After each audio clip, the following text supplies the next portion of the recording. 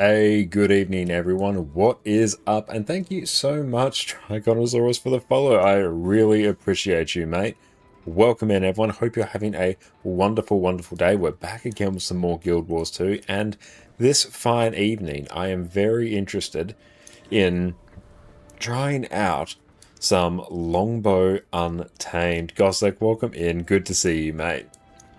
Now, we're having a little bit of a tinker at the moment because I do want to try some Quickness Untamed, because in our most recent YouTube guide where we talk about my favorite builds for Raid Quickplay, there's a lot of discourse about saying how Untamed is better than Galeshot for new players. So I am doing a bit of testing to see if that's the case and seeing what fun stuff we can sort of come up with Untamed. Because yeah, the reason I do like Galeshot's one, because the longbow camping playstyle I find is very, very fun and very enjoyable, but I also want something that provides a bunch of boons. So we have a regular sort of power, quickness, Galeshot build here, but we do need to make a few little tweaks to it, because honestly, I kind of want to just be camping longbow. I want to be having a good time with that, so we're going to make some changes here. Let's see, in skirmishing, we will take... Oh, take quick draw. That sounds really, really nice, actually. And in terms of stuff here, Unipet gain power. That's good times. Let's throw in marksmanship. So we're going to take lead the wind here. Your longbow and harpoon gun skills pierce. That is good. We will take on also our... they recharge faster as well. Very, very good. Then we take far-sighted. Damage is increased further away they are, and let's go gain might when you strike a foe based on their health percent. Yeah, that's pretty sweet. Alright, let's give that a shot. So the idea is we want to really just be blasting our... what is it? Longbow ambush skill multi-shot, which also recharges our other weapon skills. Let's try that and let's see how this goes. I'm going to jump into the training golem area. Also better check what are the daily raids as well, because it's kind of what I want to play. Decima, oh, that could be quite good actually if we go in the range group. That could be super, super nice actually. We've got Kadeem there as well. Skinner, yeah, honestly, like Kadeem could also do some fancy camping, not camping, I'm kiting stuff as well. In terms of this here, no, we'll change that out there. Yeah, that's fine. What other fun skills do we have? What's that do? Convert all your conditions into vulnerability. Okay, that's interesting. Meh. Adjust self. Add boons. All of them. Copy to the pet. Spawn. Additional options, add conditions. Give me all. And spawn. Okay. Do I have Control H? Oh no, I do. Shift T. There we go. Got to turn that up. Let's bring that up. And the boon table add-on. There we go. Got all our things back. Okay, so I think point blank shot actually gives us some quickness.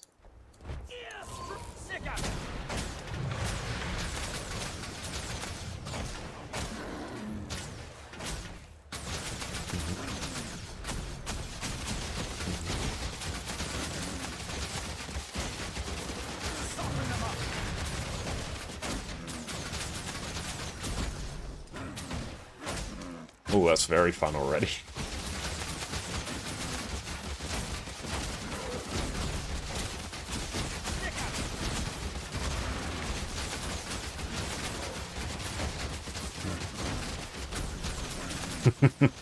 Pew, pew, pew.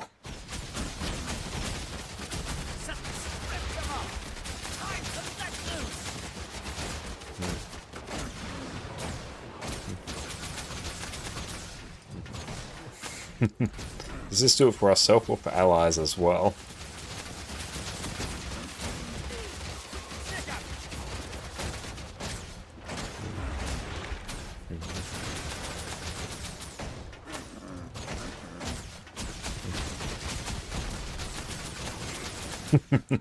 That is quite fun. I do quite enjoy that. Yes, we do have to get in a little bit of a flow about when we use our skills. We'll try and use them before we can use multi-shot there to recharge everything, but that is quite fun.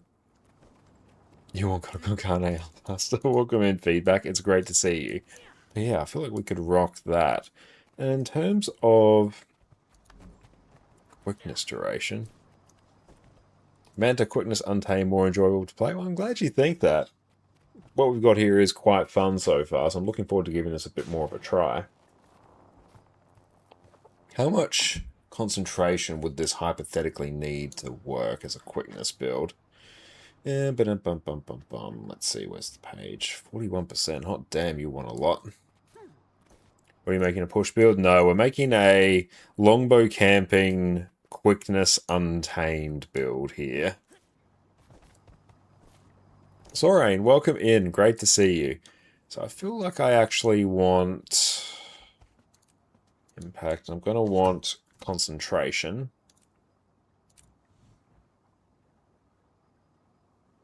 How much does concentration give us? Yeah. Concentration. Gives 35. 40 hours on age? Well, it depends. On this account, it's about 2,000 hours. On our other account, it's about 11,000. So, many thousands. Right, this account's getting close to full legendary once we deal with the weapons after about 2,000 hours. So we've been blasting pretty well. Okay. I do want just that little bit extra boon duration. Should I add in any more Diviner's gear to make this really pop? I might take a look, actually. Let's go... Damage is going to be a little bit low, but it's going to be quite fun for this. Quickness Untamed. Let's go on the Beast Mastery version.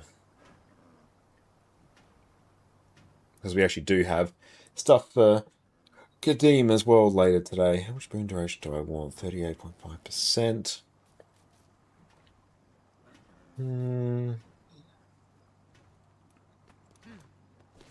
You farm a lot. 2 accounts for full legendary. Yeah, our other accounts also based full legendary as well. It's not so much I farm a huge amount, it's just that I've learned fairly efficient ways to utilize the gold that we have. Would Fireworks Runes not cover it? Fireworks Runes do get us a lot of the way. Because, yeah, we're at 35% there, but I think this build actually does need a reasonable amount of boon duration to really make it work. I'll just check to see if there isn't any random extra traits that are giving us more concentration. Attribute increase. Now, this might be able to work. Worst case, I can always add in like a single piece of Diviner's gear. I've seen the update about two-factor authentication. I saw something about SMS being removed or something, but I haven't looked into it beyond that. So what's the main takeaway from it? Just lean back? Okay.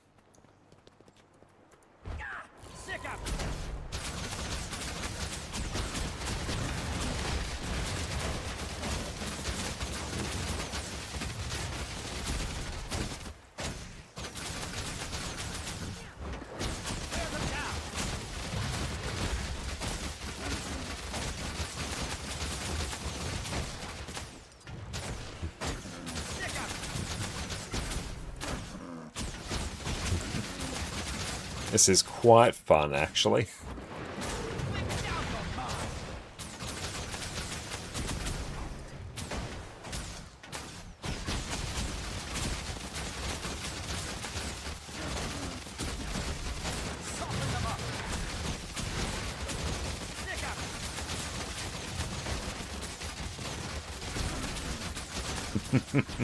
I'm loving the sheer amount that we can use our skills here. That is quite fun.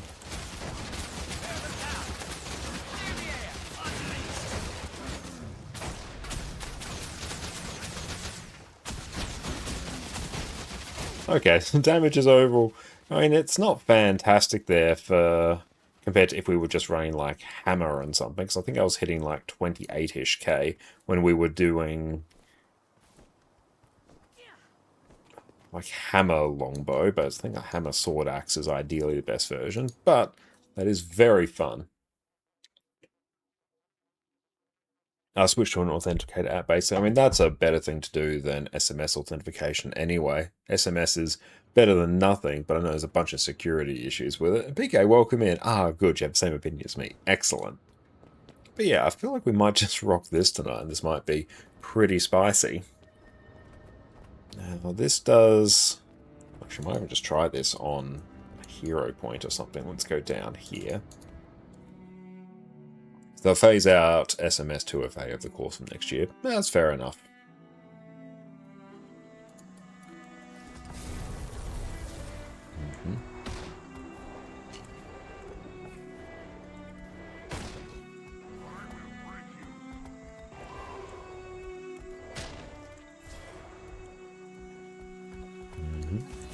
I'll be keen to see all the other toys that Untamed has to play with. Blessed, welcome in. Great to see you. A free will on Untamed, you have full Berserker except Weapons of Diviners, Nature Magic, Skill Machine, and Untamed. Okay.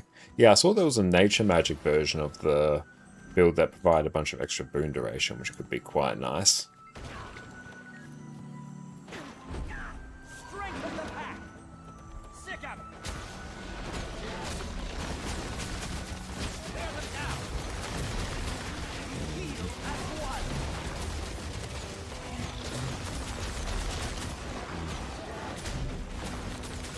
And swap pet.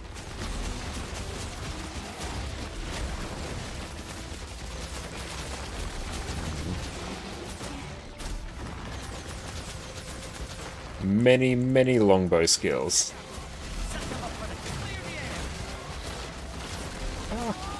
And my pet got nuked. That was still pretty solid. Why is that thing still there?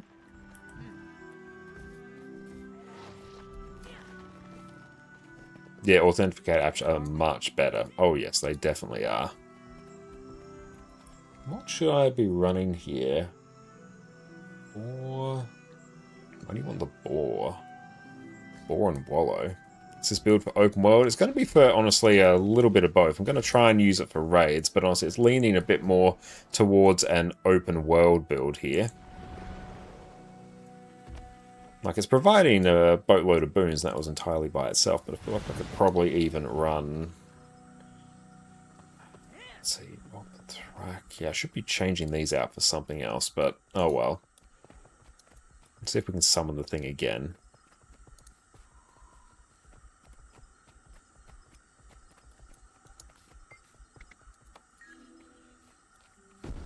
Okay.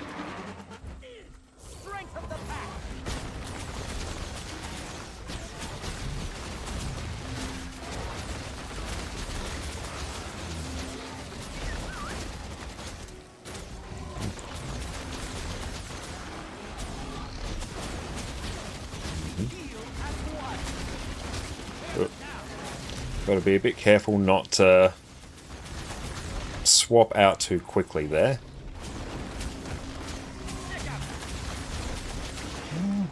Swap. That's not living its best life.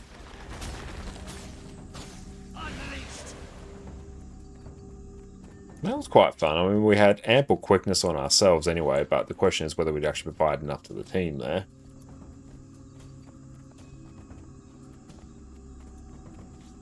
Yes, it's much easier to spoof SMS than to get a hold of a physical device that a person has. Yes, absolutely.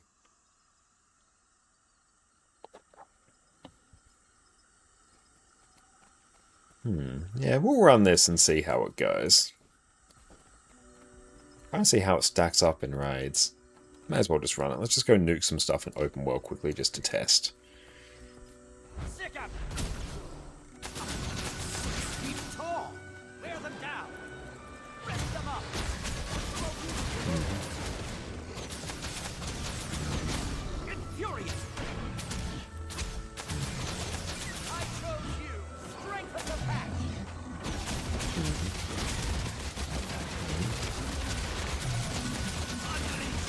Then let's go bonk that, and bonk that again. It's very fun. I love how frequently we can use our longbow skills. That's very, very enjoyable. And once we get in the flow of it a little bit more, I feel like that will be really nice. Let's go nuke this bristleback. Okay.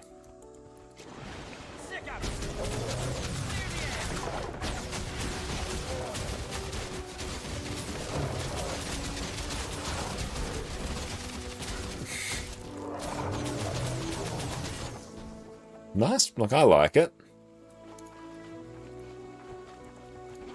Okay.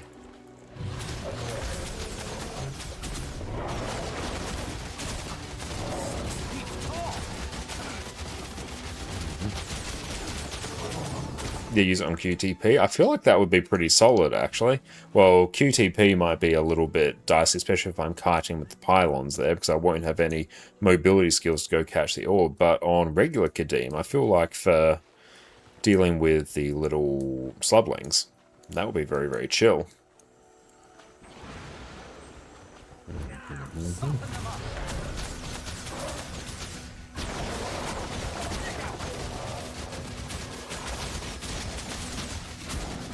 There's infinite longbow skills.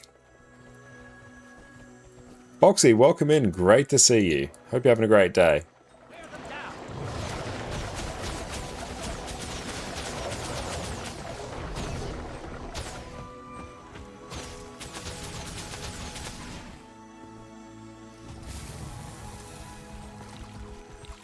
Akiki, welcome in. Yes, longbow, Quickness Untamed. It's quite fun, actually.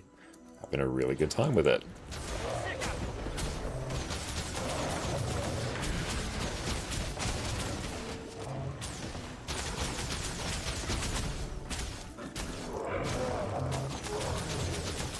Thought we could do something more fun than Relic of the Claw to really amp it up even more, but yeah, like it really does the job. Yeah, I'll be curious to try that on an actual raid encounter. Hi Dean, welcome in. Could you please help? You made your first ever character in Guild Wars 2. Nice! Which class did you make? But I feel like you're stuck in the first starter area. What are you supposed to do? The way Guild Wars 2 sort of works at the start is you're going to finish the tutorial mission, going to be dumped out into your starter area. Which race have you picked, actually? And basically you'll go and explore that starter area and adjoining areas until you reach level 10. Then you'll get some more of your personal story to go through, follow. You'll do some of that. Then 10 levels later, you'll get more personal story. So basically do personal story, level up in open world, then go back, do more personal story, and basically repeat that until 80 is a good sort of route for new players to get. But say, for example, if you were a human, you would start off in Queensdale, then immediately from Queensdale, you could go out this way and head into Gendaran Fields if you got to about that level, but realistically, the next map. Oh, Silvari, Mesmer, no idea what to pick. Good choice. Mesmer's fantastic, and race is really just a matter of personal preference. There's no bad choices. But say for Caledon Forest, that will be where you be for Silvari.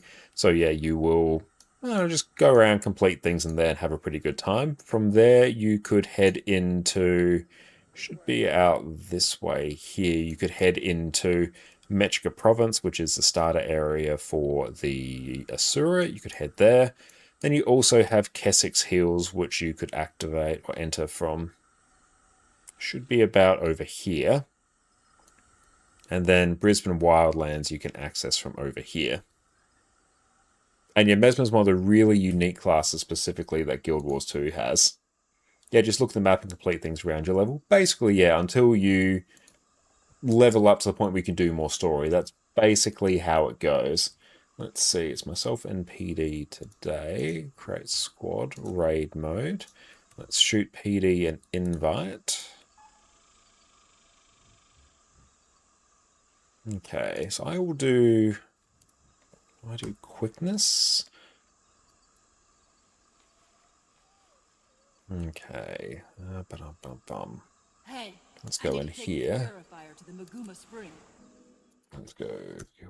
No, I need snow crows. Let's see what I can do to turn this build into just a pure DPS one.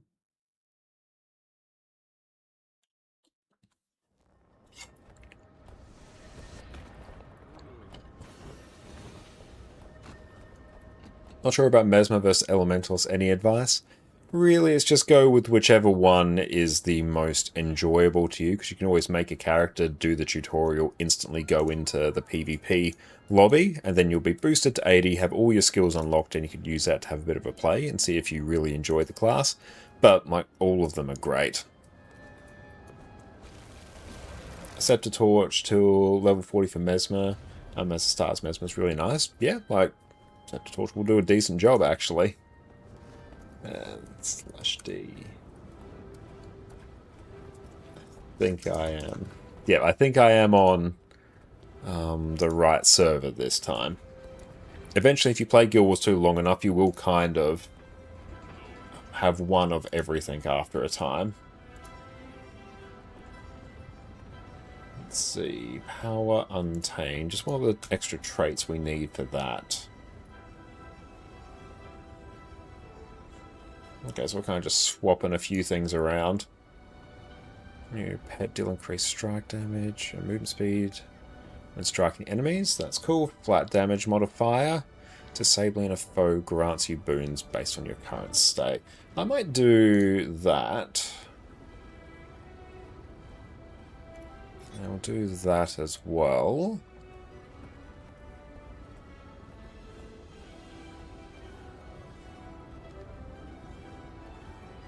Yeah, let's do that. Okay. Let's go daily raid bounties. Raids. Oh, it's going to be Decima, isn't it? Okay.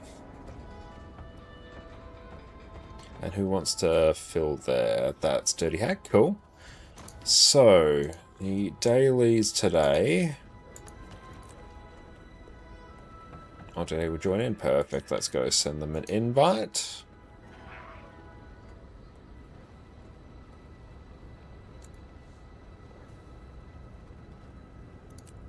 Okay, daily. Don't even bother with them. Daily bounties. TY go Q DPS. So Dirty Hag go Q DPS. Sora, welcome in, mate. It's great to see you. Hope you're having a good one. How have you been, mate? Everyone, make sure to go duck over to Sora's channel and go check them out. Now let's drag them in here. Okay, now for here, daily bounties.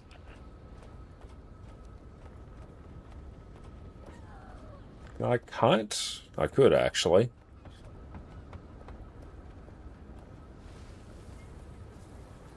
I've been around trying to heal your legs and dealing with this El Nino thing in Southeast Asia. How things there, mate? Well, I hope your legs are healing well. Well, I'm going very well. Thank you for asking. And Abe Knight, welcome in. Getting used to raids, been doing a few quick plays. That sounds brilliant. Bounties. I'm just contemplating.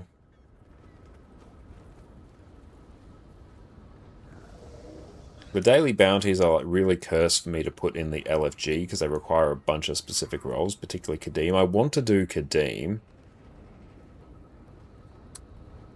but it becomes like shocking for me to organize the LFG because I need a kiter, which I could do both. Yeah, if I do both kites, that might be the play. Yeah, if I do both kites. If I try and do it on, yeah, this build, it should be fine. It's not ideal, but I can make it work. Daily bounties. Then I just need someone to do lamp for Kadim. Okay, daily bounties. A heal. Hang on, caps lock. There you go. A heal. Q DPS. DPS. State roll. I'm going to say Kadim lamp. There we go. This way I should be able to figure everything out. So sub 2 will be ranged. So I'll put myself here and I'll mark myself as kiter. Now for this... can you change your character's look later in the game? Yes, you can. If you get a makeover kit, then yes. Okay, remove QDPS. So they will be in the melee group. So now I need a heal. Yeah, if we can get Decima and Kadim done first, everything else should fall into place.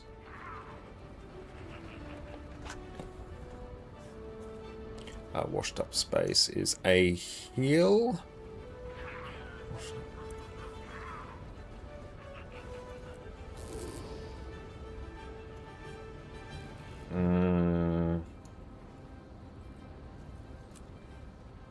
I need one more a heal. Let's see what they end up on.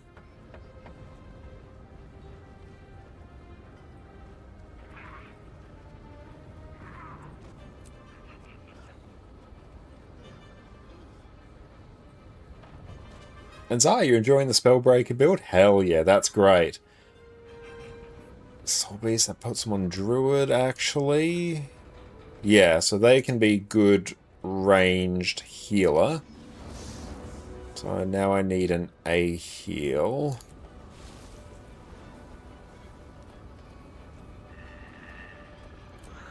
That's starting to fill real quick. PD can also be in the ranged group.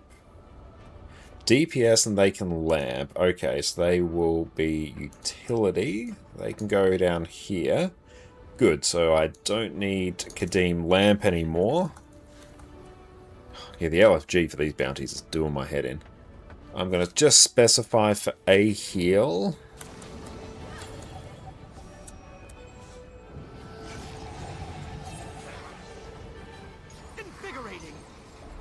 As soon as I get to 9, hopefully it's an A heal. See, a Revenant, so they are almost certainly a melee DPS. Revenant doesn't like doing it for... Revenant doesn't like doing the ranged one. I'll presume they will be melee. So yeah, I'm going to search for an A heal. We're going to get an A heal. Then I'm going to search for a ranged DPS. And then for my build, we're going to make a few changes.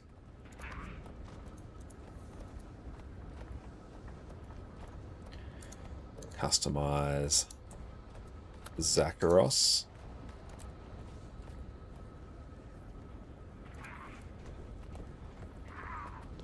If carding on this is cursed, then I'll go like Pistol Thief, because then I have Shadow Step. Shadow Step's like the only reason.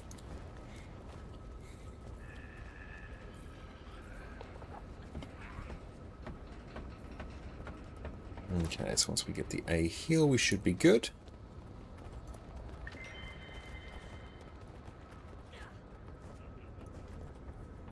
Don't know if I like those longbow skins. Fashion, wardrobe, get equipped fashion, save. Let us overwrite this with something else. That should be an A heal. I did specify it. DPS, looking for a heal. Ick. In that case, I am really specifying a heal, so if someone joins as a DPS, they will get a kick. Was the Pistol Thief gutted quite hard with the recent balance patch? The original proposed changes, it was going to get really nuked, but they toned it back. So it just sort of got brought down in comparison, brought down in line with the other classes. If you want to play a more unique class and spec, not one that you see everywhere, but is still okay good, what do you recommend? Every class is good in Guild Wars 2. There are no bad ones. So you're probably really just looking into which ones are the less played. So Mesmer depends. Mesmer might actually be one. Mirage, the elite specialization for Mesmer, that's one that people don't play a huge amount of and is quite unique. So that could be a really good option, utilizing what you already have. A heal, perfect. Mark them as that. So we're going to say ranged DPS. nowhere, maybe under stats or player statistics. Oh, dang. And they left, so now I need to search for an A heal again.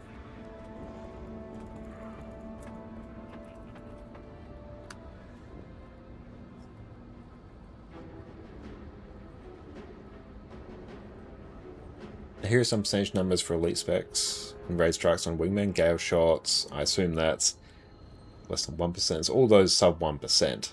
So Untamed, Catalyst, Conduit, Vindicator, Hawksmith. It's a bit tricky with elite specs in Guild Wars 2 because there are so many now. The overall least played spec in terms of either Revenant or Engineer in terms of just the sheer number of classes. In terms of playtime, it's Revenant, which sort of makes sense. What's the most fun class in game? That's a very tricky question, entirely down to personal preference.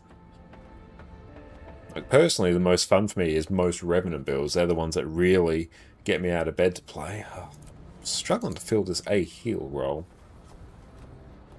There's so many really fun ones. I'm really enjoying this Longbow Camping Untamed build today. And we'll see if it can actually do this role on Decima that I need. Pop this here.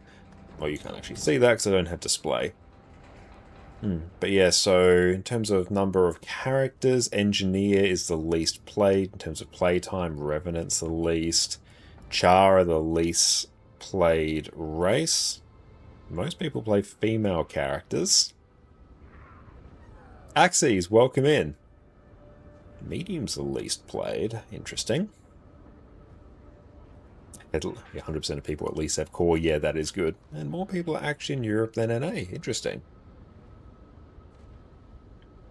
Oh yeah, and then you can actually see what are the least played combinations of race, gender, and profession. Reaper's really, really fun. I love Reaper. A Norn male thief is among the least played. Yeah, favorite professions, whatever suits your taste. Or thief lover, yeah. Whichever you prefer, that's the right choice for you. There's really no bad choices in Guild Wars 2 at all. Do I have a... I will have longbow skins, but do I have anything that's kind of interesting? Peel. Oh, Peerless Greatbow is pretty spicy. Unless your first legendary is a trident. That would be very, very funny. I mean, I did legendary underwater sigils before I did on-land weapons.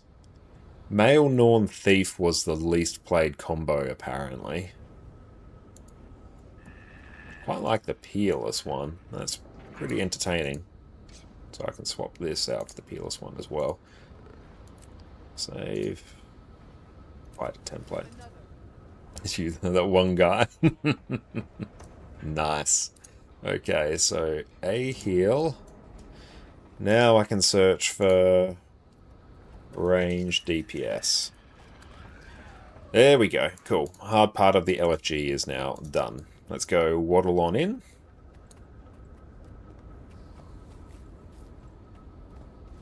Mount Valraya, Decima.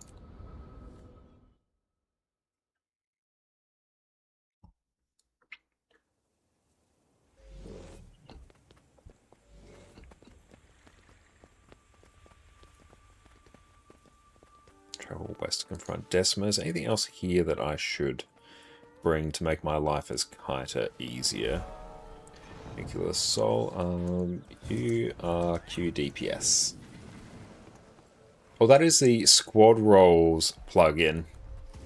You can find it within Nexus. Yeah, Squad Rolls Arc DPS plugin there. Needs the unofficial extras plugin to work as well. DPS range, welcome in.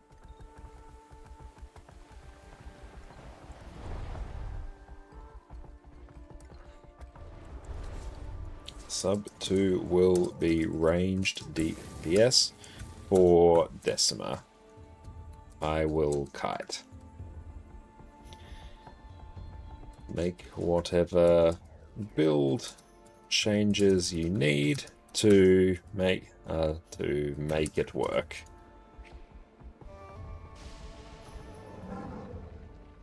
Not you. You're in.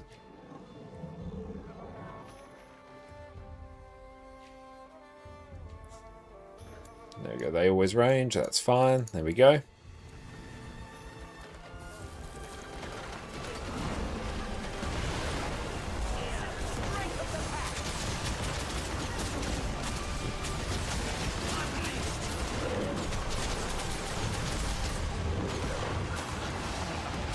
Dodge that.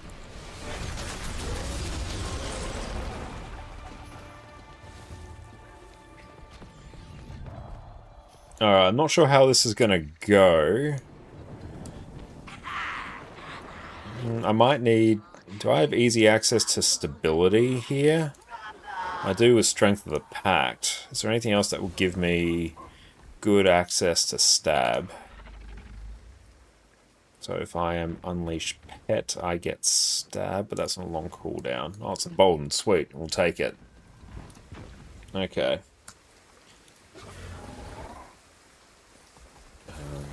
Shift 1.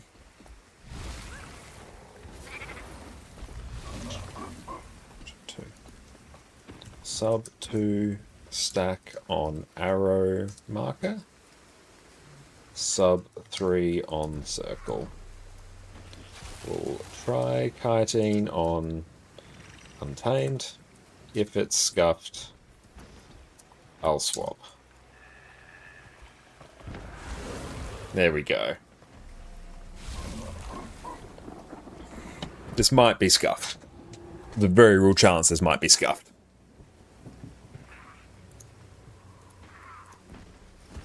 Orca, welcome in, mate. Great to see you. Oh, that's alright, mate. I hope it was a good nap. Get some noms. There we go. I will eat some foods.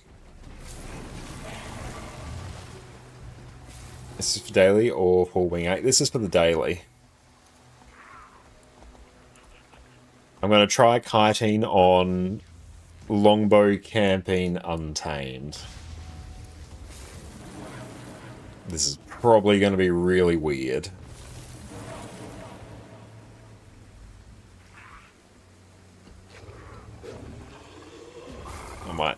I might do that.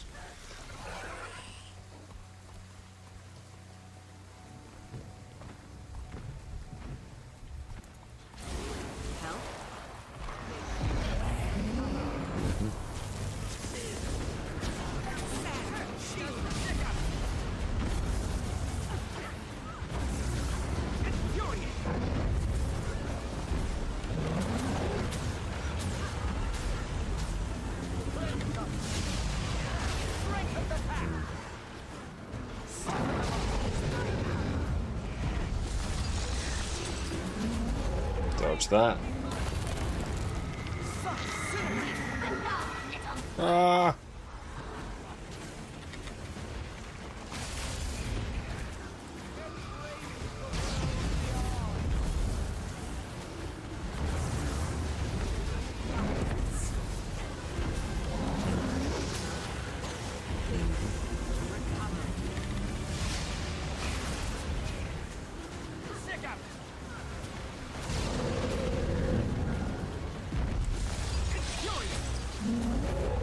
Dodge that.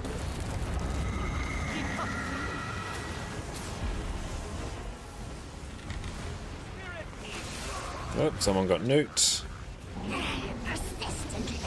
GG. Yeah, if we lose someone that early, we'll GG.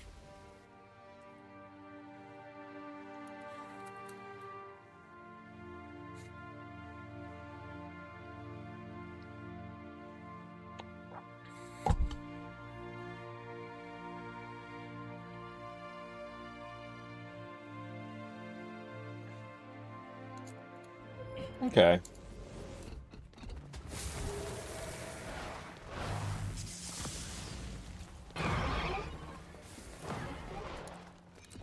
Yeah, especially if it's range group. Yeah, that one was just a melee group, but like at that point, yeah, it's just going to be cursed as hell.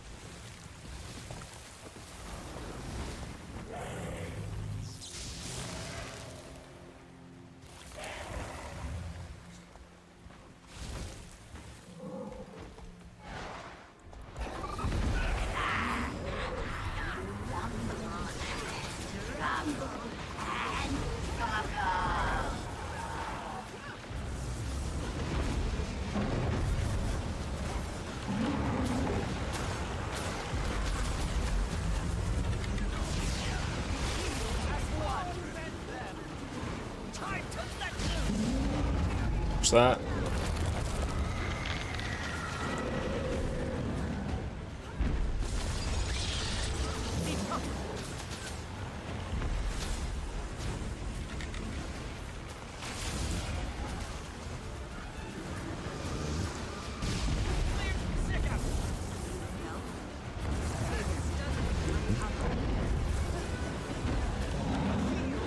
I know a lax, I'm a sad panda.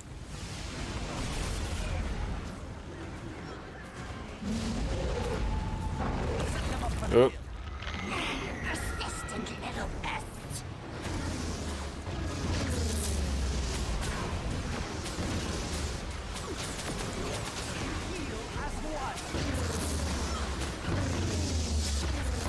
Okay, perfect. Just stack up for some heals.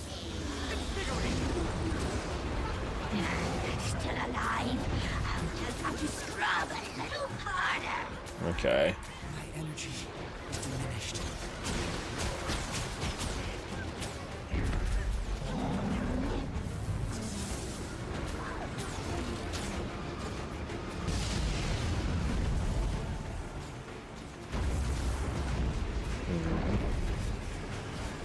Steady, everyone.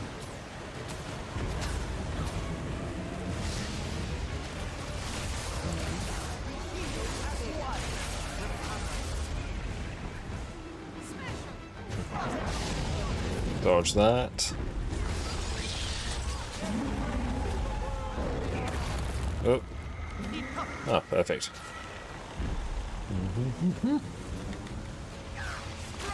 I'm just gonna walk through that. Oh, I can't do it, even with stability. Okay, really sucks not having a port.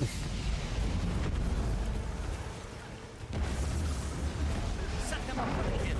Rip them up. Steady, everyone. Ah.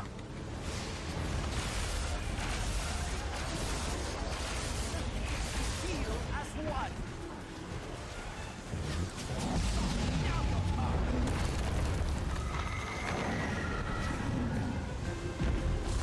I'm getting there, though. Yep, this is just gonna have to go here and...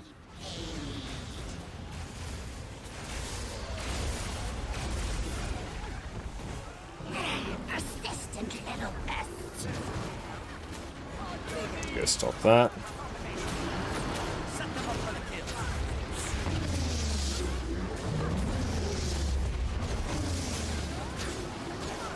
Thanks for that, Orca. I appreciate that. Alright.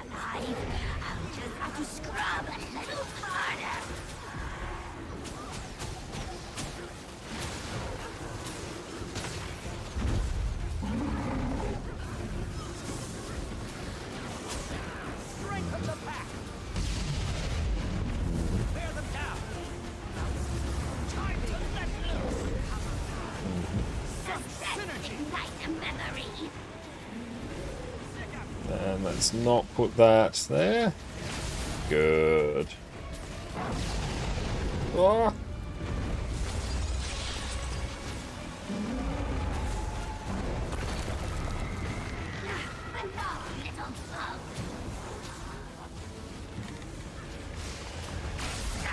Nice. There we go.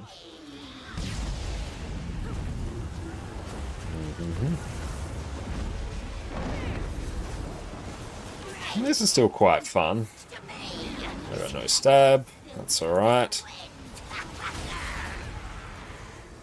Okay, now I need to find a good spot to stand.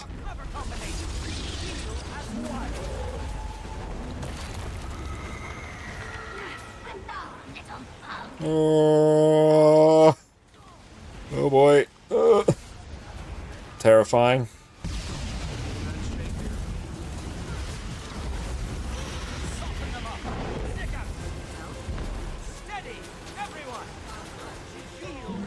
Oh boy. 2%, just burst it. Oof.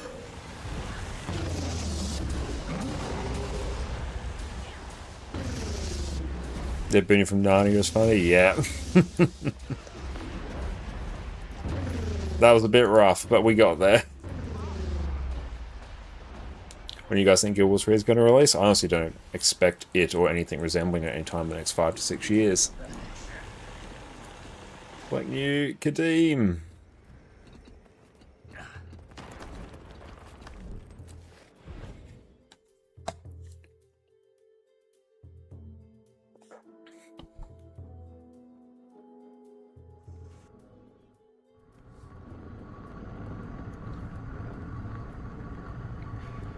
Bit dicey.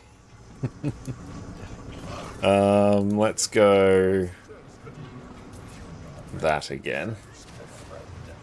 Yeah, I don't know, just do that. Ooh, reinforce.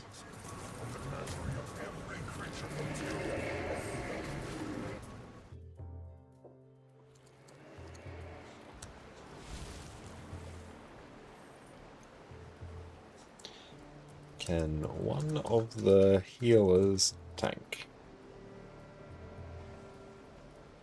Point mobs away from group and tank the Pat. Is it Matt tank or Pat tank? I can never remember. Coordinating Kadeem's always like scuffed.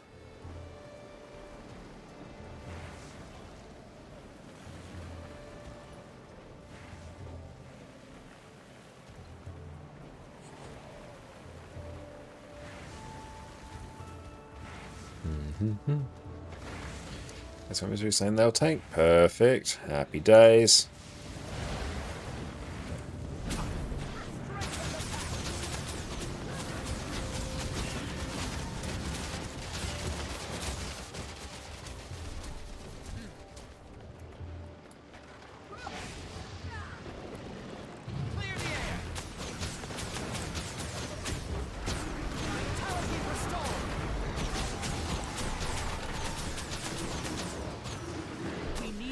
To the cauldron. Annie, what's up? It's great to see you. Hope you're having a good one. Yes, we are doing some raiding on... I'm not going to call it a jank. We're going to call it a very niche longbow camping Untamed build. We just kited Decima on it. Slightly terrifying, but we did it. Now we're going to kite Kadeem on it. Less terrifying, but not what I'm used to.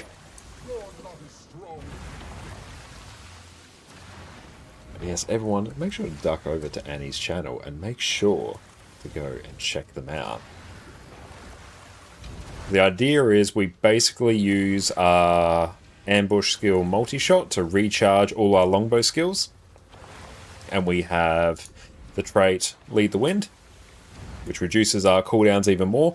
So the idea is we're trying to spam rapid fire, barrage, and point blank shot as much as possible.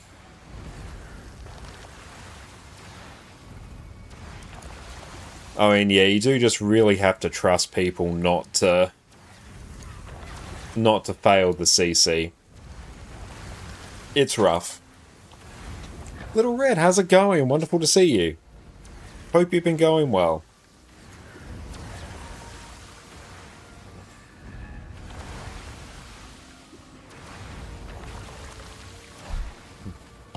And welcome in, Rising. Great to see you.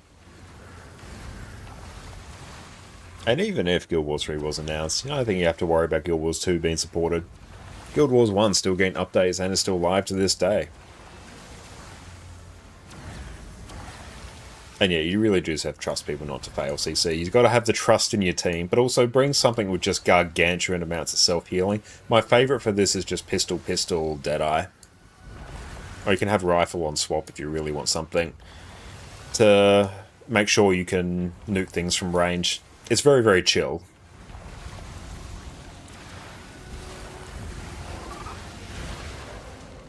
Set them up for the kill. Actually, you know what my menagerie is missing? A water gin. I work a little late tonight, so I thought I'd pop by. I really appreciate that. I hope work's going well. Strike for the back. Dodge that. I honestly here...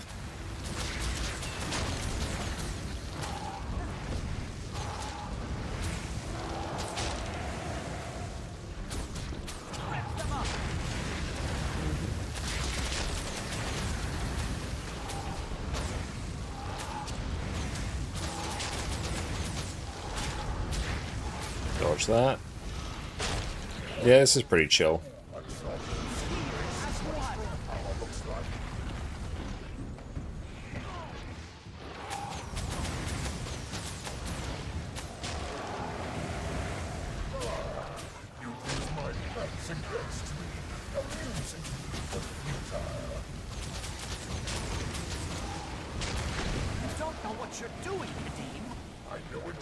Oh, I didn't specify where anyone's going here. Great. Go me.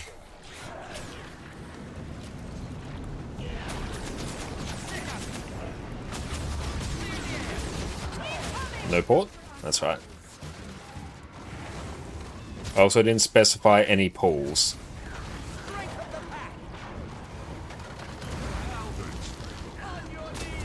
Yep. Goies.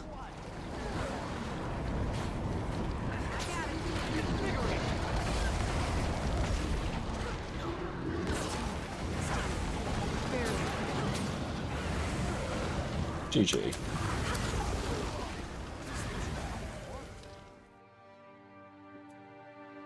Yep, stab pie still up. That's rough.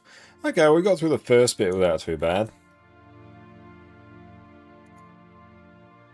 What's the secret of your smile? Permanent positive outlook.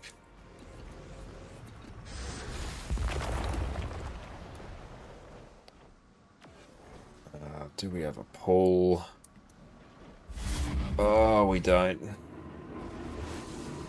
Alt 1 and 2. Sub 3 go to arrow on split. Sub 2 go to circle. Do I literally... Is there anyone who can pull?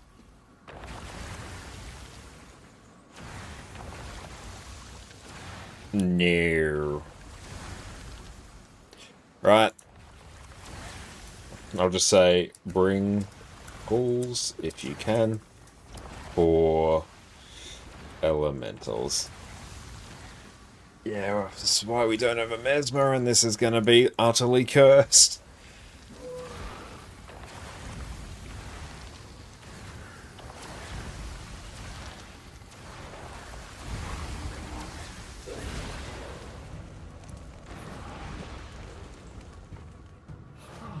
Actually, you know what my menagerie is missing?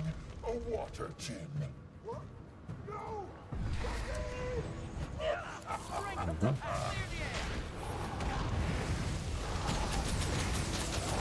Oh boy.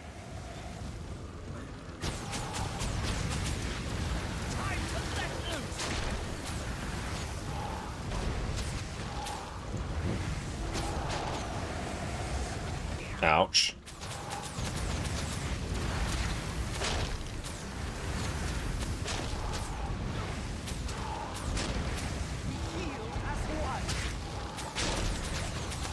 Oh.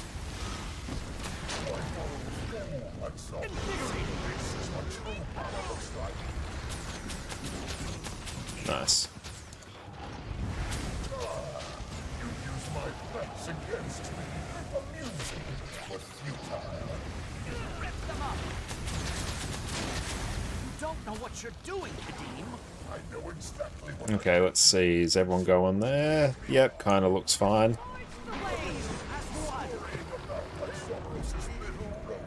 Health increasing!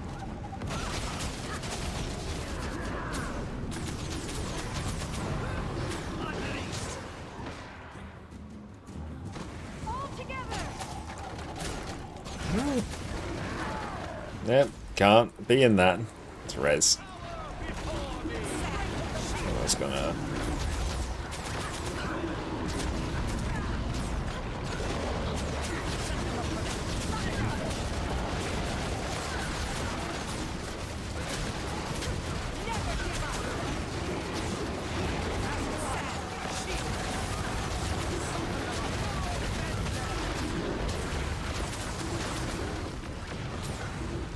Gotta make sure we dodge that. Get CC.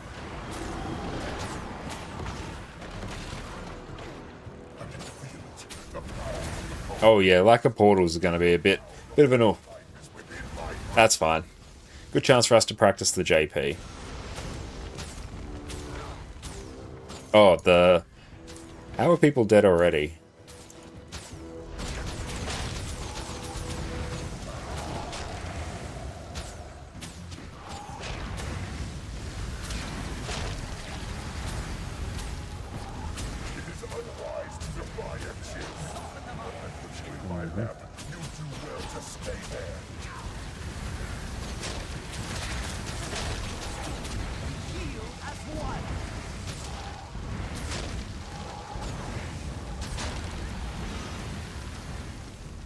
Oh, I just get to kite for forever now. Oop, that hurt.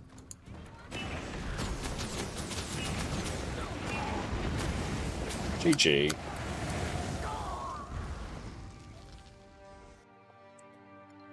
Make sure not to fail CC.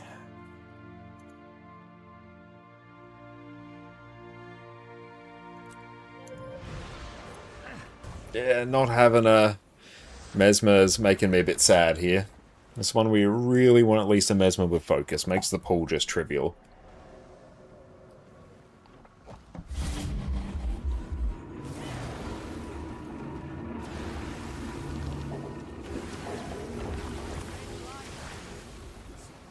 Yeah, this is fine. The Signet of Stone there is really just is there as a bit of an oh shit button. Like, I'm standing in something that's going to nuke me.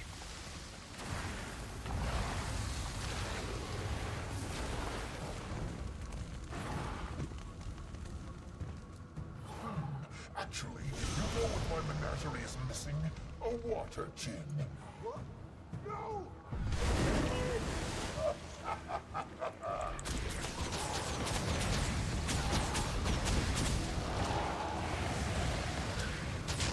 That'll silence you.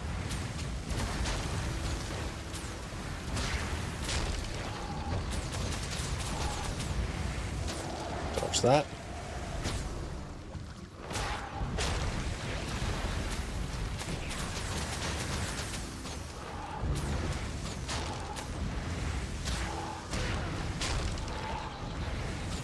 Dodge.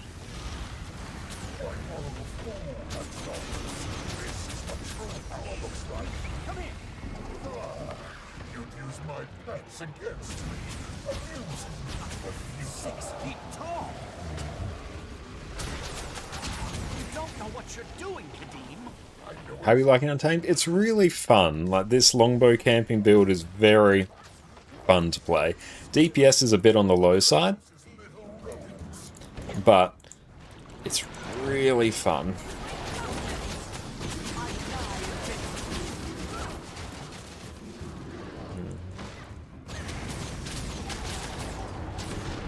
Dodge that.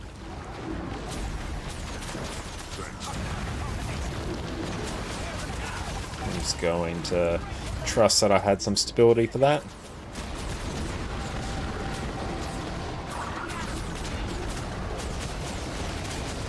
Five. Ouch.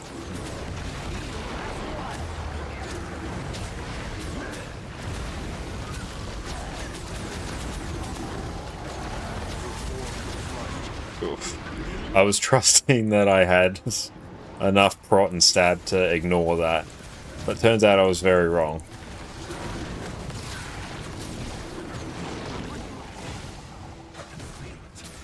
But the idea is we are recharging our longbow skills as much as possible. Because our ambush skill does it, we have traits that do it. Oh, someone just got nuked.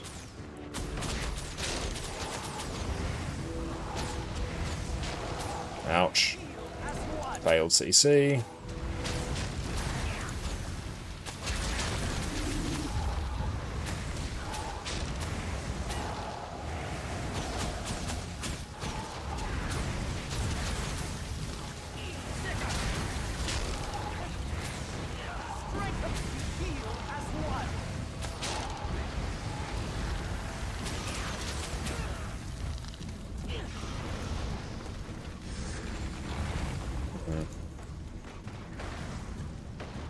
GG.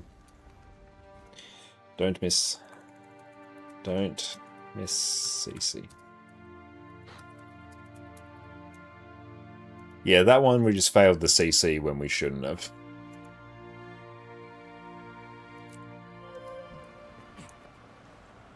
As long as they're not I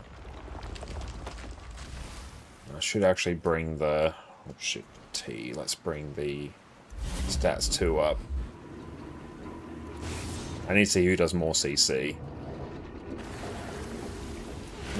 Is there any other good healing stuff?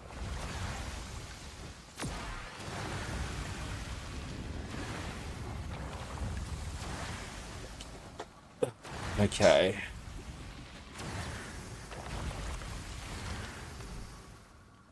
Raids. Daily bounties. Mecha will. So let's go. DY. So Mecha will do it. So there will be a healer. Perfect. Advertised. Daily bounties. Minus. I'll go Decima done.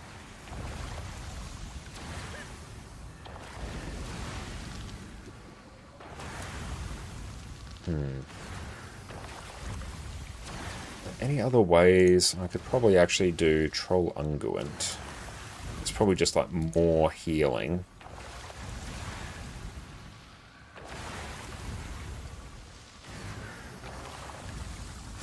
Yeah.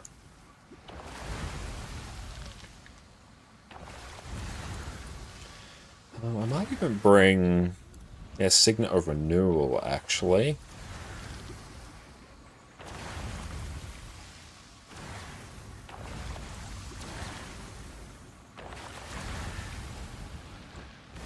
Hey, Fish, thank you so much for the sub, mate. I appreciate that.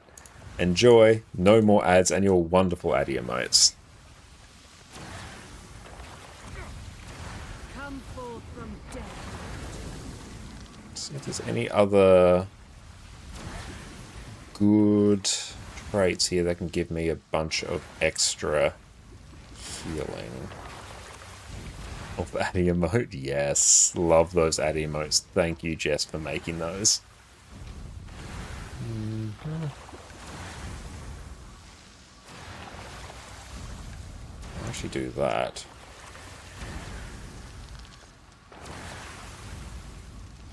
Are there any pets that I could bring?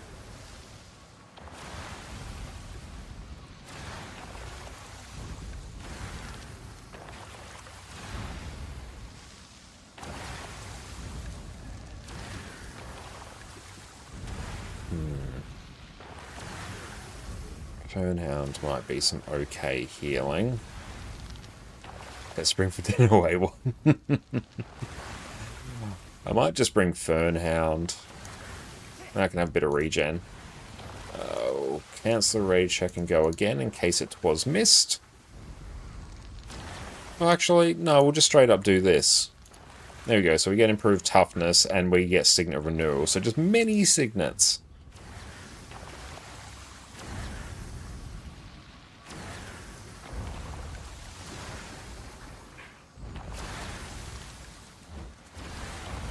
That's right. Wouldn't be a stream if I didn't bring some cursed build to a kiting roll. Actually, you know what my menagerie is missing? A water gin. What? No!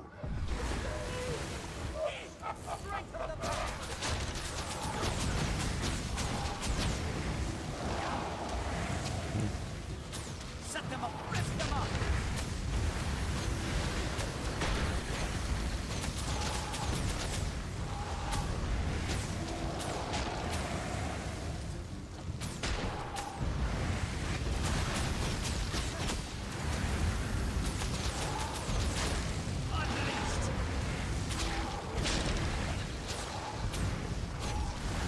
Oh, that's terrifying.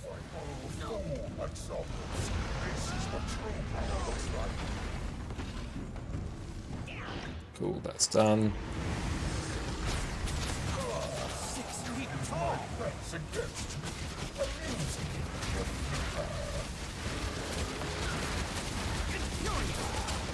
what you're doing, Kadim. I know exactly what I'm doing. These spores will be mine. Worrying about like Sonorous' little robots. Bear them down. Clear the edge.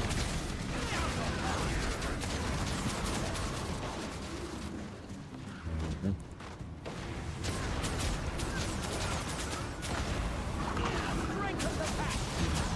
Rip them up. Never give up. Let's get the res.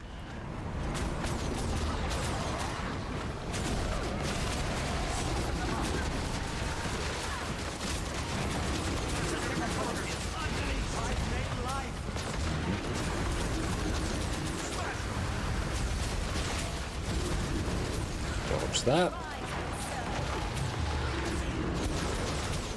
Not too bad. Yeah, we're just taking Troll Unguent there because it actually does like monumental amounts of healing over time. Please don't fail the CC. Bear them down.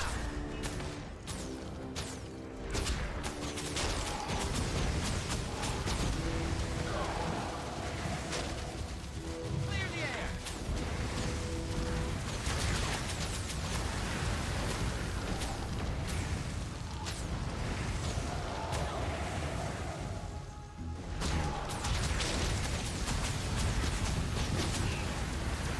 Set them up for the kill.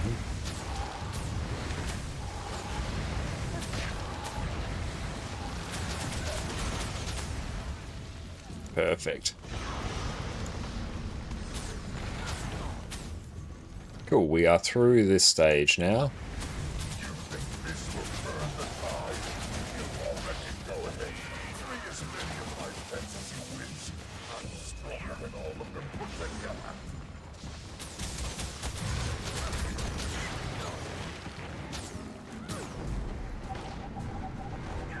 Strength of the pack.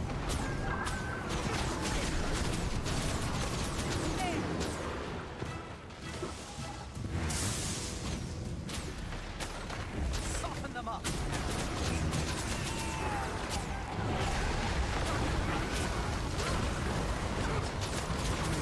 Oh, that's half the squad.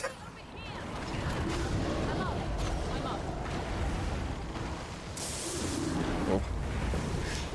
GG. Watch for the AoE's team.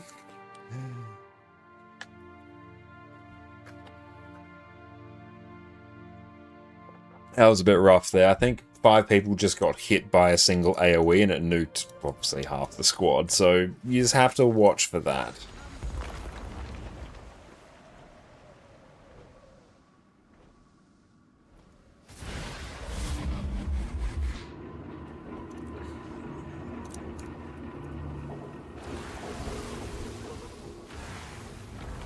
And then it's Bone Skinner and Shivpig's pass after. So super chill ones.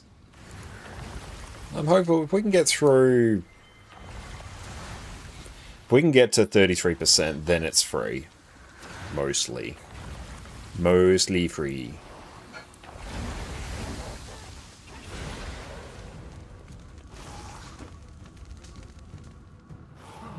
Actually, you know what my menagerie is missing?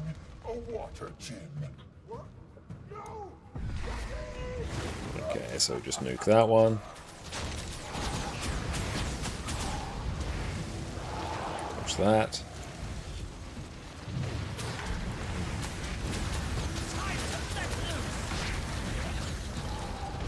GG. Someone died already? That's right, it's GG. What's killing people there? I'm not sure. It's interesting, we more or less one-pulled Decima, one proper pull.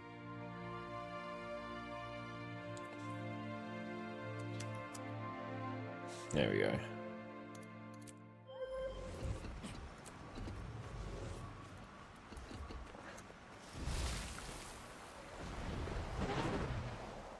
Ah, there we go. Yeah, so people are standing too close to the boss, and it's just moving around like mad. I see what's getting people now. Okay. That's right, it's a teachable moment for everyone.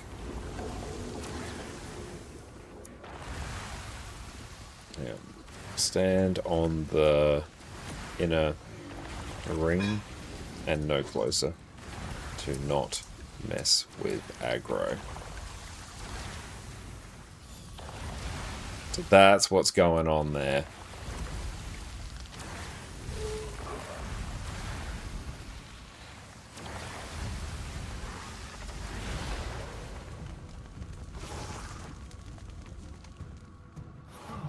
Actually, you know what my menagerie is missing? A water gin. What? No!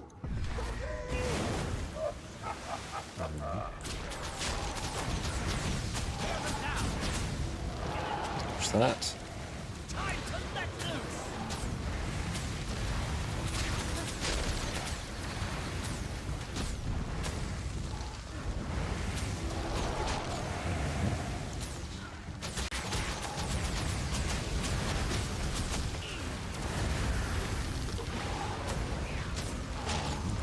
Infuriate!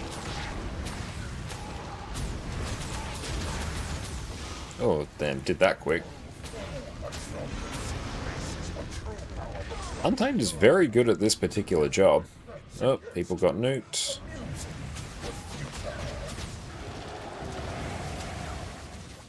You don't know what you're doing, Kadim.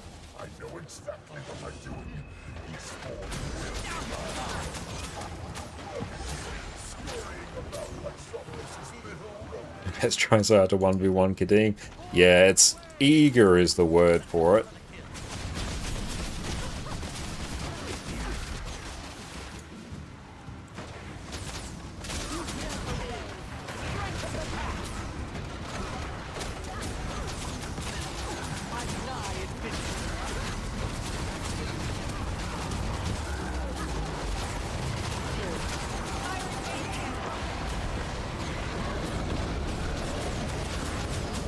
Seven, that's a lot. Oh, gotta just camp there.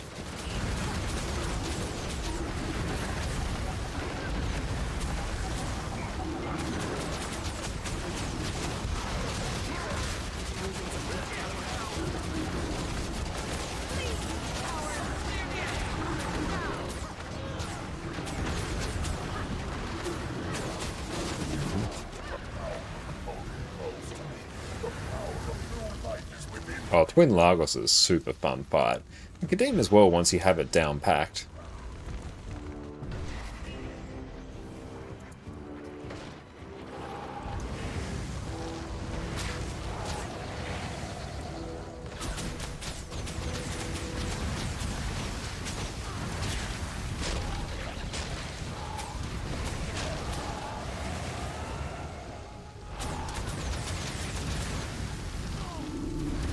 Strength of the pack! Clear them now! Unleashed!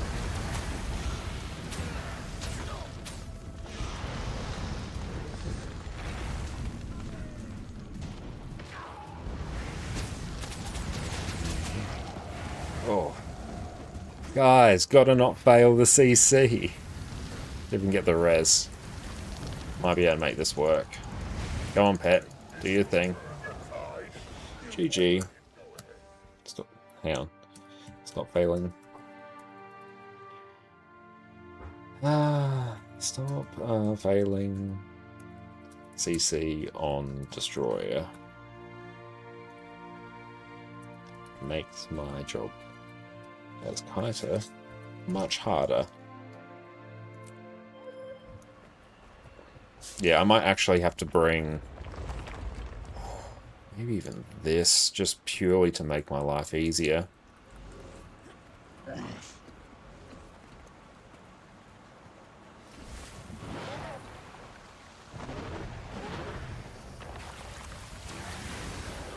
Because yeah, I'm quite happy to honestly kite indefinitely.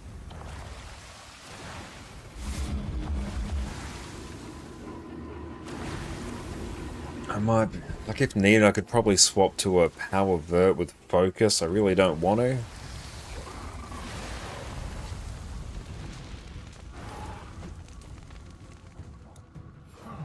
Actually, you know what my menagerie is missing? A water gin. No! Accelerate! 6 feet tall!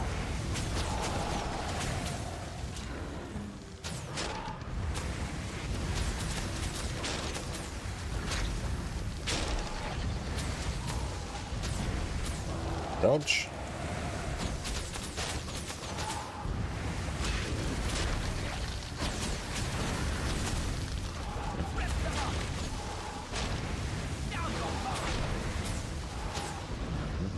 And dodge.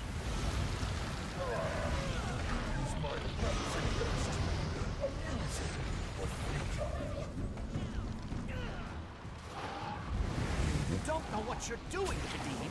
I know exactly what I'm doing. It's forged Away!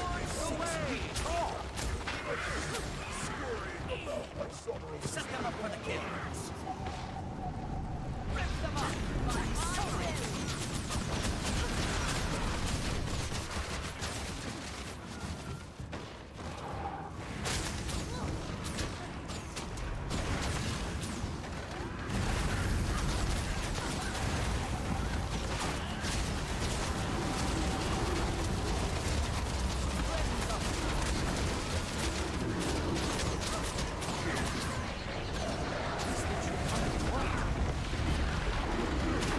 Or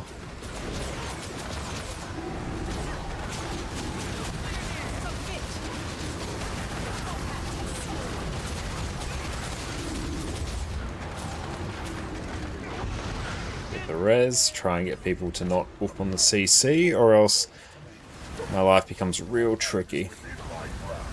Yeah, 4 stacks isn't too bad considering no pull. Yeah, it's not too bad. I mean, I'm trying to use point blank shot to sort of push things out to make things a bit easier so I can actually burst down the elementals.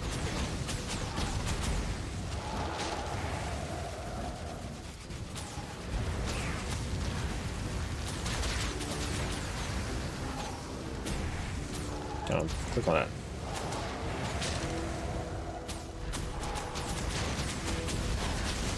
Set them up for the kills! Time to let loose! Oh, we did it.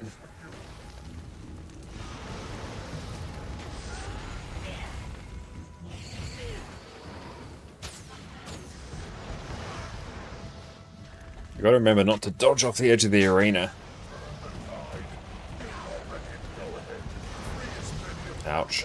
Oh, that hurt.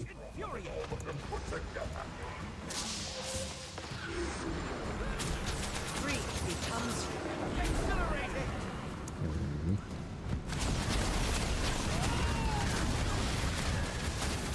A clever combination! Someone's down. Let's get them up. Dodge into the... Oh my god. GG.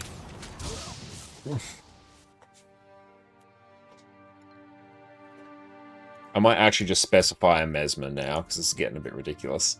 Arnie, welcome in. Yes, we are on NA.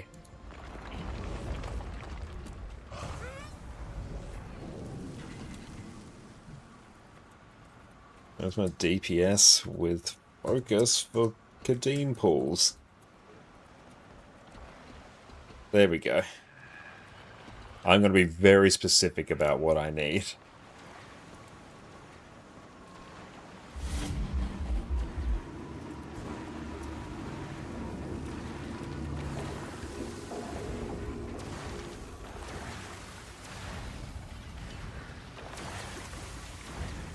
I've made life!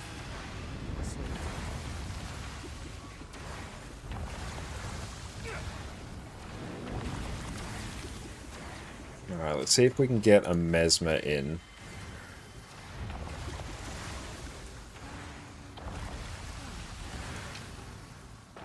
Because, yeah, we're failing so many of these pulls. Oh, we got a mini conduit. Nice. You're failing so many of the elemental pulls that's sort of just giving us extra stacks, which is causing us problems.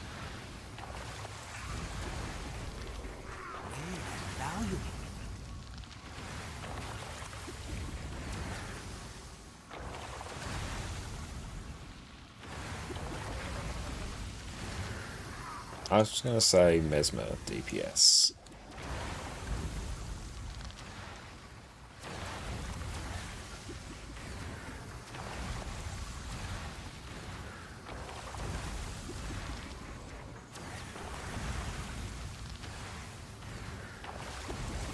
Let's see. Young is a... Oh, they're an A healer.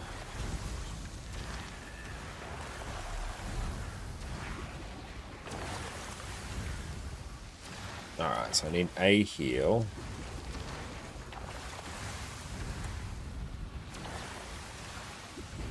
Heal Chrono. I'm going to specify heal Chrono.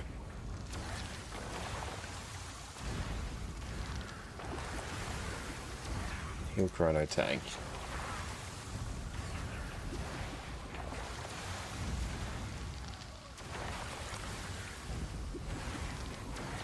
Yeah, if we can get that Chrono in, that would be good. Cool. While we wait for this to fill, I'll go take a break and stretch my legs. We'll see everyone in a bit. Sit tight. The rumours of the death of Jade Runestone farming have been greatly exaggerated. I'm going to show you how to make more gold with less effort and put these lazy, freeloading characters back to work. Just at the end of the new Kaineng City jumping puzzle just got a massive nerf. Previously, you could open this chest every day on every single one of your characters with a guaranteed Jade Runestone each time you opened it. Now, you can only do this once per day across your entire account. The second this was done, the price of Jade Runestones skyrocketed from 30 silver all the way up to almost 2 gold. At the time of recording, prices have fallen and they're sitting somewhere between 80 to 90 silver, which is still almost 3 times the price of where we used to be. On a regular day, I'd have 15 spare characters parked at this chest, and was making absolute bank off the few seconds it took me to log onto each character, loot the chest, and be on my merry way. With this update, however, we need to tweak our strategy. Fortunately, we can still farm a very similar amount of gold with less time, less effort, and with far fewer characters. The biggest change we need to deal with is that we need to park our characters in multiple different chests across Cantha. First up, all isn't lost for the new Kaineng City jumping puzzle. We can still loot this chest once per day on our account. So go ahead and leave your least favourite character here. You can either complete the jumping puzzle to get here, or you can just do what I did and use teleport to friend to one of the noble and selfless commanders that leave their characters parked here. Next up, we have 4 chests located in Eckervald Wilds. These 4 chests are fairly close together and will give you a guaranteed Jade Runestone each day. Each of these will be far easier for you to get if you have the Sky Scale unlocked. I will be showing how to get these chests without Sky Scale, however, so don't worry. Our first chest is located above the Jade Gate waypoint. Here you can just Sky Scale your way up the nearby buildings to the chest platform, or you can do it up the tree branches. This chest will be guarded, so bring a build you're comfortable with. Once you're done, park your character off the platform nearby so you don't get murked when you log in. You can also take these zip lines to get up into the branches and make your way to the chest without the Sky Scale. Our next chest is going to be located down below the Jade Gate waypoint. A quick note, you're going to need the Crypt Seeker achievement for getting access to the chest in this cave. If you don't have it, you'll be kicked out, so make sure you get this achievement beforehand. Simply jump down from the Jade Gate waypoint and head south to this cave. You can instantly open this chest, so there's no need to defeat the mobs that guard it. Simply loot it, run back outside the cave, log out, and move on with your day. Our next chest is going to be located above the Teleri village point of interest. This chest will be on a platform high above the village, so just use the Magicka Sky Scales to make your way there. If you have no Sky Scale, then you can follow the route shown on screen. It's quite a long path with many zip lines and a small waltz through the tree branches, but don't worry, I believe in you. As long as you park a spare character here, you won't need to make this trek every time. Again, you can open this chest instantly, so there is no need to defeat the mob guarding it, so feel free to leave a weaker character here. Our last chest is going to be located north of Mori village. It's also right near this mastery point shown on the map. Simply head north of the village, crack open your sky scale, and profit. Again, I've shown the way to get this chest without the sky scale. Simply head into the lake area, hug the right wall, take the zipline into the branches, use a springer to make your way over to the right. Once you're at a suitably high point, don't worry, you do have a bit of leeway here, just glide and make your way to the chest. This chest is guarded by another elite mob, so bring something that you can fight it with, or just be like me and park a thief here. Once you're done, park your character safely up on this hut so you don't get attacked. And with that, you can now grab 5 jade runestones each day, and make almost 5 gold profit, based on today's prices at least, for only a few seconds of work. 5 gold a day over a month is an extra 150 gold in your wallet for next to no effort. Make sure you park your spare characters here, you're gonna thank me later. Thank you all so much for watching, and make sure you subscribe for our next video. We have tons of build guides in the works, and lots of other helpful tips to make your Guild Wars 2 life easier and much more profitable.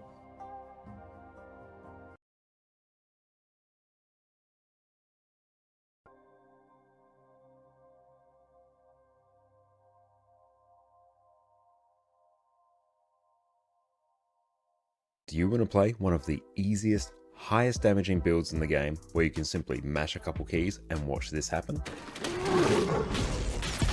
You have my sword. Do you want to play a DPS build where you do not care what the rest of your team is doing because you are one of the most self-sufficient builds in the game? Do you want to play a build where you can customize it to provide all manner of useful utility to your team to carry them through even the hardest of content? Well, today your prayers have been answered. We are covering the majestic Power Soul Beast. So it begins. Welcome back, everyone. Power Soul Beast has been my go-to power damage build for the last few weeks, and I have been enjoying it to an astounding level. Here we have godlike levels of burst damage, so anything you find in open world is going to die exceptionally quickly. You are incredibly self-sufficient due to the baked-in boon extension that your build has, so you're always going to be having more boons than the rest of your team. You have the option to customize your build for some amazing utility. You've got group-wide Aegis, stability, damage reduction, boon extension, group-wide stun breaks, and outstanding levels of CC if you choose. So here you've got a DPS build that's going to put you at the top of the charts, all while still being able to carry your team through the hardest content. So buckle up everyone, you're going to enjoy this one. First up, for the basics of Soul Beast. Here we've got an elite specialization of the Ranger class, and instead of having to rely on managing your pet like every other Ranger build does, here you can merge with your pet by entering Beast mode. So here your pet will give you extra attributes based on the type of pet that you have, and it will give you access to 3 new beast skills that are similar to your pet skills that you can activate at any time of your choosing. Soul Beast is basically a purely offensive elite spec, which rocks both great condition damage and power builds, and I have personally enjoyed playing Soul Beast for years since it launched with Path of Fire. Like every Ranger build, we first need to cover off on the pets that we need. Here you can actually be fairly flexible with the pets that you use. However, for Power Soul Beast, they at least need to be a ferocious pet, i.e. it will give you extra power and ferocity when you merge with them. This is going to be needed to crank your damage as much as possible, so make sure you pick this. Having a ferocious pet is also going to give you access to the Worldly Impact beast skill, which is going to be a key part of your damage rotation. Now in general, the Red Mower is going to give you the highest damage. On top of Worldly Impact, you also got... And we are back. Welcome back, everyone. Okay. Nice. We have everything filled that we need. Thank you, Orca, for joining us as well. Excellent. So we should be all set now. Yep, having Mesmer pools here just makes this much more trivial.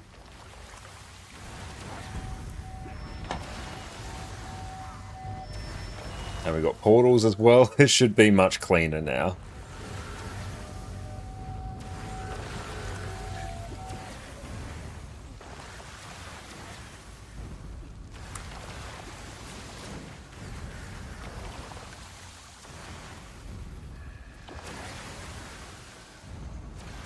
Sub 2 to arrow, 3 to circle.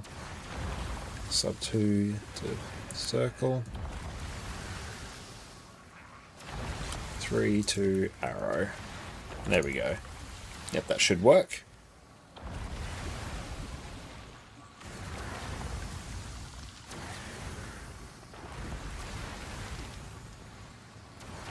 Just wait on Orca to ready spaghettis, and then we should be fine. Nice, let's go again. Seems I need to teach you a lesson. Actually, you know what my menagerie is missing? A water gin. What? No!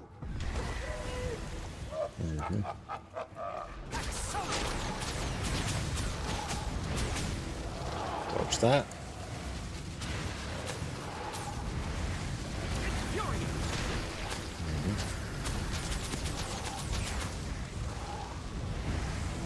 Dodge that right there.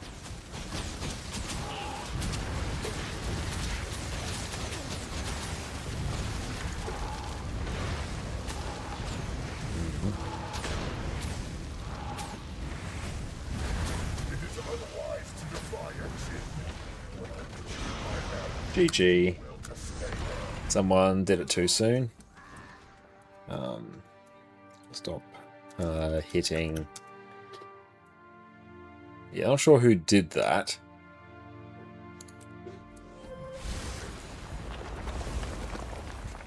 Kadeem can be a bit of a cursed encounter at times. I thought we phase. Yeah, let's not worry about that. Just tank all the way.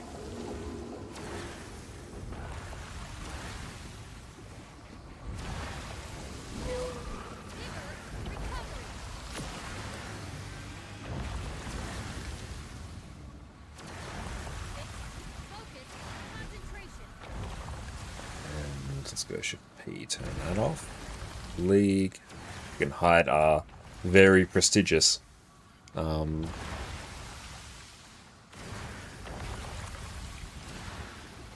bronze badge. Like warding.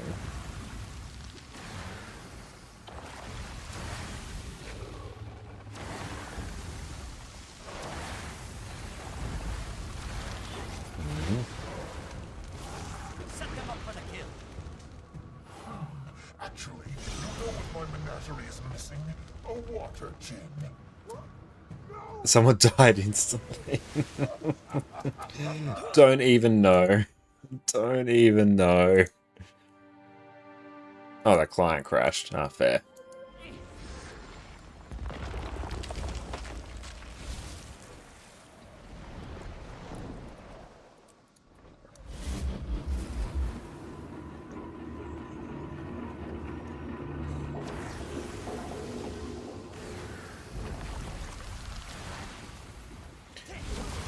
And does Arena frown on mouse macros? It depends. You can actually Google like the Guild Wars 2 macro policy. There are particular instances where macros are allowed, things like auto clickers, dodge jumping, things like that.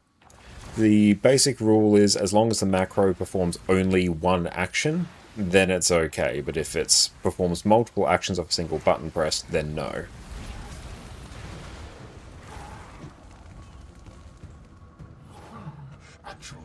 But yeah, doing things like Shift 4 for button press and stuff like that, that should probably be fine. But yeah, you can Google the actual macro policy.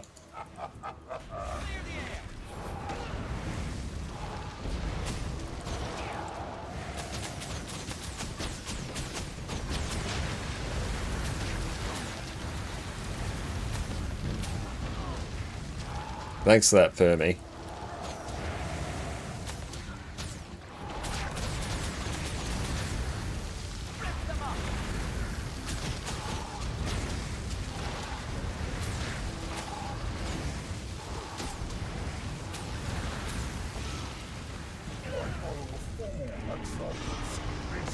Perfect. Got the lamp done.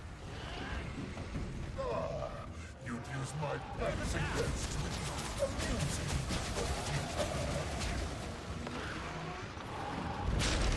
You don't know what you're doing, Kadeem. I know exactly what I'm doing. These forge will be mine. Scurrying about like Time to let loose. rodents. 6 feet. Welcome increasing. Nature defends me.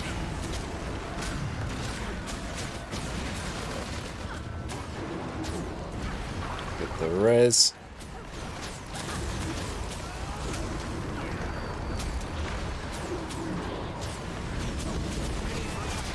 we go.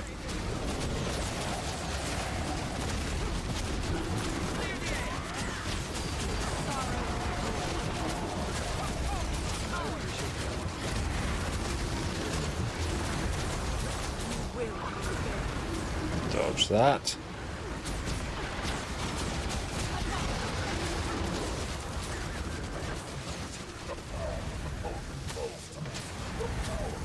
Light is within my grasp.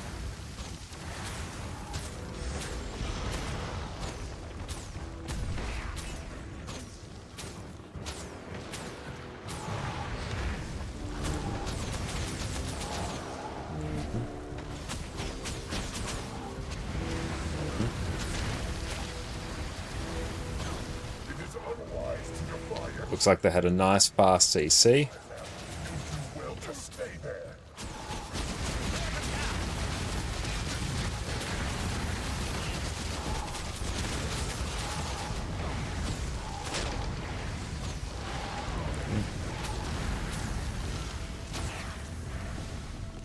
Land too soon again. Big oof.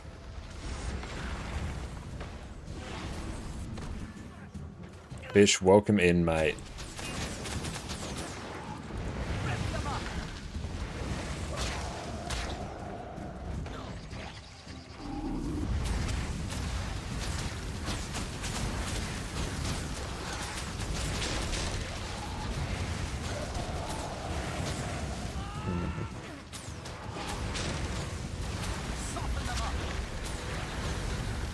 It is unwise to defy a chin.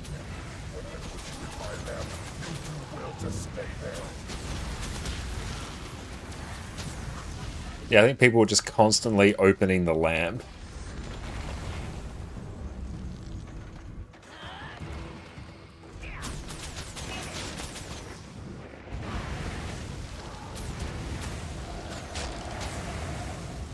Rip them up!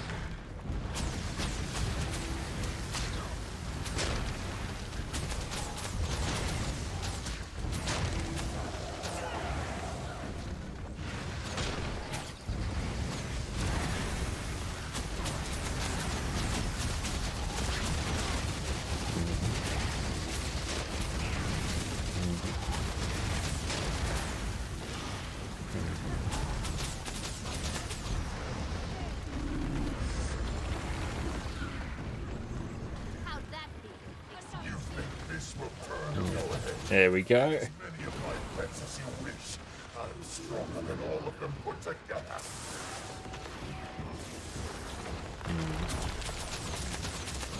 Set them up for the kill. Soften them up.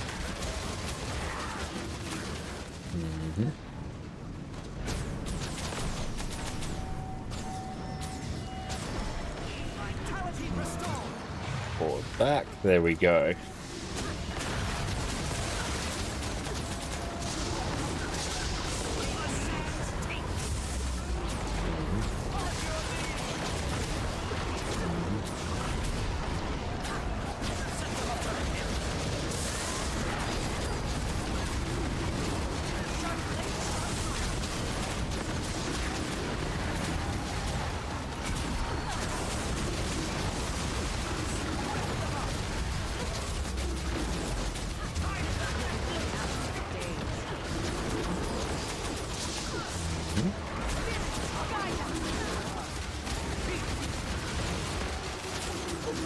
Okay, now I've got a bunch of kiting to do. Impressive struggle.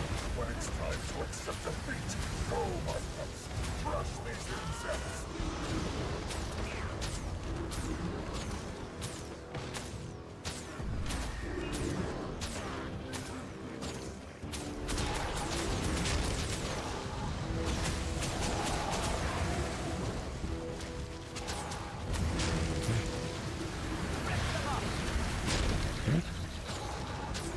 Oh, hang on. Let's nuke that.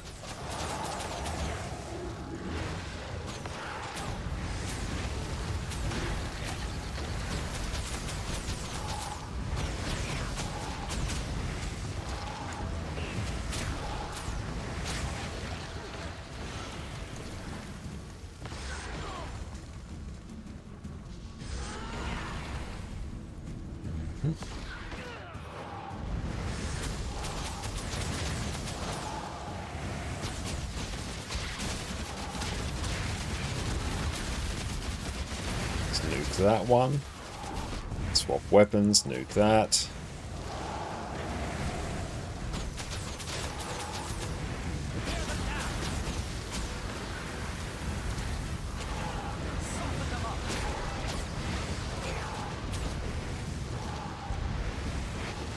Let's go head this way.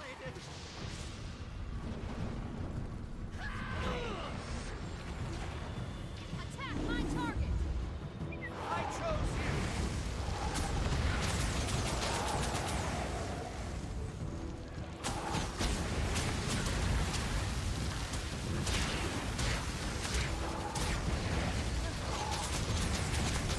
Dodge that.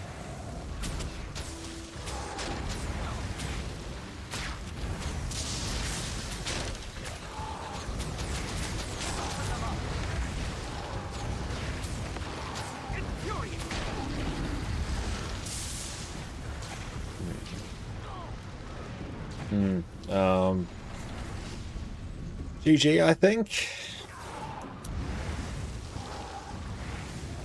Yeah, we'll just GG that.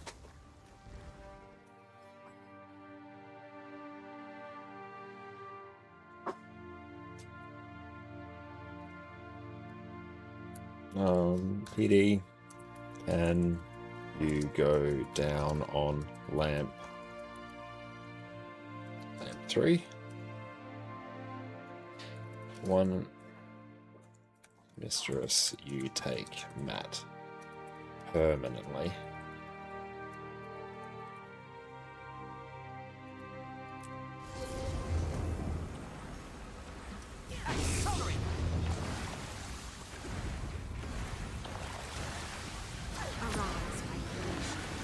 Should I take Zakharos? Or do I take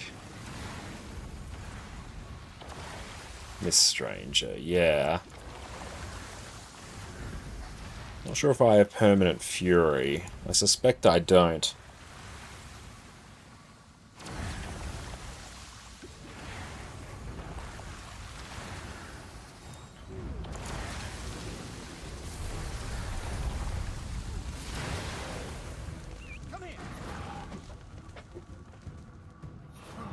Actually, you know what my menagerie is missing?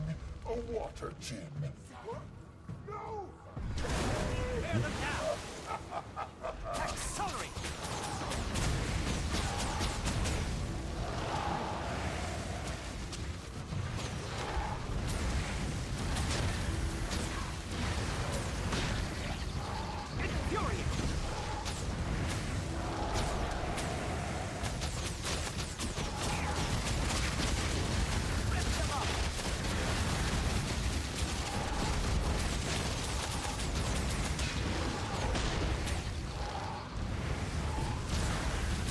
Dodge, jump.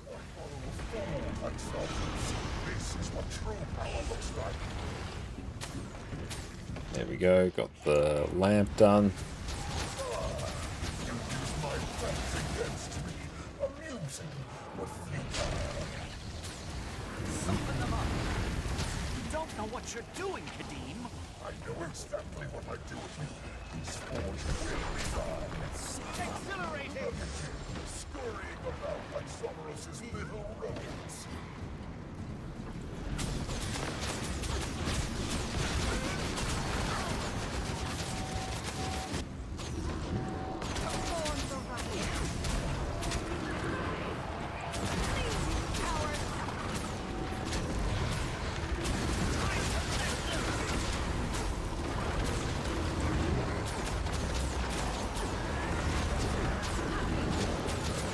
I'm hopeful of this one.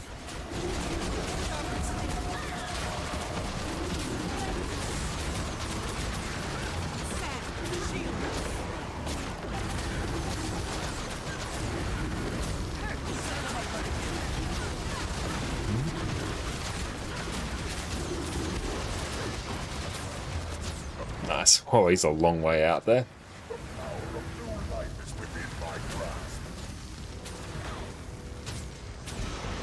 I'm having fun kiting this on Untamed. This is it's pretty nifty.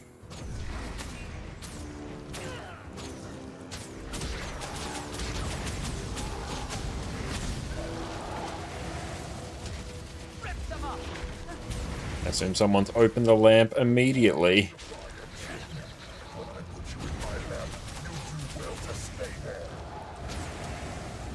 Soften them up.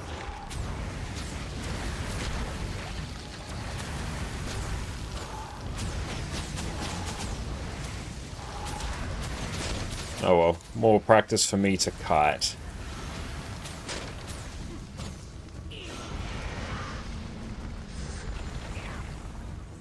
Wear them down.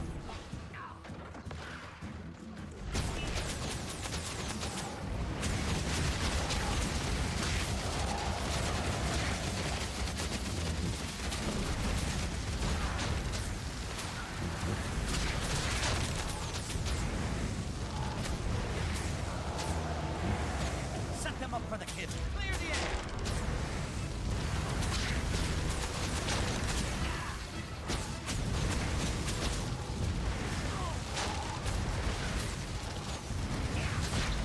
Dodge that.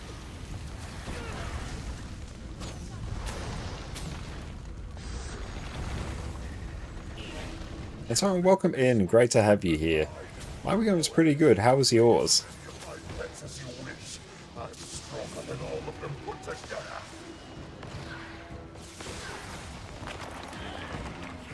Invigorating.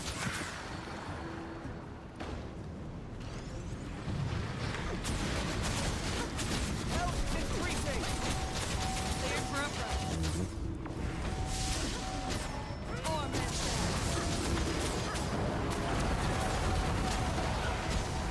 Set them up for the kill. Let's get the res.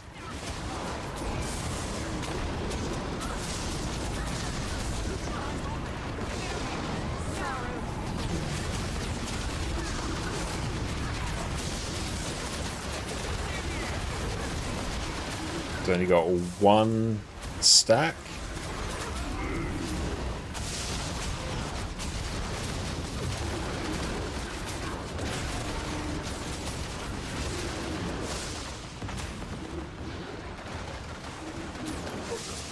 I was away on a bit of family gathering, so it was fun. I'm glad to hear that. It's so good to hear you had a good time. I'll go stand here. Crush these insects.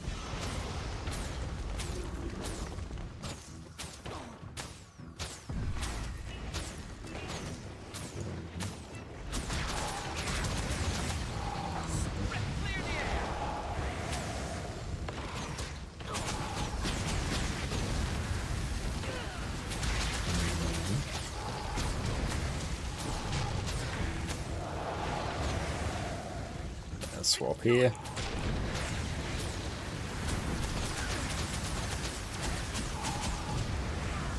Set them up for the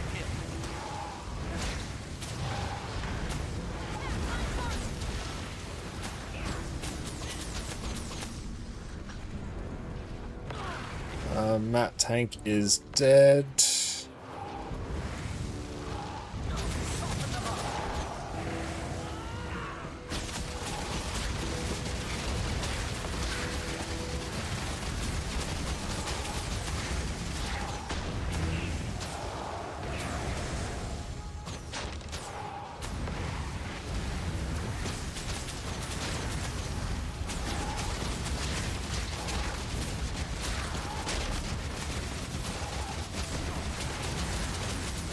Wish you kept your cage, Someros. Okay, might be able to make this work now. I suppose your ashes will make a suitable conversation piece. Hell, rip these fools to shreds.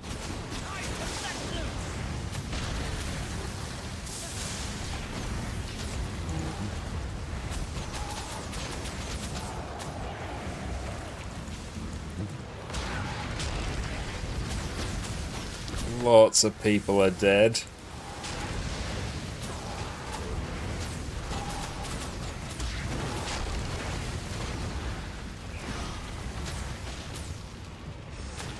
This cauldron Okay, can we get everyone up? pictures beyond your wildest dreams.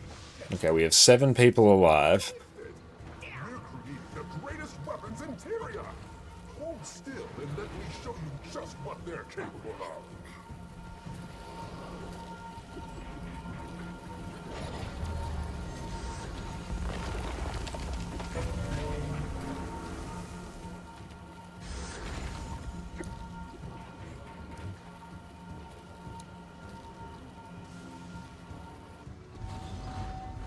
trust.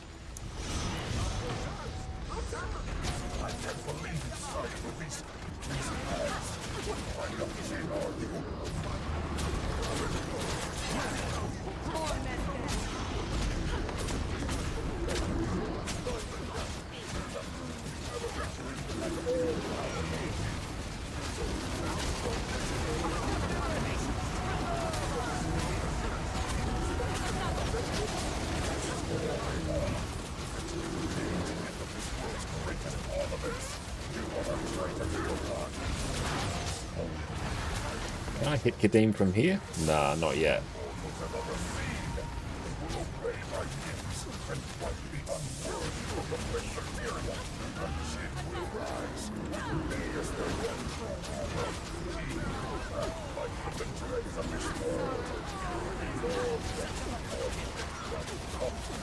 Got him. Ooh, that was a lot. That was indeed a lot. Select new. Let's go Bone Skinner now. Hey, thank you for the stretch. Yeah, weapons were a little bit dicey, but we got there. Okay, let's just swap this back to... We'll put this just on Thief. And then here, I will swap to these traits. Run that. That. Stick them. There we go.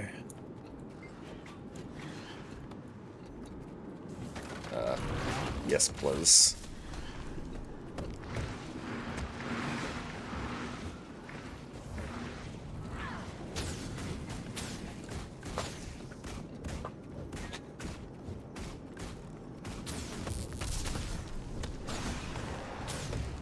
So they are a healer. Perfect.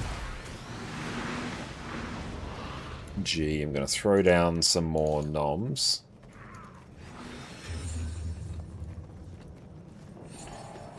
And then I'm curious to see what this can actually do on this encounter.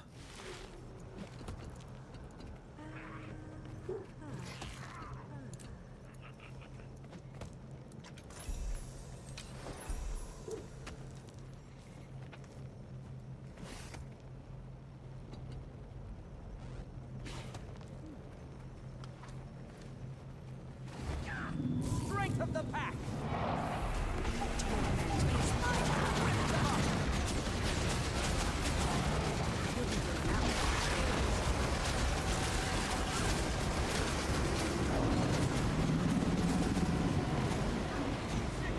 Break the bar.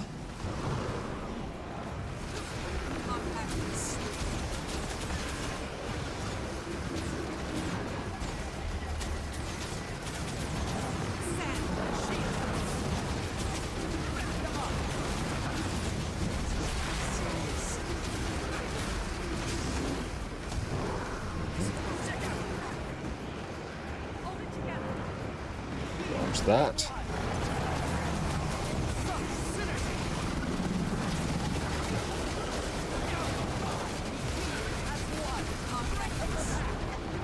Oh, we're having a bit of a rough time with healing here. Yeah. Might be able to get myself up here.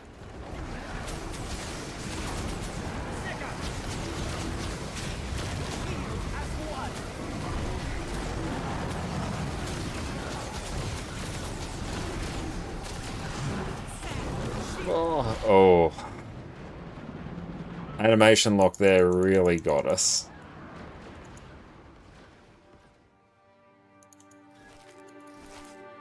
And honestly, I might even just run Zakharos here if we have to do this again.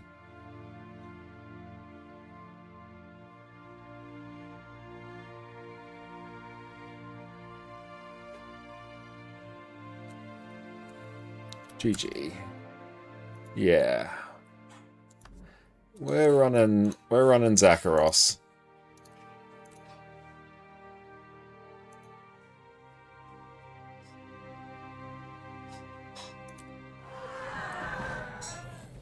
Oh yeah, no, they were a hybrid healer.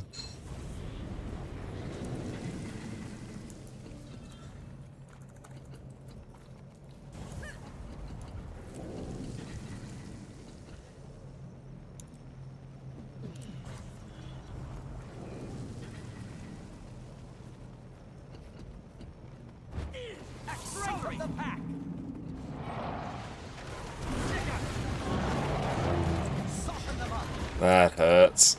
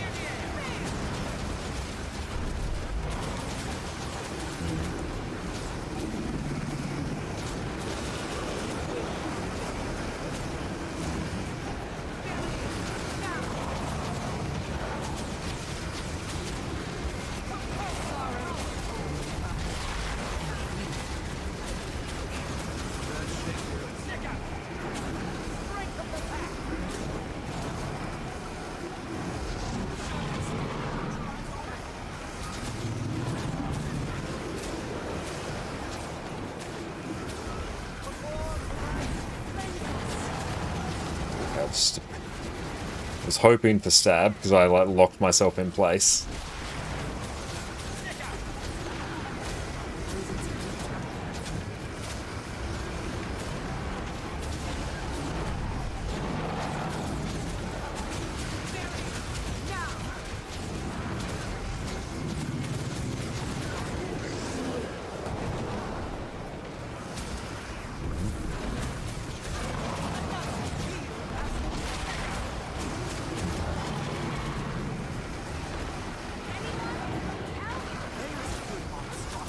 It really doesn't work without the refreshing of your ambush skill on a weapon swap. It feels clunky. And yeah, all the animation locks on Bone Skinner are a little bit cursed. So yeah, I feel like it really needs...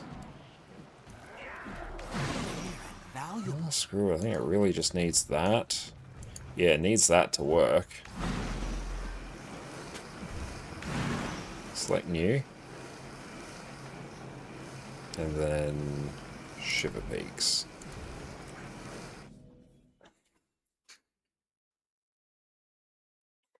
Or else, yeah, it's just real clunky.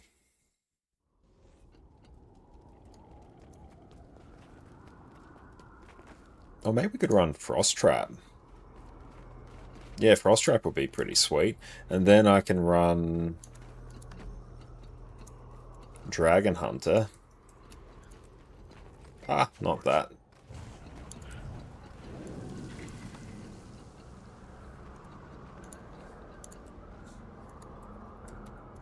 You're going to run Dragon Hunter gear.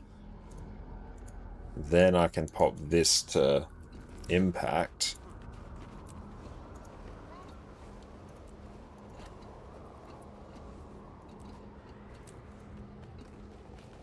Now we'll run Thief Relic because that will be fine. Yeah, refresh, unleash power when you swap weapons. I need that to make the build work. Commander, heard you're headed back into the pass. I'll be right there. Give me that. That's Frosty an You stay additional put. critical chance. Be careful up there. Conditions have gotten worse since Spangar left. You'll have to find another way up. Do we need that? I think I actually do.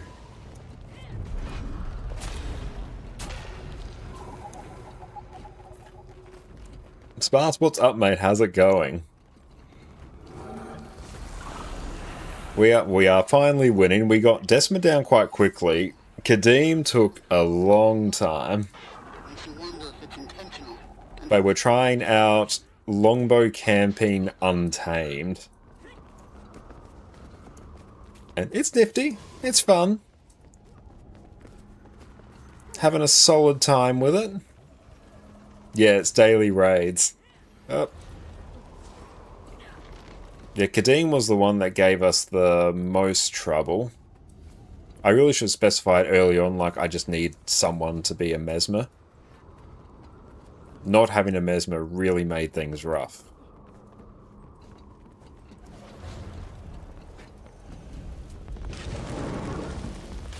Commander, you heard it too, Cree. I should be there. You're being a distraction. Now let's just get the ready check.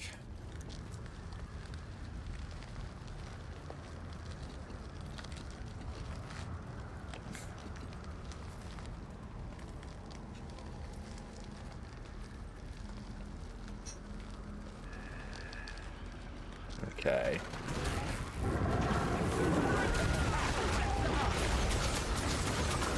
Hey Lily, welcome in. It's wonderful to see you. Welcome in, Raiders. My name is Connor, or ConnorConCarne, and you may also know me from my YouTube channel there, where we have a whole bunch of different Guild Wars 2 guides. What is up, Lily? Everyone, make sure to go check out the amazing Lily over on Twitch. How have you been?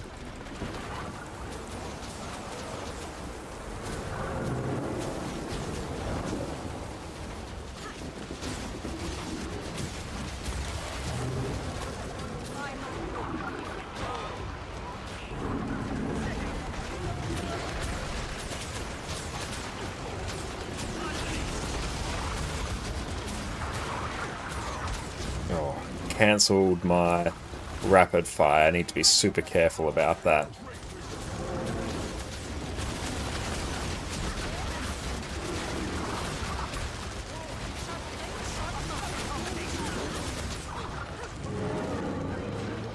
I did some Soto Convergence and played some Windrose. Excellent. How is Windrose going?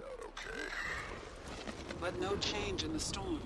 If someone's My responsible, raid happened? Yes, it did. head on back. Welcome in. More scouts later. TY all. Might leave it there for this evening. Good job on the Kadim and Decima kills. Yeah, I'm curious to see what this can actually pull and go on. Bless you. Fantastic game. Honestly, there's so much to it. It's absolutely beautiful. That is wonderful to hear. Yeah, we've been messing around this evening on Quickness. Not Quickness, well, just like Longbow Camping Untamed. Also did have a Quickness version. Okay, I might have a bit of a play here. And Casual Destry, thank you for the follow. Afaro, what's up, mate? It's great to see you. I might even run like a bajillion traps and see how that goes. Made another ranger finally the other day. Excellent! What race and gender did you make it? A deadly raid squad is a happy Let's raid go. squad. Just self Practice your add skills boons. using our Thank you, Orca. I appreciate you coming today. Did you finish world completion, or how long are you on the way? We finished world completion on our Reaper, on our last stream. We did 5 maps that stream to finish it off. So I have to do it on my Herald now, but what I need to do before that is a bunch of World versus World to get the testimonies of heroics to be able to, you know, finish off all of the hero points, and I need a bunch of gifts of battle as well. So we'll be doing World versus World before we do another map completion. We went with the female Norn Ranger this time around. Good choice. Very, very on brand with air as well. Alright, let's kind of see how this goes. Strength of the pack.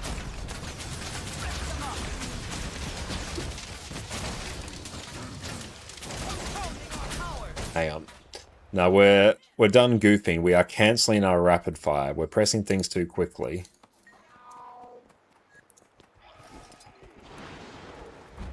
Strength of the pack.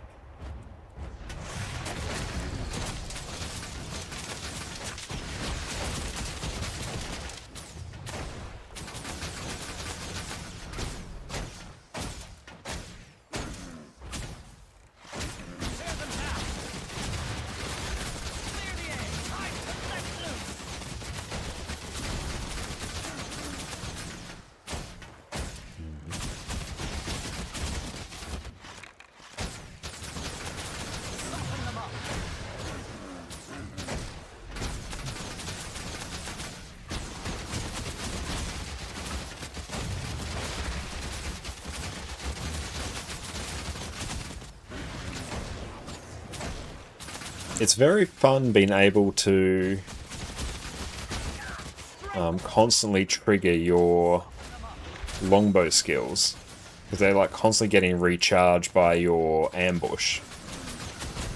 I feel this is definitely more of an open world build than a raid build.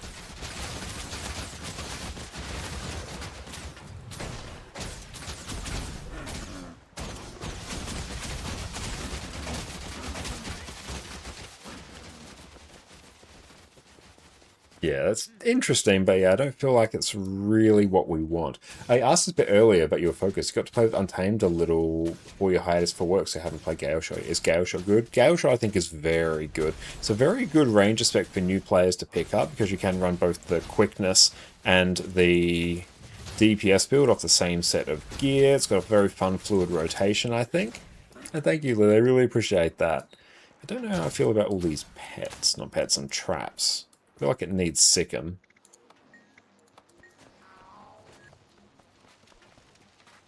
Let's see what it's like if we throw Hammer in the mix.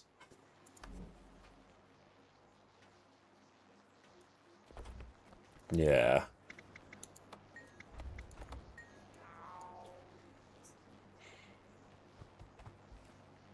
Okay, so what is the actual loop here?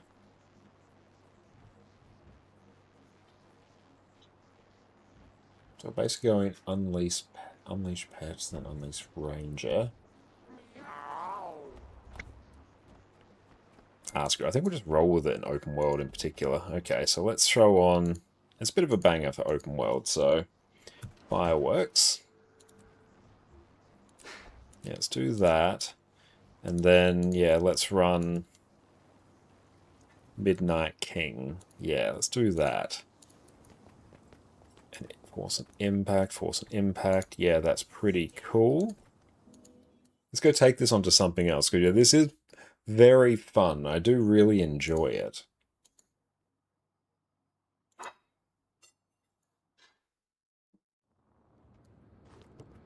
Okay, and how are we going in terms of magnetite? I should convert some stuff. We can convert this mini, which I don't have, but that's fine. Exchanges. Yes. Just a bit more magnetite there. Goodbye.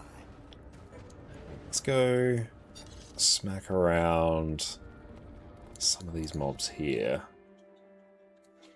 I hope to be able to play some this summer and get caught up. Oh, that sounds fantastic. And thank you, Jess, for that amazing dinner. And are these the sourdough crackers? Nice. Jess has been making a bunch of sourdough for the last little while, and she's made some sourdough crackers today with soup, and this smells absolutely amazing. Very, very nice. I'm looking forward to nomming that.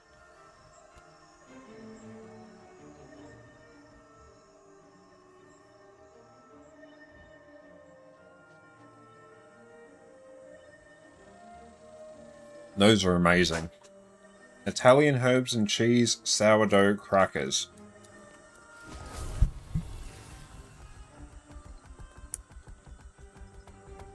We had a quite funny experience with just a sourdough starter last night. For anyone who doesn't know, you have to, if you don't have sourdough starter in the fridge, you have to feed it every day.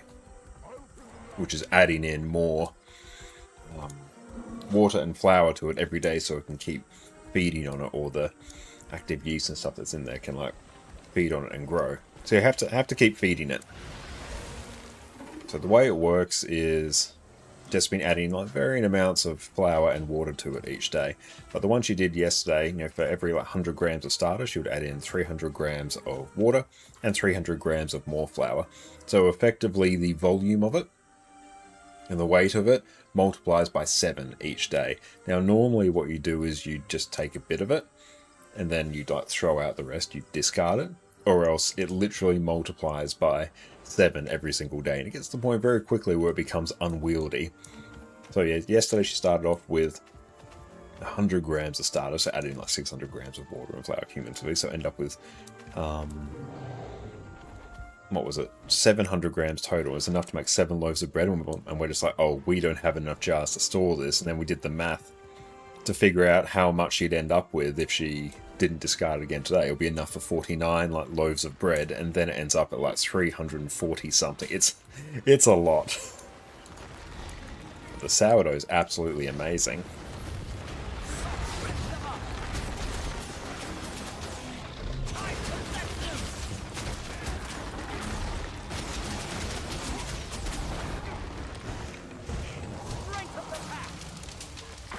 Okay, well, we cap out on might pretty well. See if we can just refresh our skills. Oh, should I add in... Oh, what I could do, actually... Could do... Dragon Hunter. This could be fun. And then we could change this to Celerity. You probably make sourdough, you love it. Oh, sourdough is so good. And it's awesome that your friend's able to make it as well.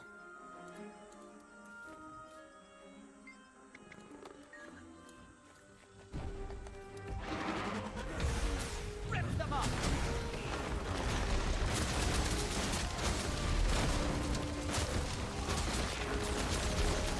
Heal as one!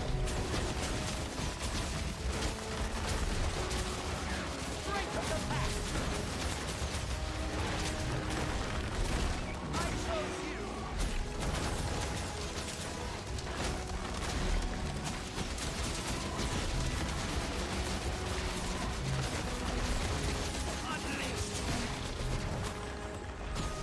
Nice. So yeah, we're capped out on quickness there. It's like 20k DPS. It's very fun. I have to get rid of that pet though. Yes, change you to something not that. What other pet could we run? Open world. Let's go ranger. Wait, this tastes amazing.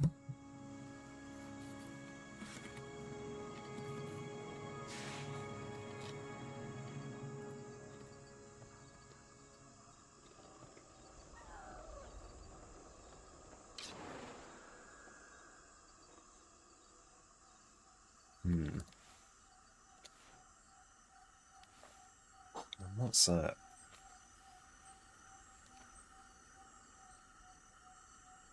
That could be nice.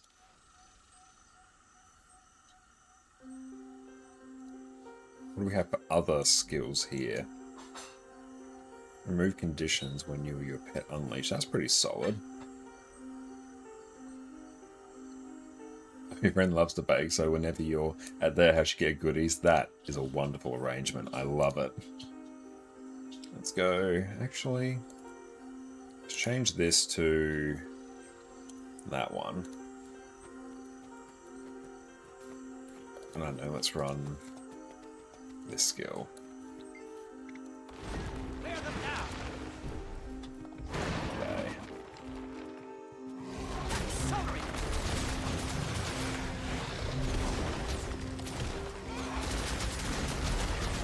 Heal as one!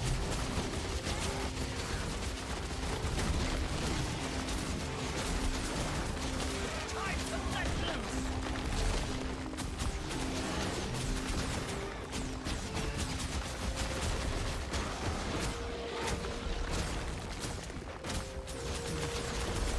Clear the air! Was Wallow with Beast Mastery nerfed? I'm not sure if that was nerfed. I'm sure it's still probably okay.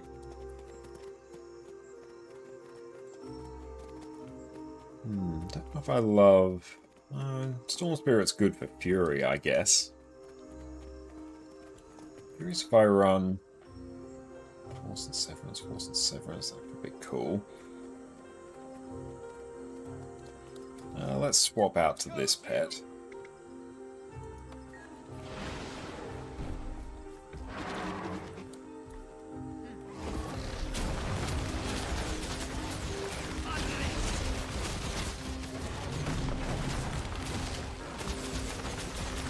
Heal as one!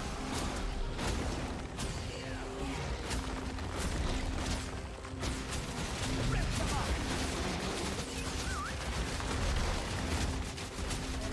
And swap again.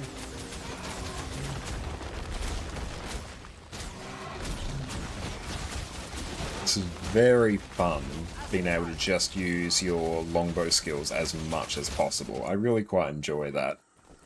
But also, I might take a quick break now to go stretch my legs and enjoy some more of this amazing dinner. So everyone enjoy a video in the meantime. We'll catch everyone in a hot minute. Sit tight. One you complete will give you a free set of Ascended Armor. The first set you get from Envoy Armor 1, you can pick any weight class you want. This will be all 6 pieces of armor, and it's only once you get the chest of refined Envoy Armor from the Envoy Armor 2 collection that you actually need to pick the weight class you want to get legendary armor for. But with this in mind, simply doing these 2 collections rewards you with 2 sets of armor, which is worth an immense amount of gold. It's also worth considering that these two collections only require you to complete Raid Wings 1 through 4, which are 4 of the easier Raid Wings in Guild Wars 2. And this is an incredibly effective way to gear up multiple classes. It is a stepping stone towards legendary armor, so you'll never need to buy armor for that weight class again across any of your characters, and it's how I geared up my Necromancer and Revenant in full Ascended armor on my EU alt account. And like I mentioned before, if you want to get into raids, check out the Emboldened Wings for each week, and once again with armor, it is generally okay to start with Exotic and gradually work your way towards Ascended. And just switch out your Exotic armor for any Ascended drops that you get and use your currencies to buy the rest of what you need. All else fails, just craft. Like with sigils, we also need to consider the runes that we put in our gear. Don't neglect them, they are a huge part of your build. For power DPS classes, you're typically going to be looking for Rune of the Scholar, Rune of the Dragon Hunter, and Rune of Infiltration. Each of these can either be crafted or bought from the trading post. I personally just tend to buy them straight from the trading post. For conditioned DPS, the most common rune is Rune of the Trapper, but this is account bound, so you can't buy it from the trading post, so you will need to craft it. So make sure you have either Armorsmith, Leatherworker, or Tailor level to at least 400 to be able to craft it. If you need help leveling your crafting disciplines, check out gw2crafts.net for the most efficient way to level your crafting. If you plug in your Guild Wars 2 API key, you can also have it check what materials you currently have so you can utilize what you have on hand. For your offensive support builds, you'll typically just take the same runes that your regular DPS builds will use. For your healer classes, you'll typically take Rune of the Monk, which you'll obtain from the Ascalonian Catacomb section of the Dungeon Merchant. You will need Tales of Dungeon Delving for this, but these are typically your best in slot runes for healers. Some other alternatives are Rune of the Water, which you can buy straight from the trading post. This will give you extra boon duration instead of healing power.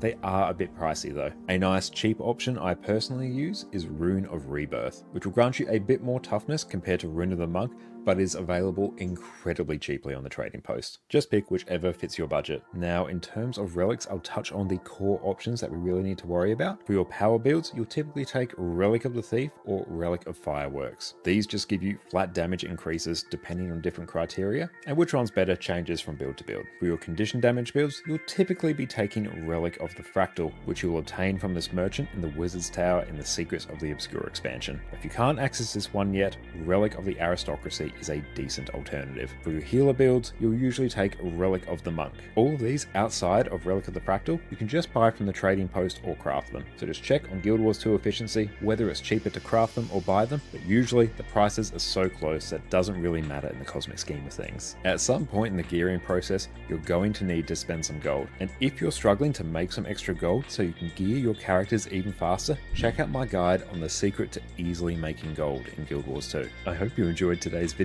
Now you have everything you need to go out, gear your characters, and dive into everything Guild Wars 2 has to offer. And with that, I'll catch you all next time. Cheers. Welcome back, friends. Since its release, Galeshot has been the Guild Wars 2 add-on that I've come to rely on the most. I use it to speed up my map completion, control my mounts, find my items, and so much more. So today, we're going to walk you through exactly what Galeshot is, how to set it up, and some of the best features you can add to it to take you to the Guild Wars 2 promised land. First up, Galeshot is effectively just an overlay that you'll run alongside Guild Wars 2 and it will display things on top of the game. The best example of this will be the pathing module, which will display various paths and we're back. Welcome back, everyone. Okay. Having a really good time with this build so far. What I might do is just take it around to a few other hero points in this area because I'm loving the fact that we can easily just blast full quickness without any issues. I might even just make a little... Do I make a change? Nah, honestly, I can kind of just roll with it how it is right now. I think let's head down. It's not that way. No, I've gone down the wrong one. I want to go find the arrowhead here. I will eventually find it. I've got the vine tooth though.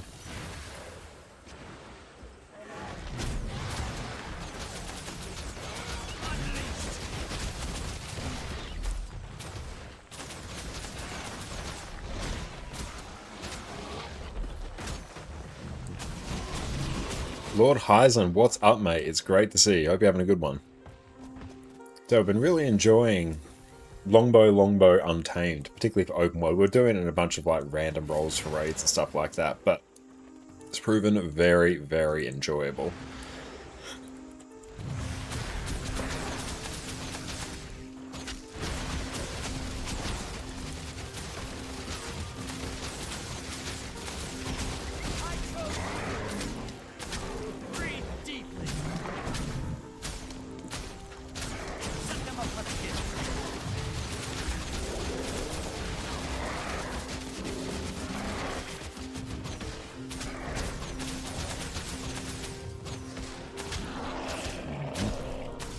Why you can't actually hit it there?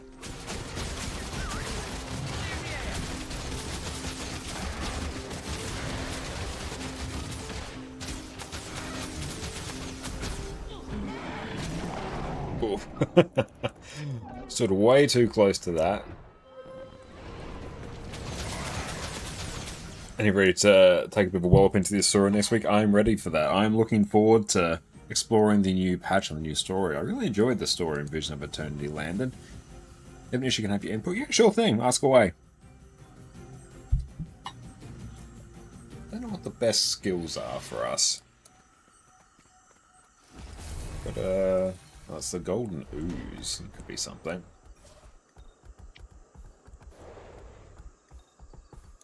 I do like having celerity. Oh, actually, do I need celerity?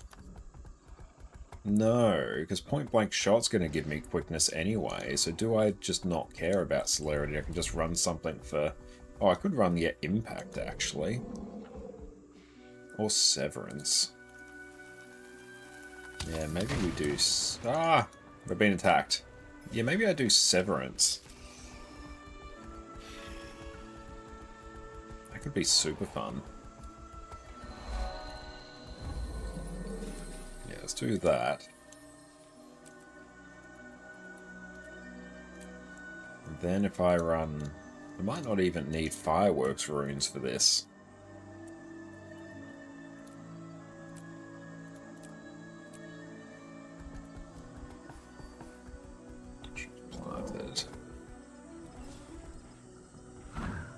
Wonder if we can solo Balthazar with this. We might struggle a bit with that. Let's go take a look.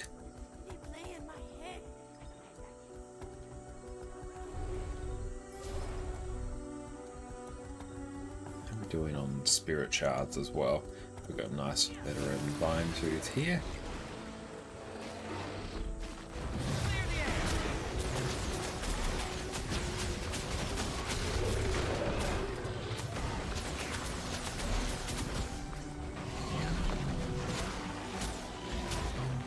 Yeah, if I don't phase tank it, that's a good tip.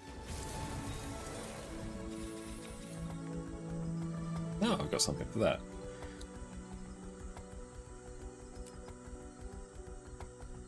I should have gone the southward route.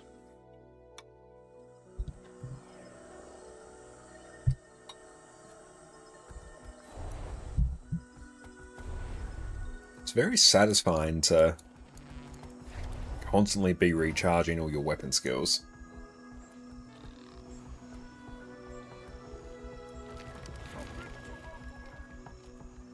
I don't know what's even scarier than this sword. Oh, good, we do have Balthazar.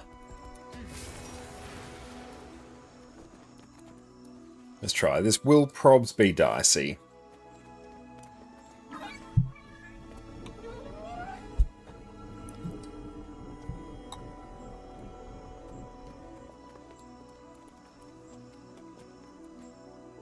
Let's go recharge. Bane, what's up? Great to see you.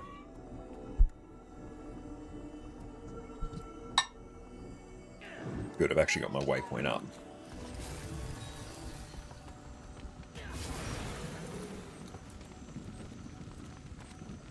Yeah, the Power of God and animated side also a bit true. He says, ah!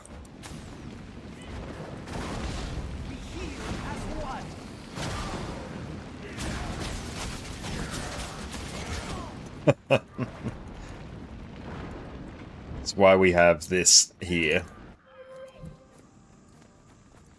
Okay, so I have to actually get it to aggro onto the pet first. They want you? Nah, I'm on NA right now.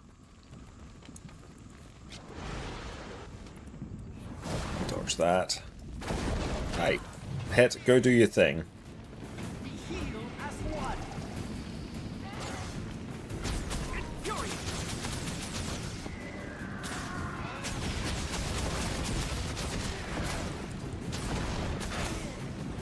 That hurt.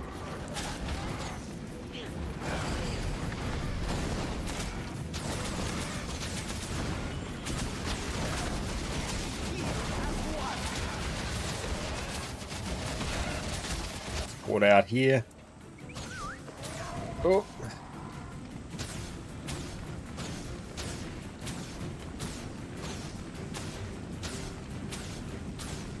Just wait. Oh. I love the fact that that lingers for so long. It's amazing.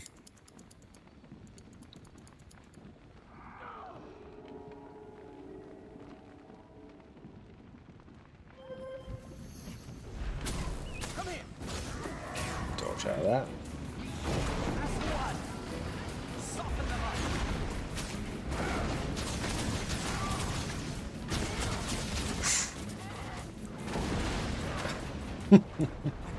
Sometimes it aggro's on the pet and sometimes it does not.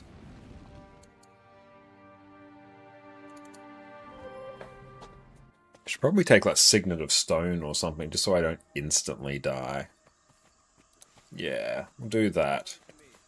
Gives me at least the option in case something goes horribly wrong.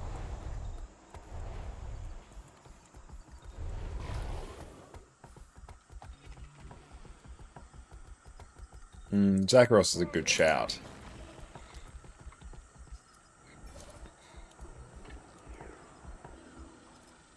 Zakharos.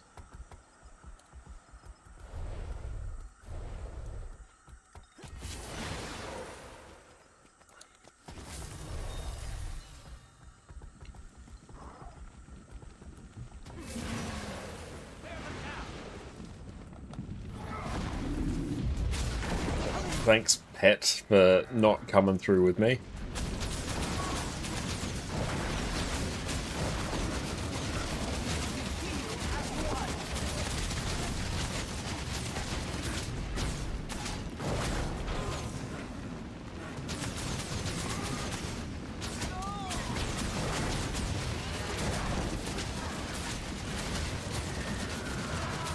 We've got to get out of dodge here.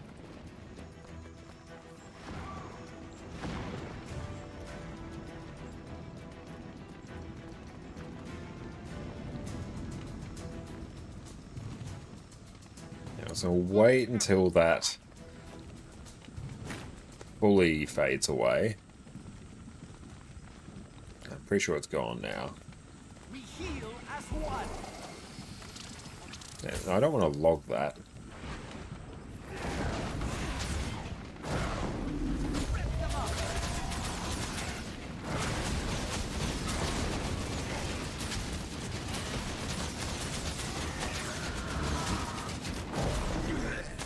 Yeah, Zakharos Relic is the play. As long as we can get it to aggro onto our pet, then everything's fine.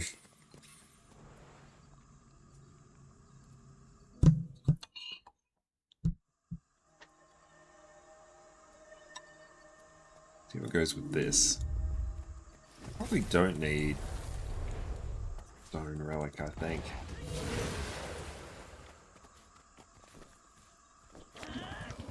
Teleport to your target. Meh.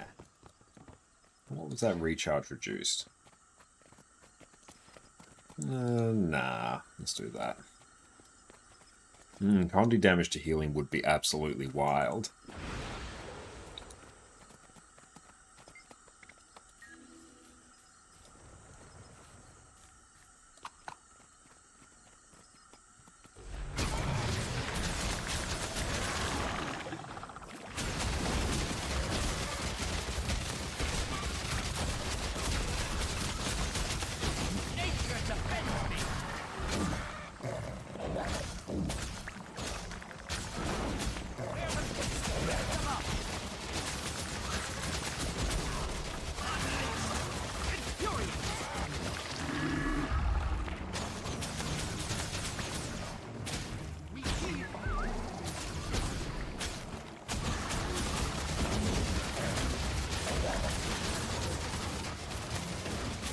poor pet. It did not like that at all.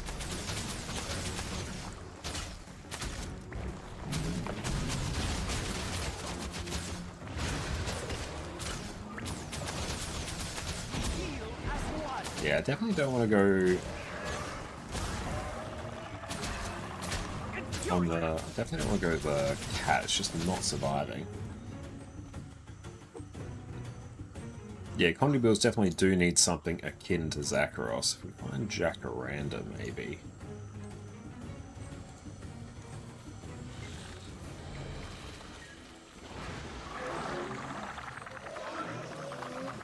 Okay.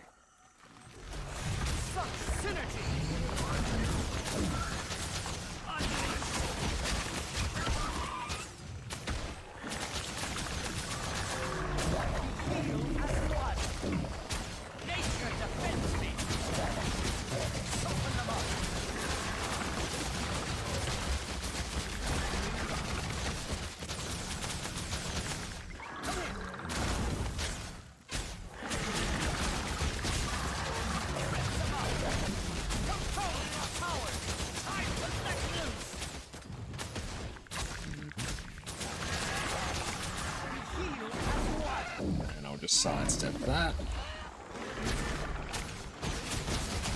Ample quickness, so that's good.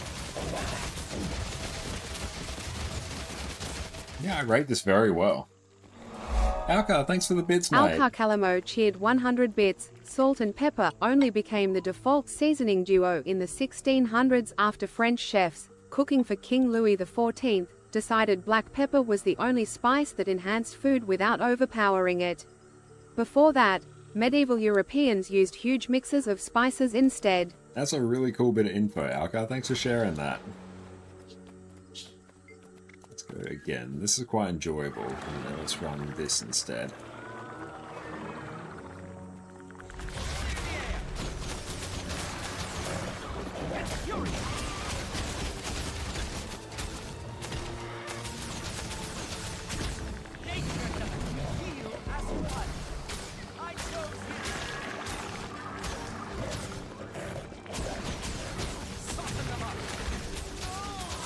Ooh, Pet really was not living its best life there.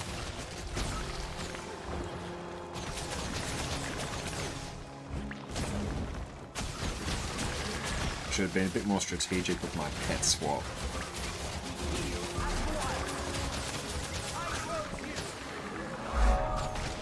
Alcar Calamo cheered 100 bits. For a long time in European cuisine, tables were set with a salt cellar, a pepper shaker and a third container for something else? Thank you once again, Alcar. For a long time European cuisine, tables were set with a salt cellar, a pepper shaker, and a third container for something else. Thank you again. Alcar Calamo cheered 100 bits. We know there was a third standard table seasoning because we have these dining sets with 3 containers, but it was so ubiquitous and normal that nobody ever bothered to mention it in contemporary writing, and food historians can't say for certain what it actually was. Current best guesses include mustard powder, paprika, or possibly sugar. That's fascinating. Thank you, Alcar. Would be interesting to know what that third mystery spice is.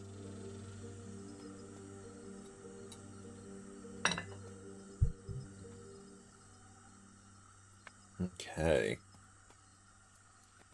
Like longbow is quite good. We could probably get more value by running something else here. Gain defensive boost and damage reduction. Striking enemy reduce the cooldown of the ability. Okay.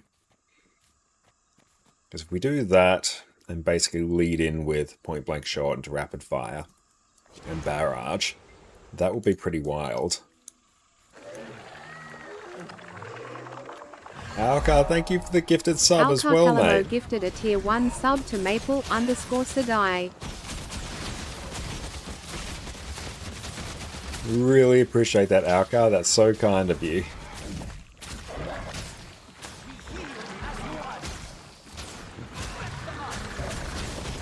And I'll swap pet now.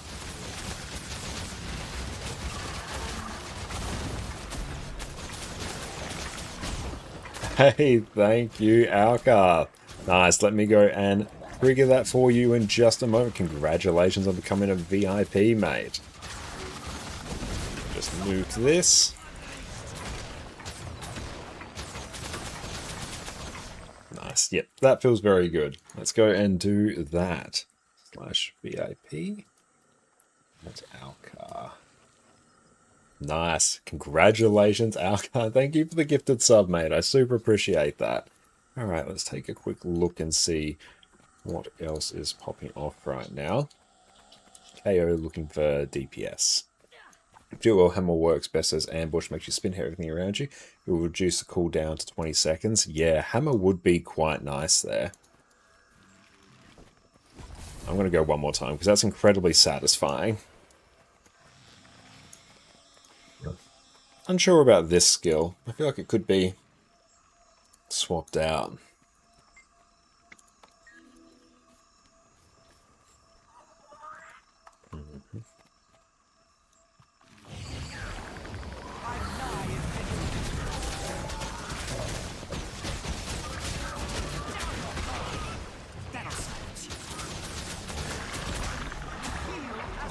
Oh good, it's just literally aggroed on our pet.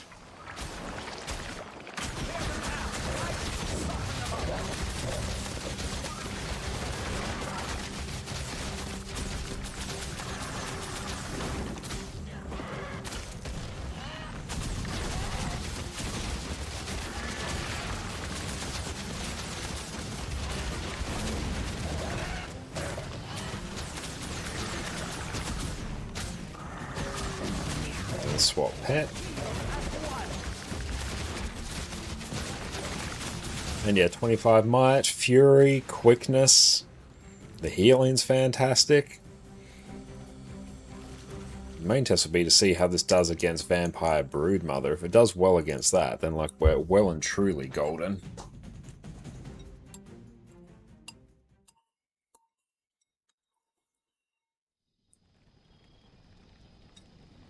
Thank you, Jess. That dinner was amazing.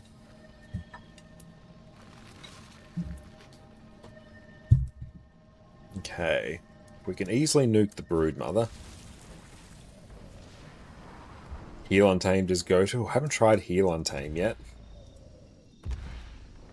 Oh, do you mean Quickness? Yeah.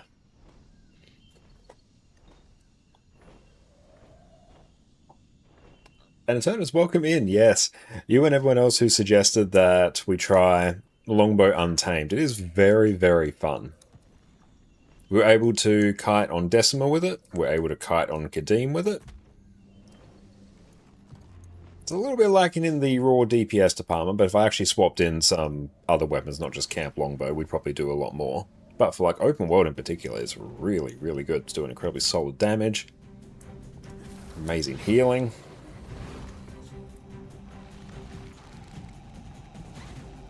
And yeah, I still think, at least for, if you want the longbow experience in endgame PvE, I kind of feel like Galeshot is still the play. Just because it does significantly more damage rather than just camping two longbows here, but this is very fun. It's very satisfying. Okay. Come here.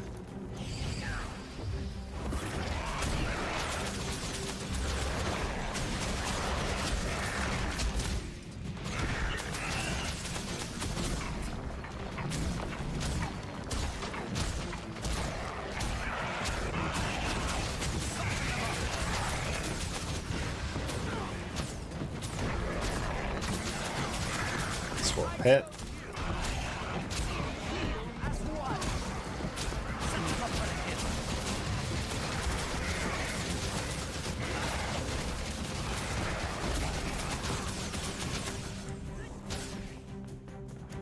It's a bit tricky because we had someone here, but there's the fact that you just almost constantly have a skill you can be pressing because you recharge everything with your multi-shot skill there. That is super fun. Let's go again.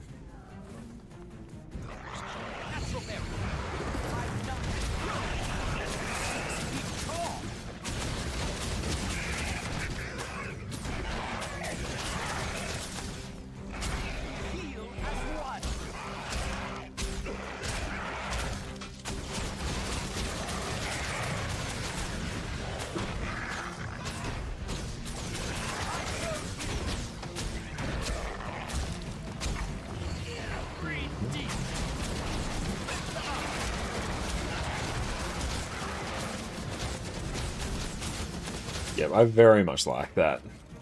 Let's just nuke one of these just to sort of see.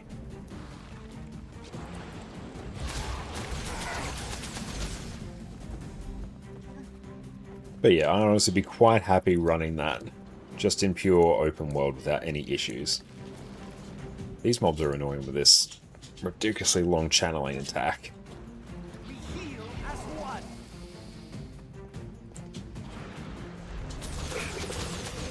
Oh, hi Eddie, what's up?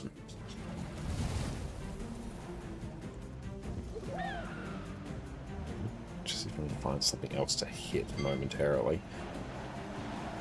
Oh yeah, we have this hero point.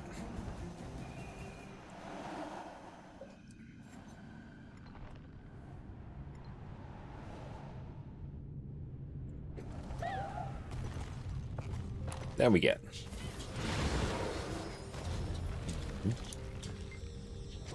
So we're going to start off unleashing our pet.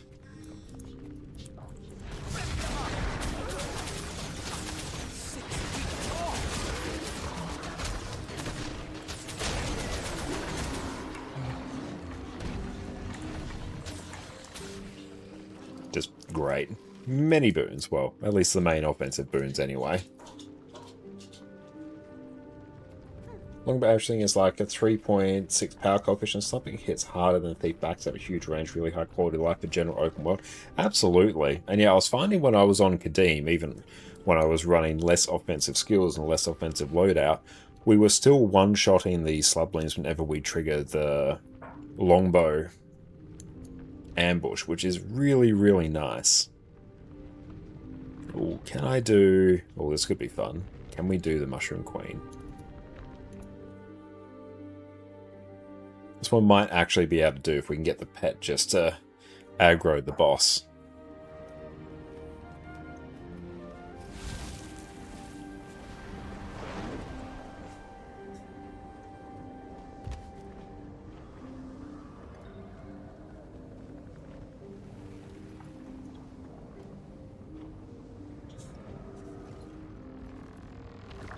See like how high DPS on like a proper raid version of this we could realistically hit.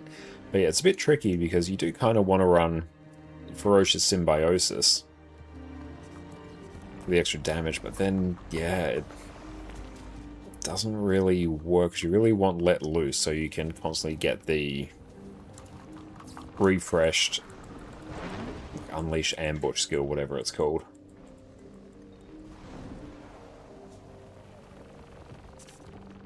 Where are we going? Is this New Hulk? Oh shit, it is. Okay, wrong one. Heal Untamed plays somewhat similarly as well. You run Staff and do the double ambush. Staff ambush. It's a healing damage prot aura, and you can double up. Yeah, I played a bit with Untamed Staff when I was doing map completion on this character, actually. Yeah, we're running Power Quickness Untamed, but with Staff, because the AoE effect you got from it was really, really nice for just deleting mobs in Corteria.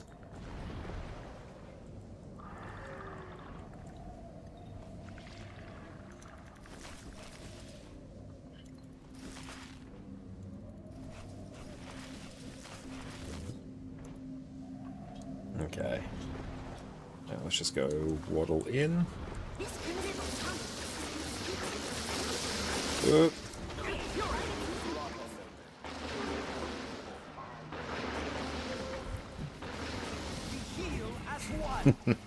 That was rough.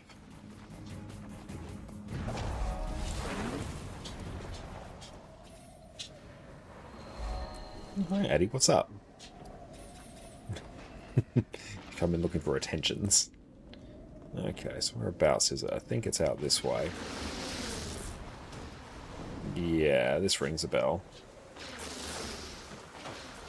I even just go stand right here. Just avoid all these.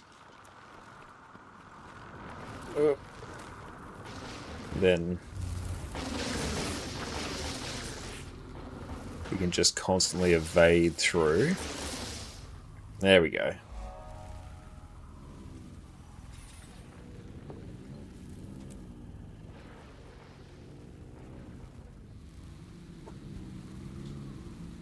Amazing I still know how to find this hero point after all this time.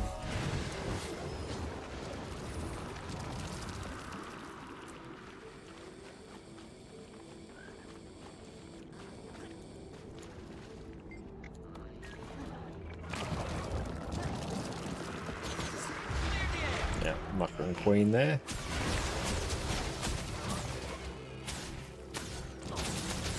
Oh, it's all just obstructed. God, that's annoying.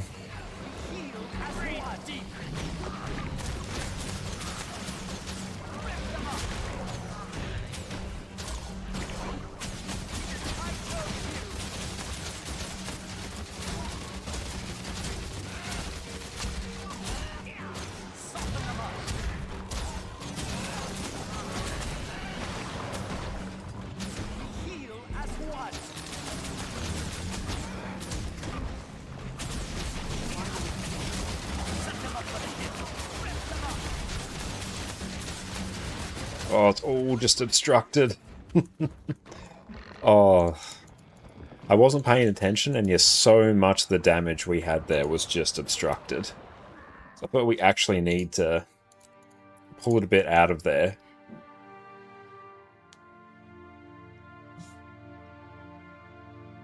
Now, actually, I'll let that refresh. Come on, out you come.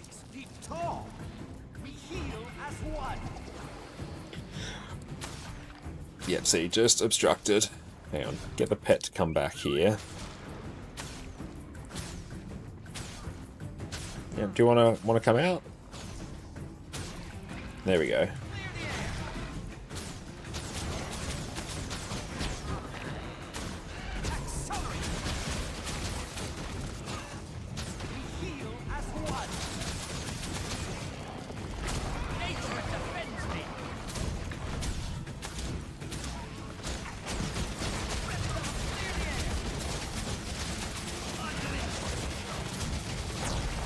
Okay, so I feel like that's perfectly doable, as long as you actually pull it out, or else you're just going to be obstructed by everything. It's a sad time.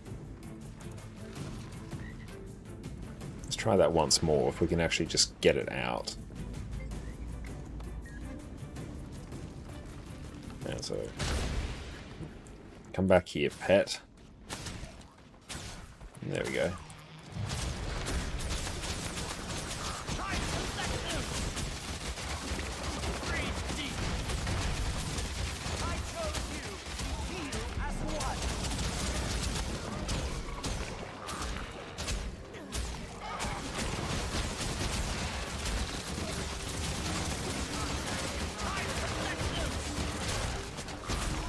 If we can just keep it alive that little bit more.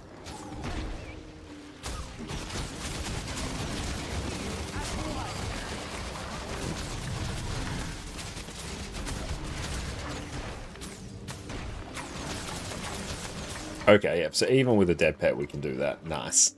Cool, I quite like that. So we might have to file that one away and maybe pencil in a video about that once we find the time to do it. Let's tick off that. Cool, daily is Dunskies.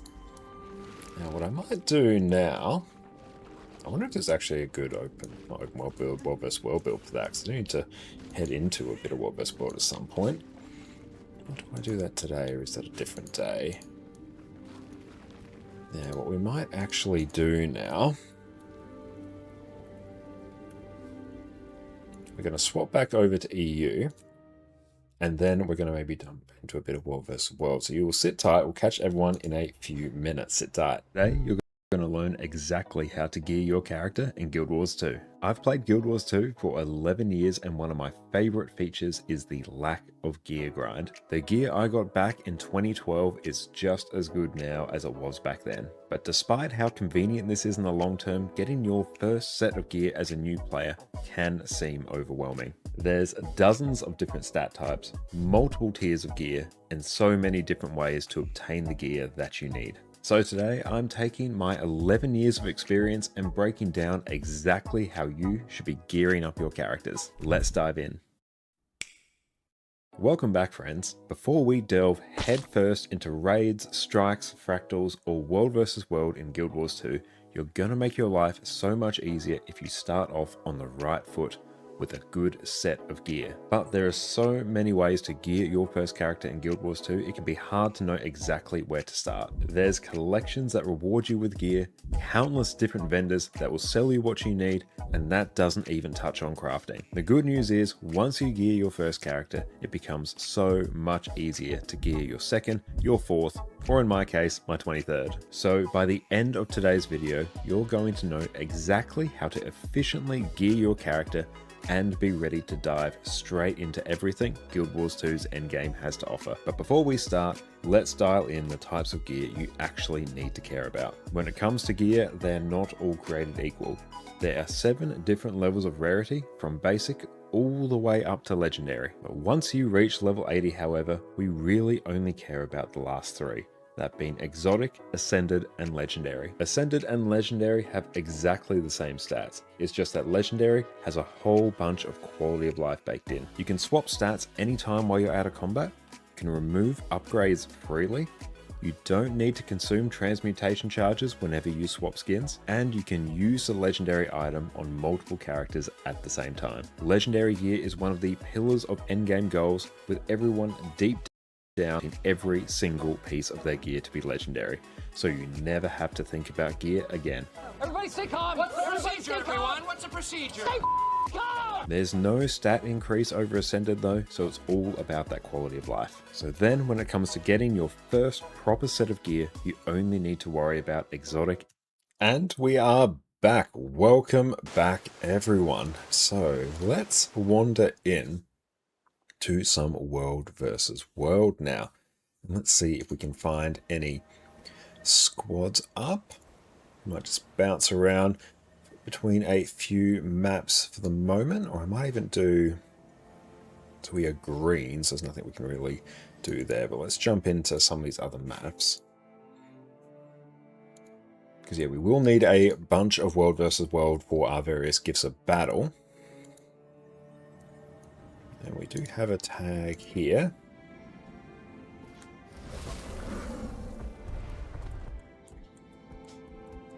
So maybe for this, once we get there, I'll turn off Boon Table. Don't really need it.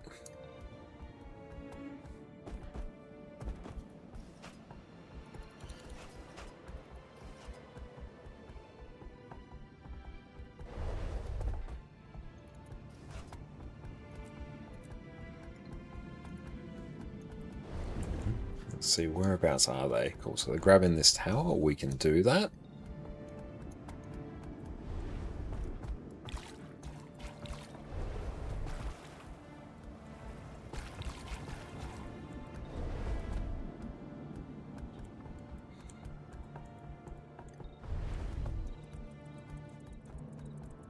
Might stay on the roaming build for now.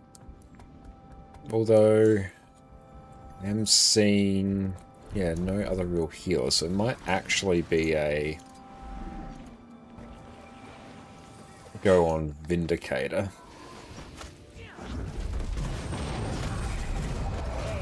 Let's build this.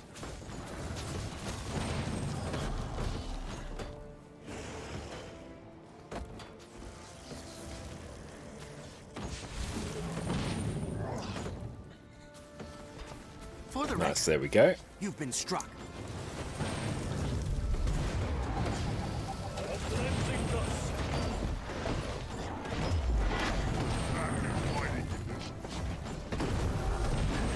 So that does... So Battle Dance gives resistance.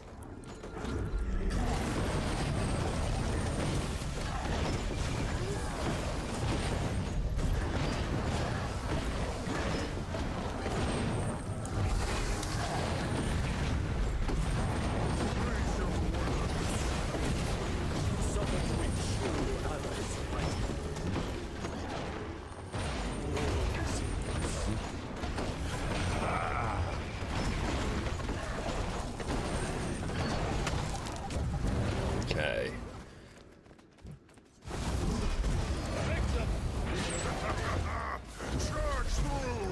Oh, rip, they fell down.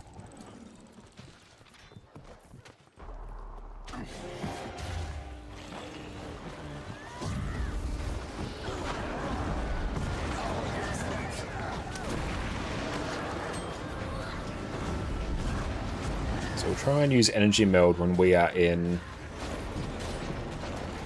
plain Victor stance.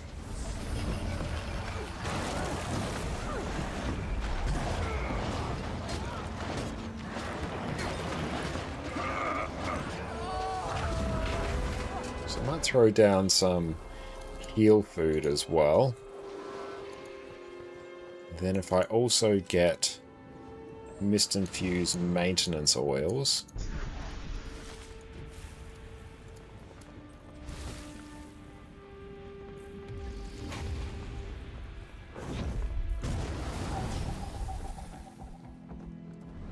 try not to die to that. Oh, yep. Yepperoonies. Gotta remember the Warclaw here does not have full damage reduction. I have now been reminded of that fact.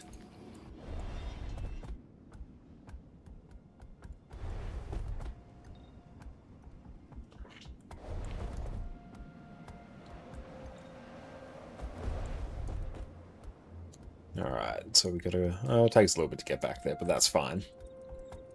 Participation is still sky high.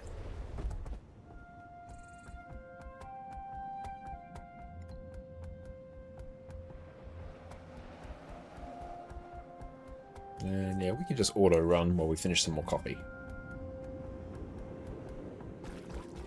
So I'm on the conduit build now, so we are a bit more roaming ready. Oh.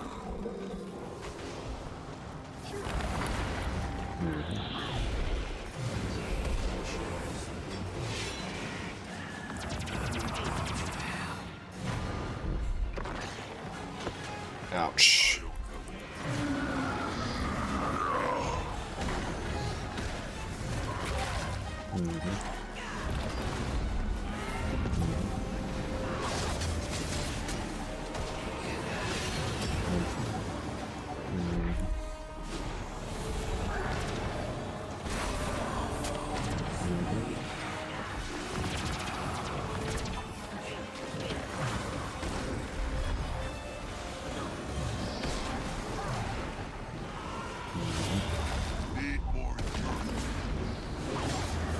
Cool, we've got them done.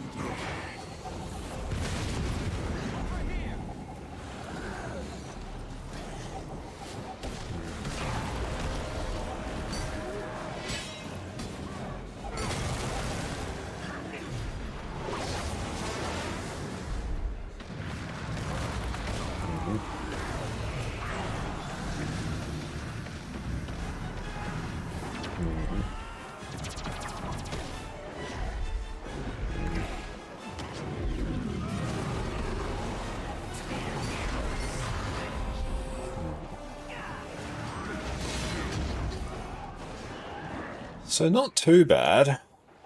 If it was a 2v1, we could have done it.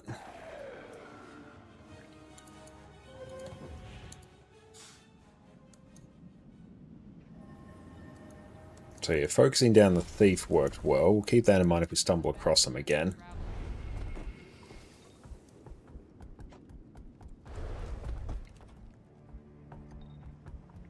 What I should have also done is actually swap to staff and use Surge of the Mist on the down body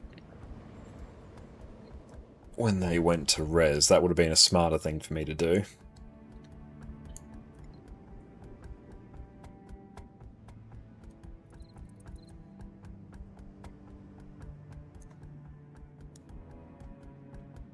Okay, so we'll just keep an eye. We still have that tower, so what we could do is make a bit of a dash for that if we just want to inch past them.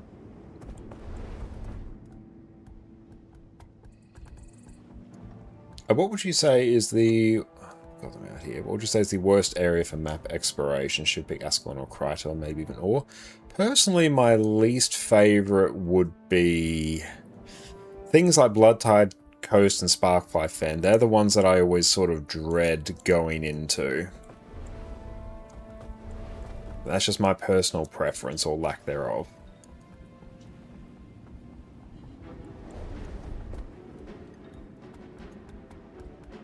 Yeah, what's your personal least favorite?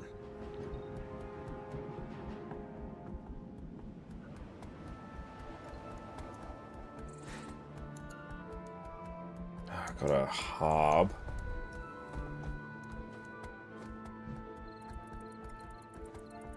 Sparklight Fen has some really annoying hearts.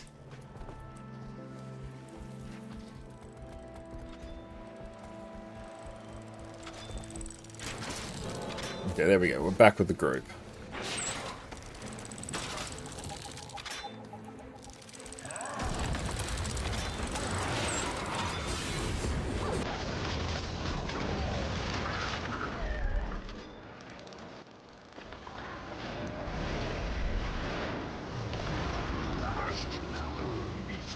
Tried there.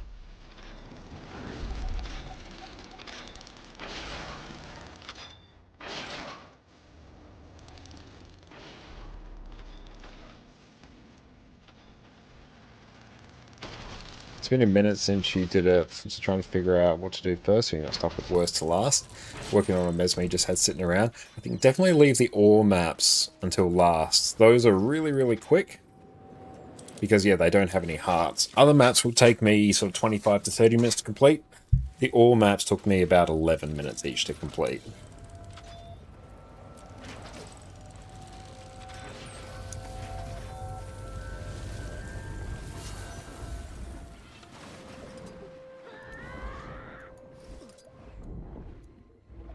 No underwater skills.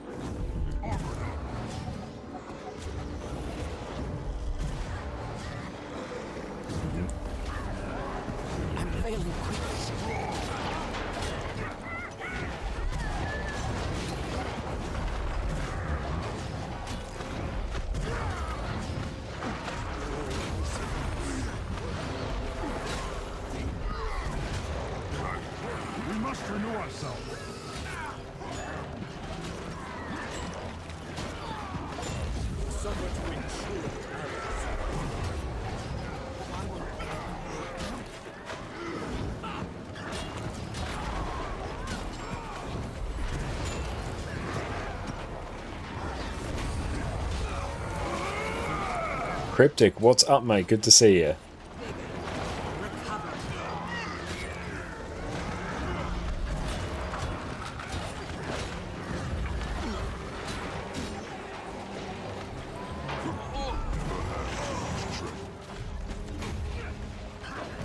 So now I just have to be really careful not to die to full damage like I did before.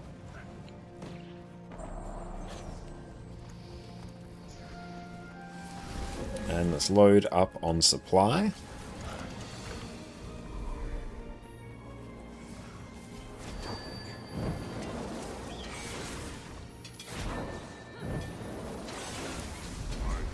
Yeah, we've got 1,200 volatile magic, not enough to do anything with. Defend home base. They're in Palawadan, Alpine Borderlands. Started with this Mesmer, didn't really like the core Mesmer, dropped it for a long while to map comp, then recently unlocked Virtuoso, it's been much more fun running through the world like that. Yeah, definitely Virtuoso is going to be a much better shout. Core Mesmer's not fantastic for open world. I think Mesmer's one that really, really benefits from having various elite specs.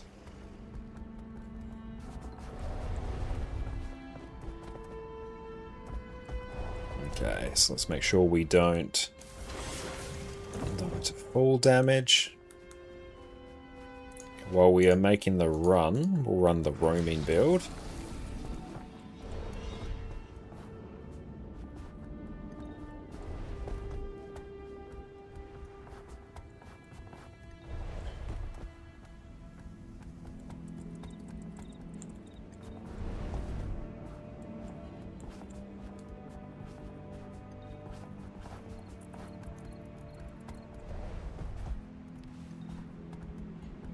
Okay, ending up on the squad, so let's swap back to the heal build.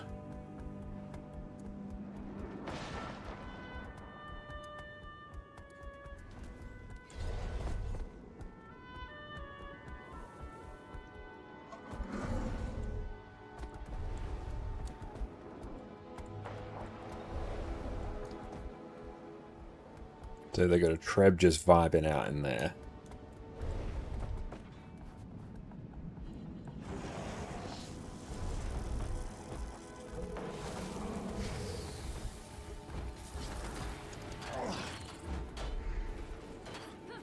Let's build more here.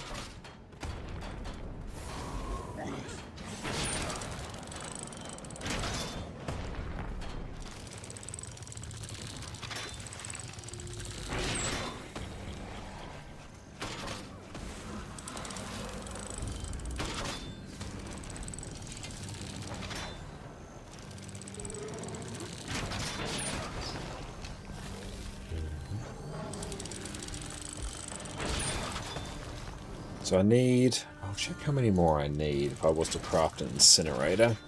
How many more spirit shards in particular. I'm pretty sure it's like another 140-ish.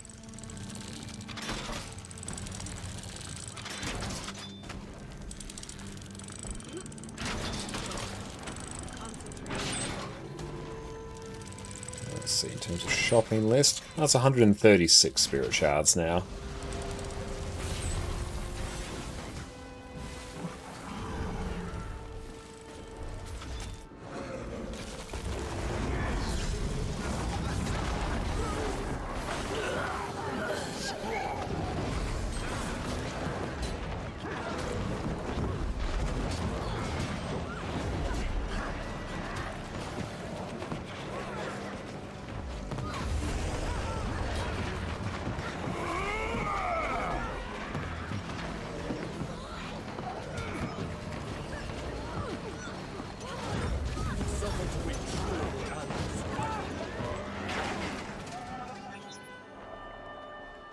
Urn of St. Victor. Let's see, what does it do?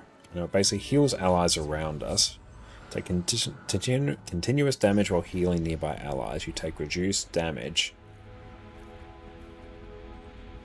Okay, so where have they gone back to? I wish they'd ping the waypoint. Or else this makes it like really tricky to go through and do.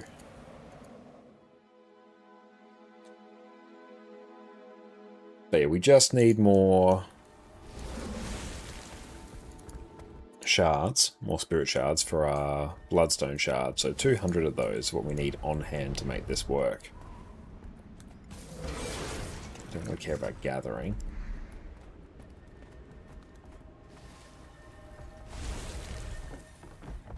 Does Guild Wars 2 have controller support, or is it keyboard only?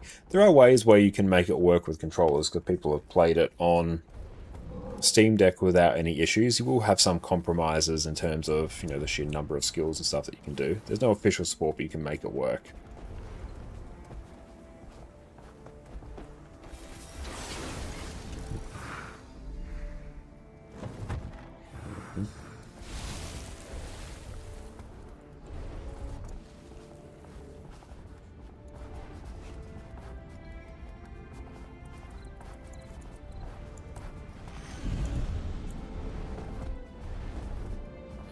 Steam input is goated, basically. Nah, see, I've never tried it myself. It's something I do need to try at some point, because I feel like that could be quite cool.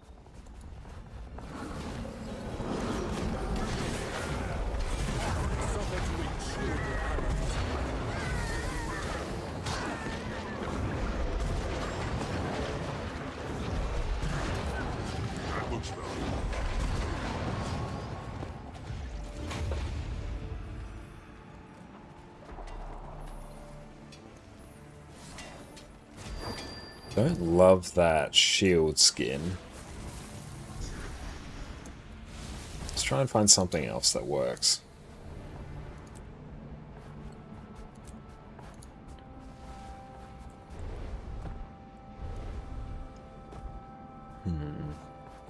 Don't have many good skins. I mean, the Astral Disc is fine.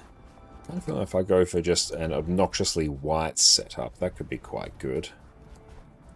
Yeah. Let's make that work. And then here... Seashell Staff? No. Hallowed Bulb? No. Forge Light? Don't love. Picky one. Staff Matthias will be pretty solid.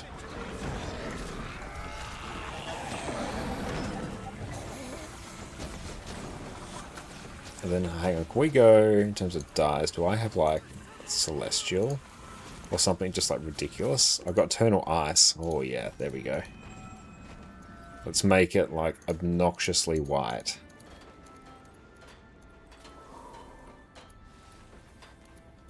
With maybe some blue hues.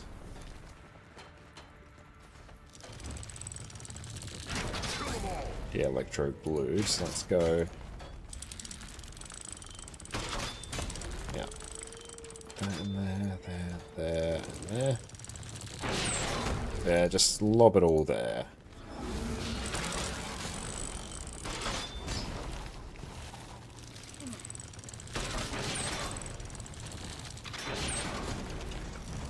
It's atrocious. I love it.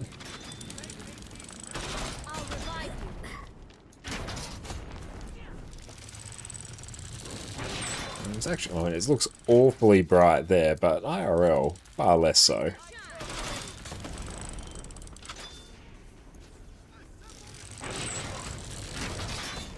Yeah, I'm just going to load up on testimonies. They are, aside from spirit shards and gifts of battle, the testimonies are going to be very important for finishing off map completion. So we can just instantly complete all the hero points in Quarteria.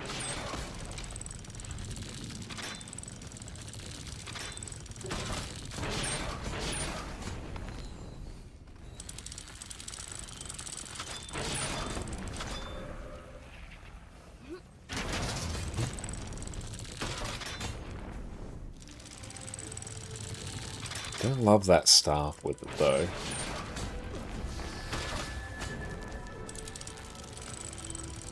Something that is not that.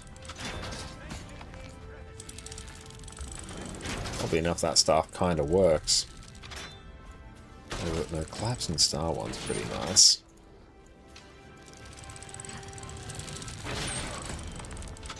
I quite like that.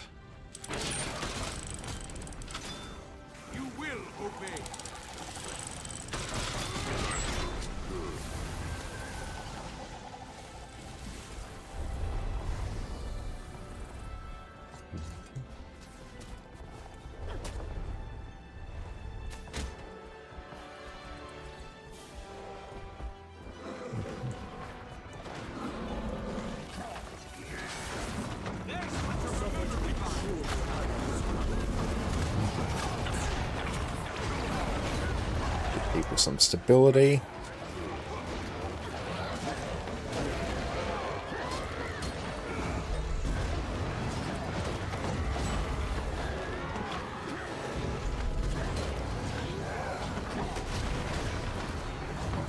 Wow, you do really have ample energy to make this work.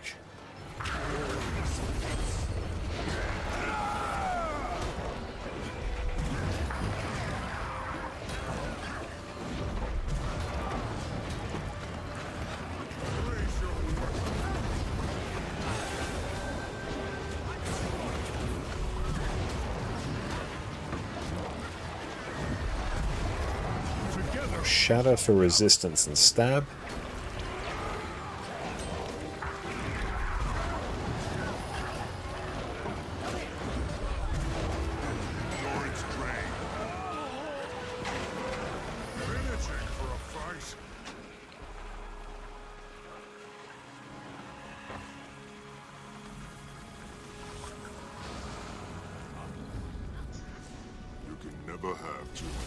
And make sure we glide down.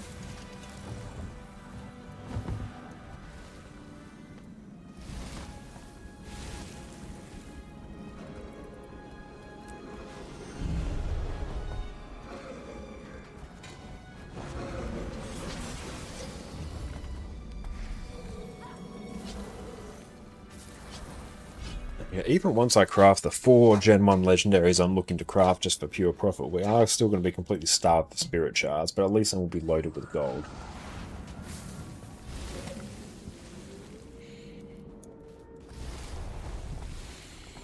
It'll be good, particularly when there's a world vs. world rush. That might be a time where we no life world versus world for a bit. Because yeah, if I could finish off every gift of battle I'd hypothetically need for the upcoming Aurine legendaries, that would be a nice one to tick off. And then I want to do that across a few more accounts as well, because there are other accounts where I can actually craft legendaries for and sell.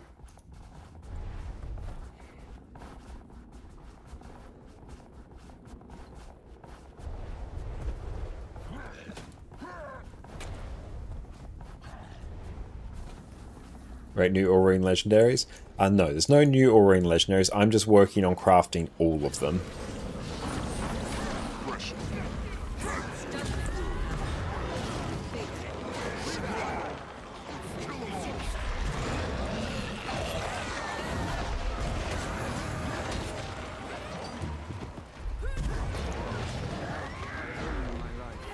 Together we shall gallop.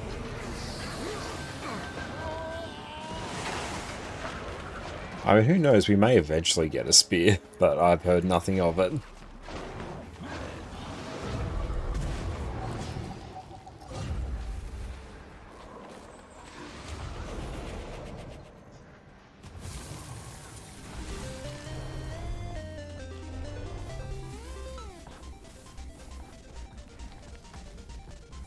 To the league here. Oh cool, we're in bronze now, that's good. It means we get more pips next week.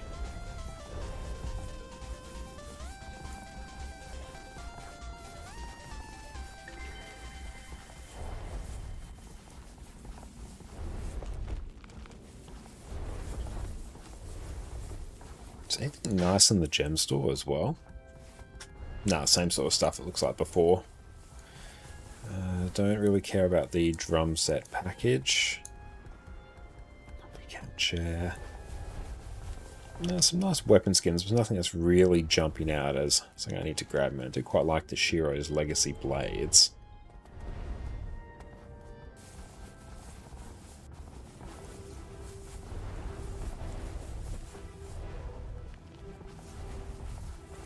Are there any Weathersword war tracks that are better than others, excluding Gift of Battles? Anything you should prioritize? Unclear. You can check the website Fast Farming. They will show you which ones are the most profitable. I'll bring it up in a moment.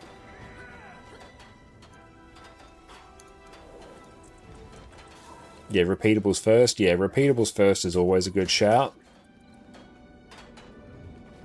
I'll wait till Fast Farming loads. It's going to take quite a while.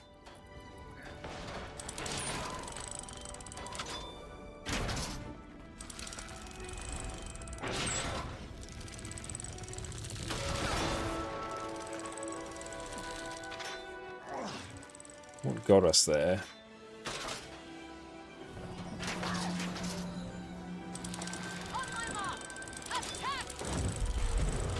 To get the hero's banner as well.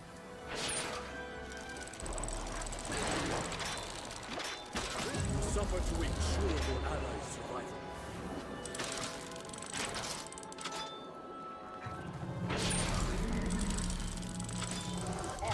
Lord, the fast farming site takes a long time to load.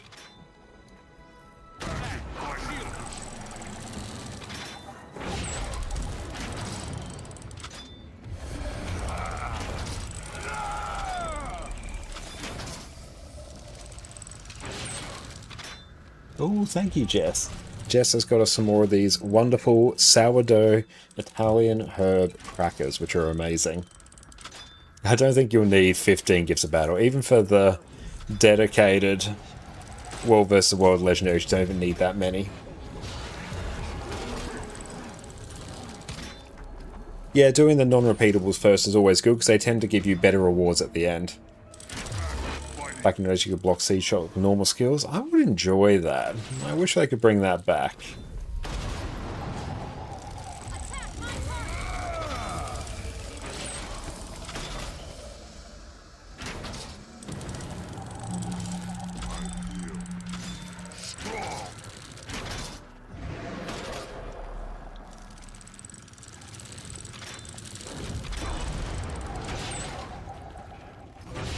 Suffer to ensure your allies' survival. Focus. Concentration. There we go.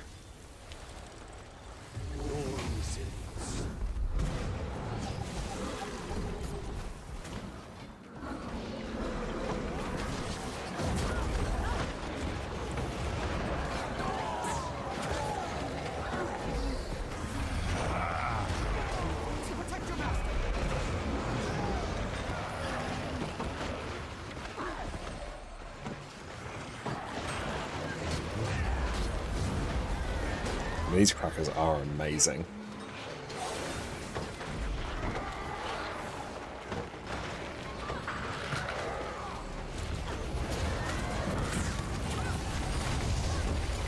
None may harm you while I am here.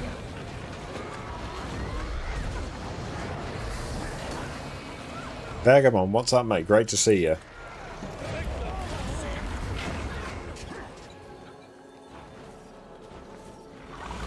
And they're going to bring back that too, otherwise Ventari revs could stop all Trebs and Castle with no effort. As a rev main, I like the sound of that. I don't see anything wrong with that at all. That sounds like a hell of a time.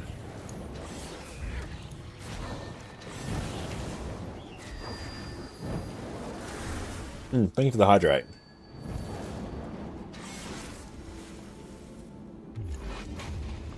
Kept forgetting that my elite skill there keeps me in combat.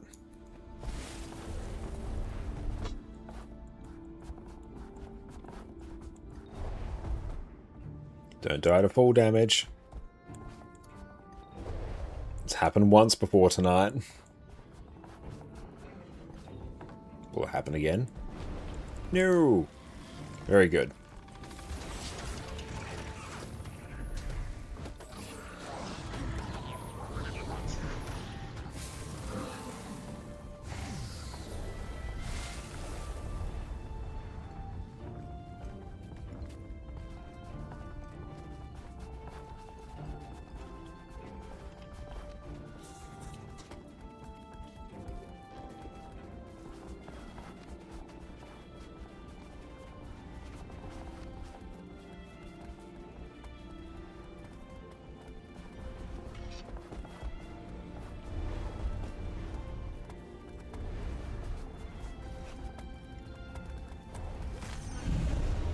How are we doing on testimonies? Need 189.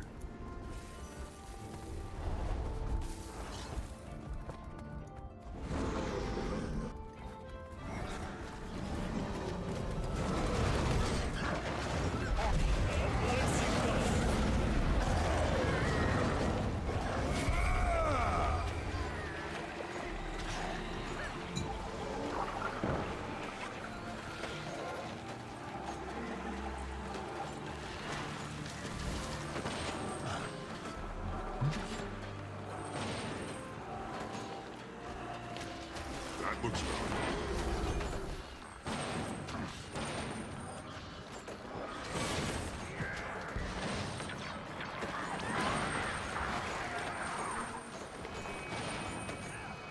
Kill them all.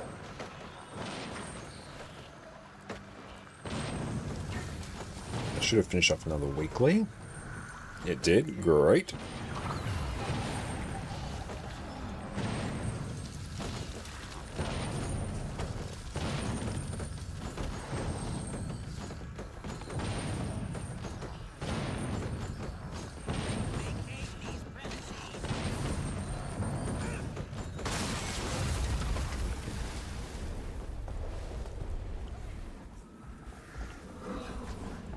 We even have enough to build this.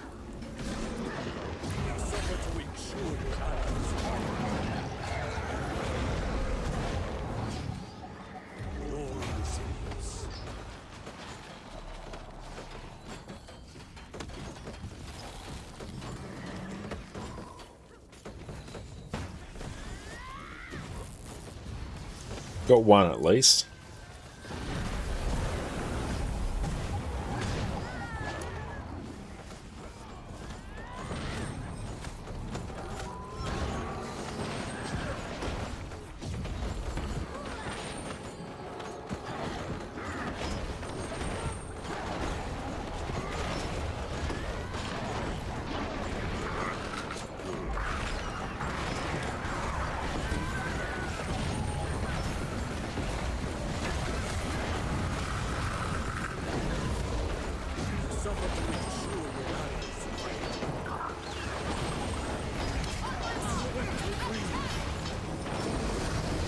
All the extra healing here is going to be nice.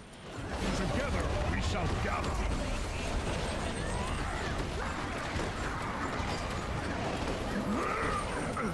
How long does it take to cap the weekly skirmish tickets? That is a good question. The wiki might have an actual estimate for the amount of time that it would take.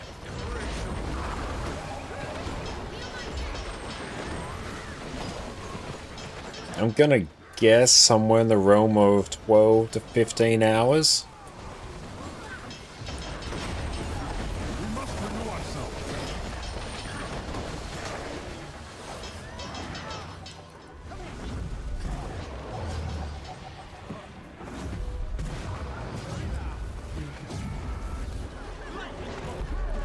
Annabelle, you finished crafting your Primordus way to Legendary as well? Excellent! So it's medium Legendary armor. That is excellent. Well done.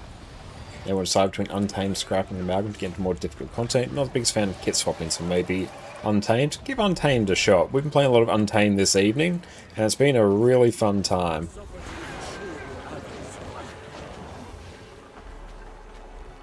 But you see way more engineer specs been used in raids and fractals. It's mainly because things like Mechanist and Scrapper are incredibly easy for people to play and have a lot of quality of life. And Amalgam as well as amazing burst damage. Untamed is still really, really good. It's just that less people play it. Which is on the end, is Untamed better than Galeshot? Different, I think is the word. I think if you want the longbow camping playstyle, you're going to achieve far higher DPS just by being on Galeshot, because it's actually designed around it. But you can do some really cool stuff on Untamed, because I was running 2 longbows, so double longbow. And we were basically spamming Let Loose and the ambush skill, because the ambush skill on longbow recharges your other longbow skills. So you basically are using rapid fire, point blank shot, and barrage way more than what you otherwise would. Working on Untamed Rapid Fire Ranger first time playthrough, it's super fun. It's really, really enjoyable to play.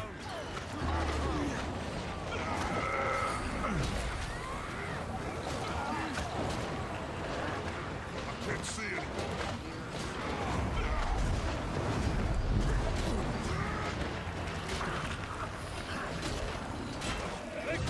Suffer to ensure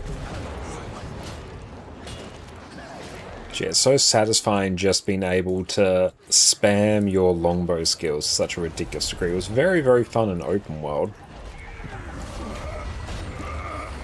So it's because you can take the marksmanship traits that makes it so your point blank shot gives you quickness, and because that gets its cooldown reduced significantly whenever you use the longbow ambush, you just have like insane amounts of quickness on you.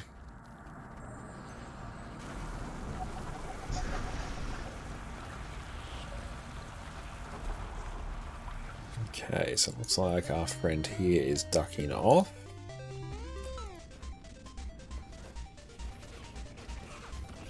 Let's go gather here.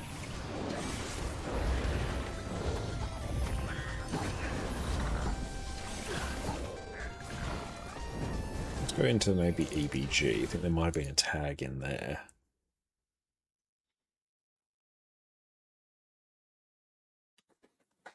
They actually do have a calculator on the wiki. Excellent.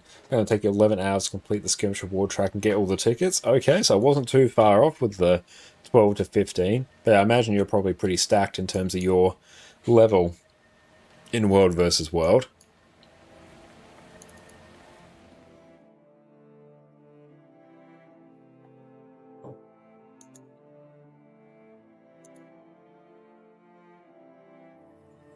Let's see. Might be flipping some camps for the meantime.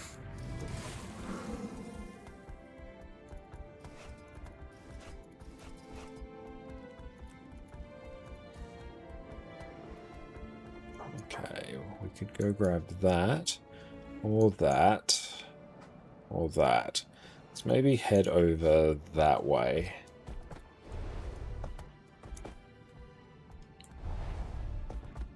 I won't worry too much about food. So we're on 13 of 40 now, gradually getting there. That will start to speed up in time. in World War you can get a certain amount of tickets. Yeah, there's a certain amount of tickets you can get each week, and eventually you will cap it out.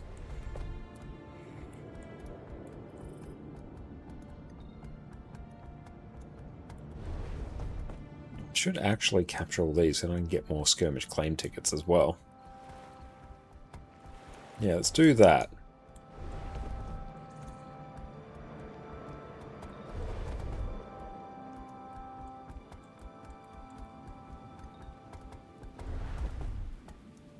So I'll be able to do some stuff with the skirmish claim tickets, namely, I'll be infusions on Mystic Clovers. I probably want to cash out as many Mystic Clovers as is humanly possible.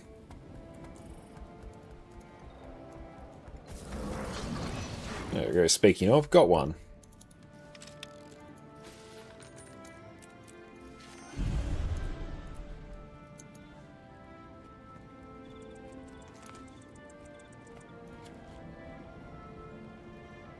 "24 hours if you're lowest rank, no commitment pip, and always third place." Okay, well, even then that's not too bad. Like, it's a lot. You're going to be no life in a bunch of World vs. World for the week, but it's a achievable amount. A couple hours a day you could do that.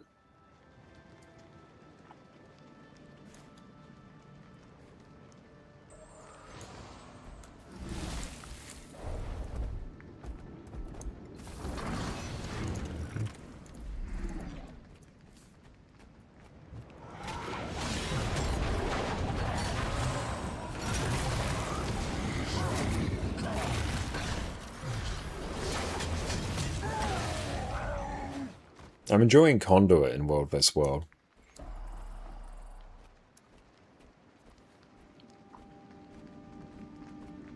A couple hours a day would only get you 14 hours. Yeah, if a couple is 2.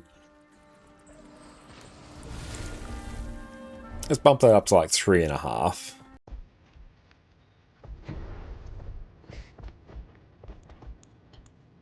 $3.5 work? Yeah, that would.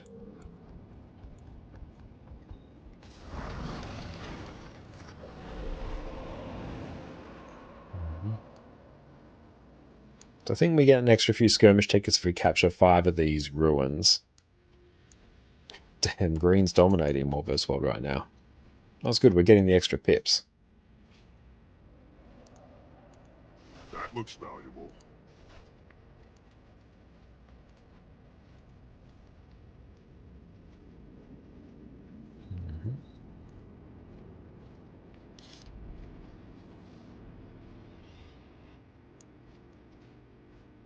Oh, it's a very pretty icon. Never noticed that before.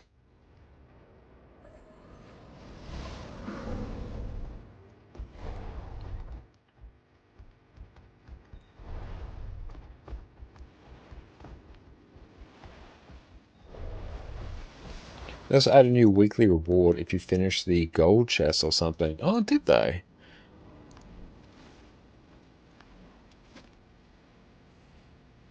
I'll take a look. I think first place gets 150 bonus tickets. Okay, that's cool.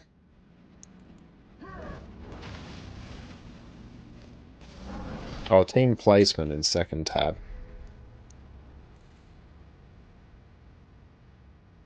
Match history.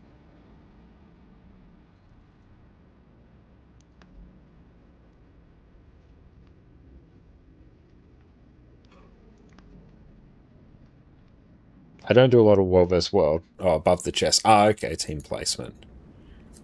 Reach platinum to earn qualification. Okay.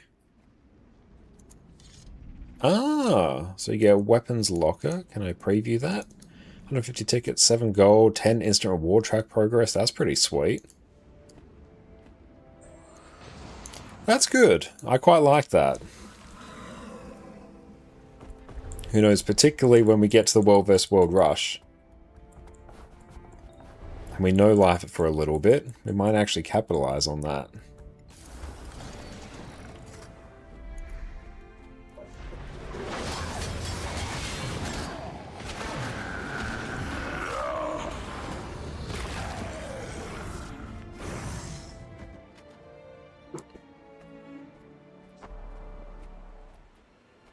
It's going to say anything to make World vs. World more rewarding, because it's not a particularly rewarding game mode.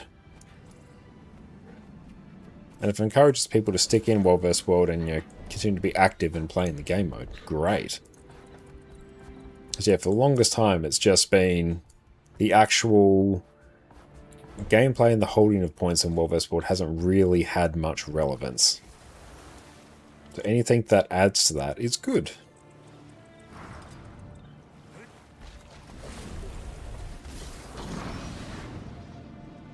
And just collect 6 legendary war insights. They're costly with ticket to keep them back.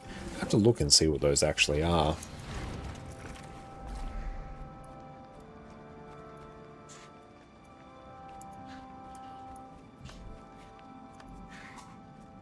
Approaching halfway.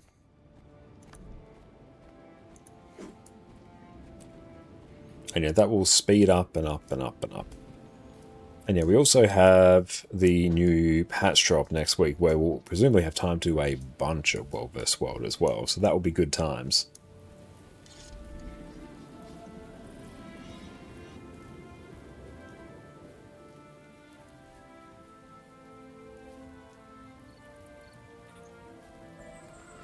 Let's capture one more.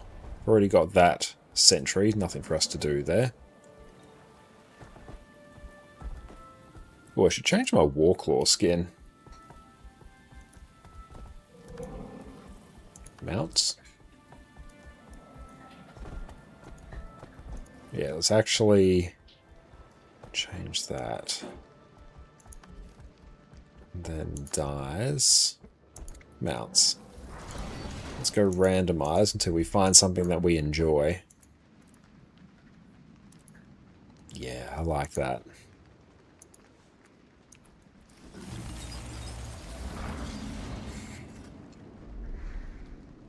And then we also have that camp, which we can go nab.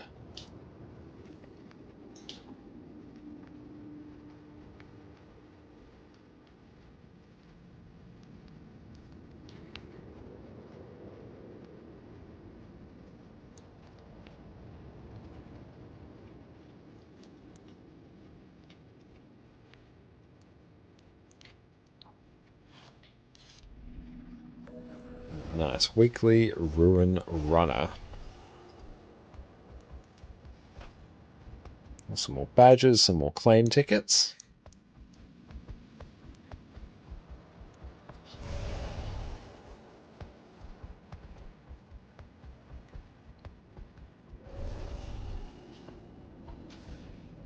What do we have here? Scourge. Could potentially do that.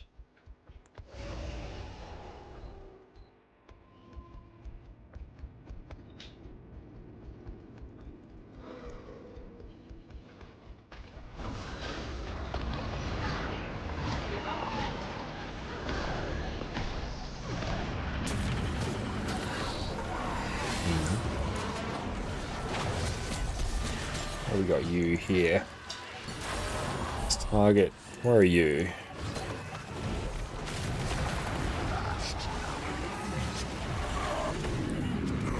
Let's convert some of those boons.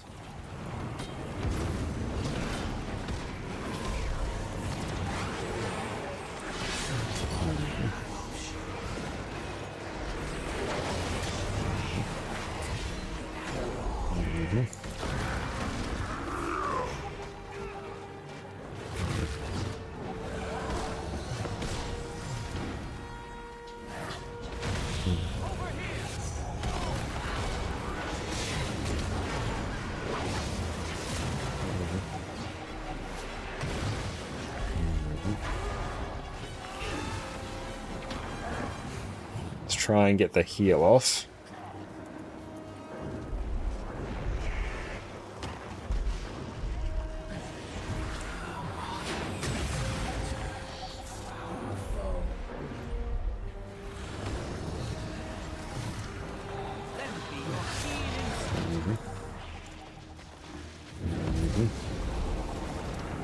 What we got here? We've got the thief here. Oh, damn, they locked us down there. Okay, so we can actually... If I actually focus more on just getting the down, then we are okay.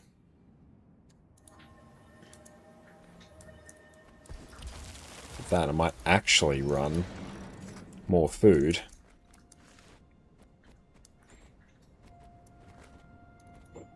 Alright, let's grab that. That. There we go.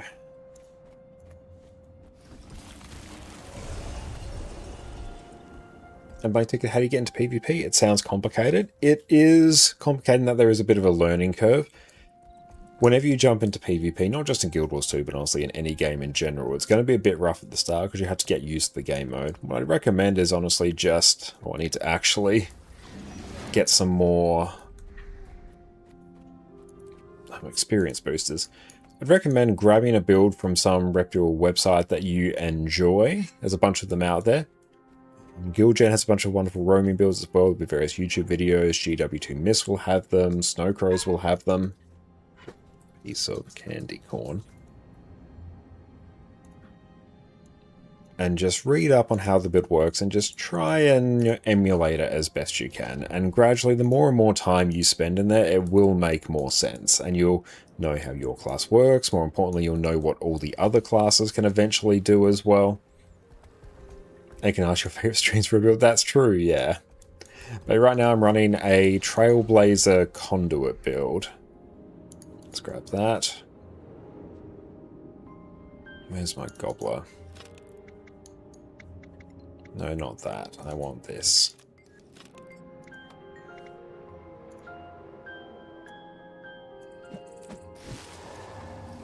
There we go.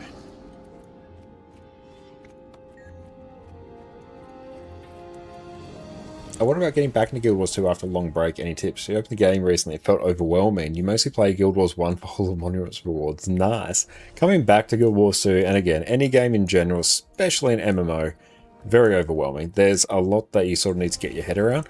What I'd recommend doing is either pick up with the story where you left off, or maybe work your way through the story again. The story is going to give you a bunch of mastery points, which is a very important point for progression of your character. After you reach level 80, one of the main things you'll do to quote-unquote upgrade your account is maxing out your mastery points to unlock more and more account-wide bonuses. And story gives you a huge bunch of those and opens up a lot of different areas of the world for you as well to explore. And it's also a good avenue to sort of get your bearings and figure out what kind of content you want to do. What goals do you want to strive towards? What legendaries do you want to unlock? What skins do you want? And what experience do you enjoy? So it's a really good avenue for just getting used to that again. Alright, so let's nuke this.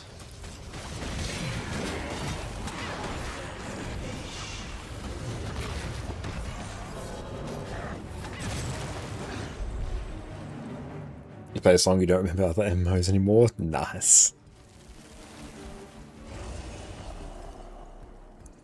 Okay, I'll take that down this as well.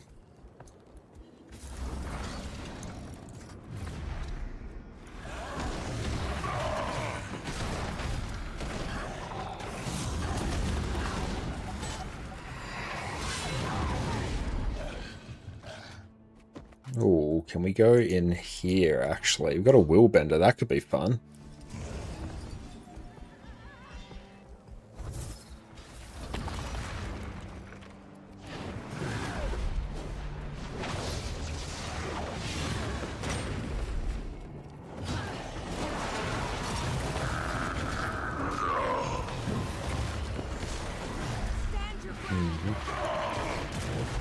Okay, so let's try and deal with our friend here again.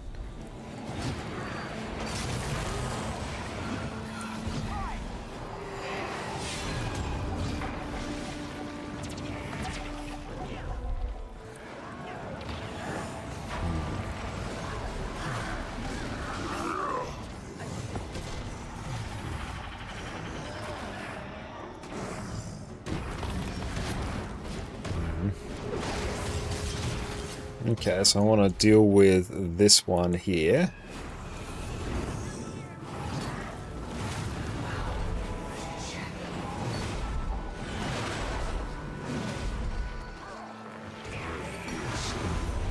let's pop you down here.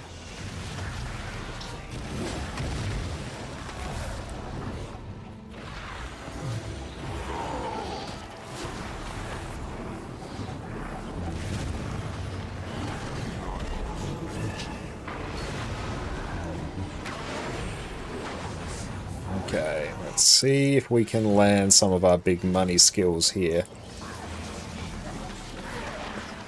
Oh, yeah, so they got the stun lock there. I have ignition.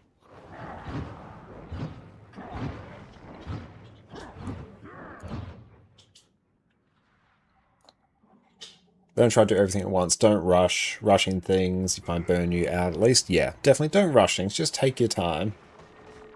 I chose you. What we got there? Let's maybe just try and grab one more camp so we can at least keep up our participation before we sign off for the evening. Okay, so there I was burning my dodges a bit too much, and at points when the burst was coming in, I should have swapped over to staff. Just for a bit more defense and Condi cleanse. Good, spirit shards are gradually building back up there, which is good to see. We're well capped out on Obi shards. I'm good for them for the foreseeable future.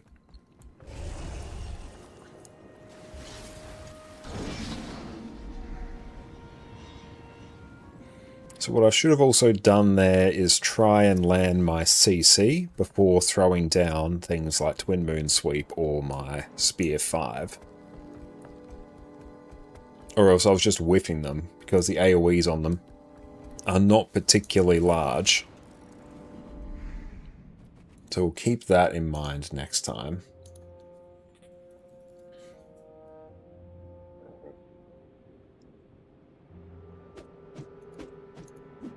We'll just wait until that becomes attackable.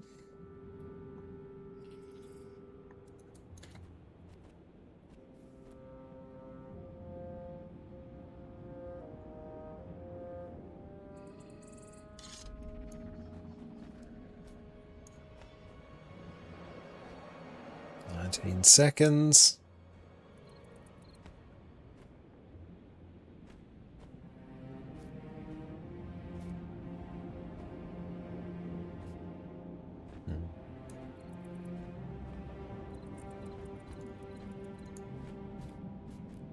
Alright. Let's group everything up around here.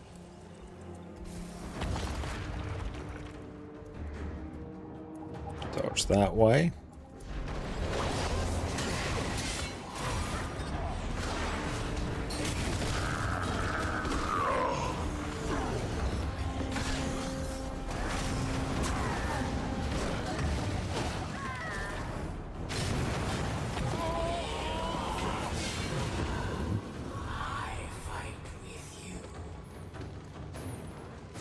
Very good, that's all taken care of.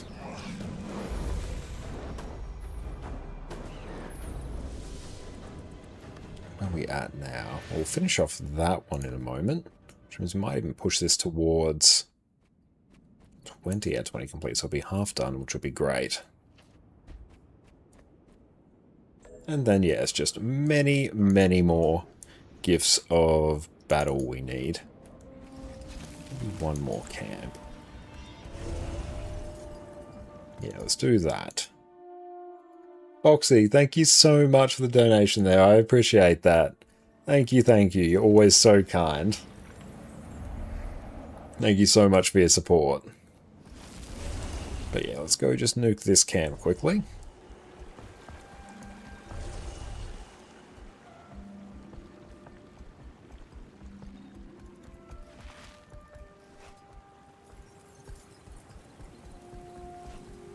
I don't like the uncommon boxes because you can't sort them properly. I always find it super jank.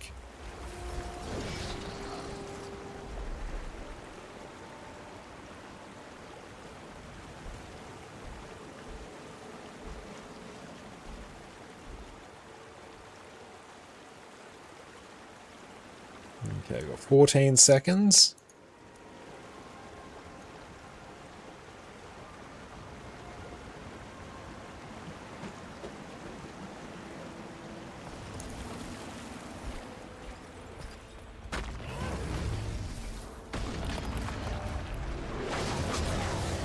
Big ping spike.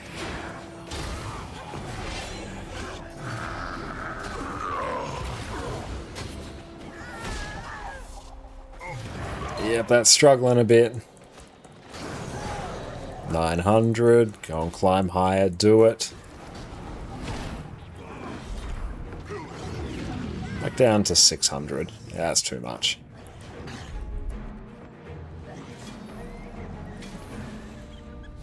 Nice, we've ticked that one off.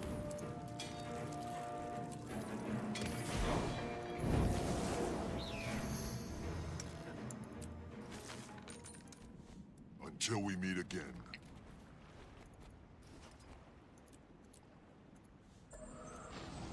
Excellent, bunch more shards. Let's go. Maybe just park our character here for now. Then let's take a look and see who else is on today.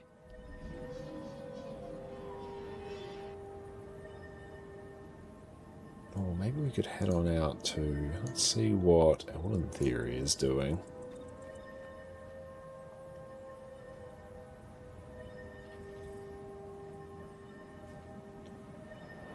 Yeah, let's do that.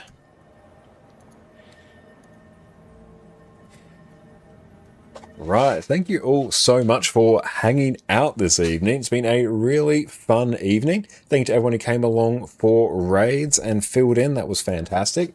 Glad we're able to at least get the dailies done there. And we had some, honestly, really good times with double short bow Untamed. I had a good time with that. And yeah, progress has been made in World vs. World as well, which is phenomenal. Because yeah, once we get the Gift of Battle done and then our remaining Spirit Shards, that then opens us up to be able to craft our first Legendary to be able to sell, and from there, once we get Spirit Shards and Gifts of Battle, we can start really snowballing that into a bunch of gold. But yes, thank you all so much. We're coming back not on Sunday this time. Won't be streaming on Sunday because it's Mother's Day here in Australia, so Jess and I will be hanging out with family then, but we're going to be streaming on Sunday evening instead. So looking forward to, not Sunday evening, Saturday evening. I'm not streaming Sunday, we'll be streaming Saturday. So yeah, look forward to seeing everyone then. I'll make sure I post an update in my Discord about that. But for now, you'll take care. We're going to catch you all on Saturday, and cheers.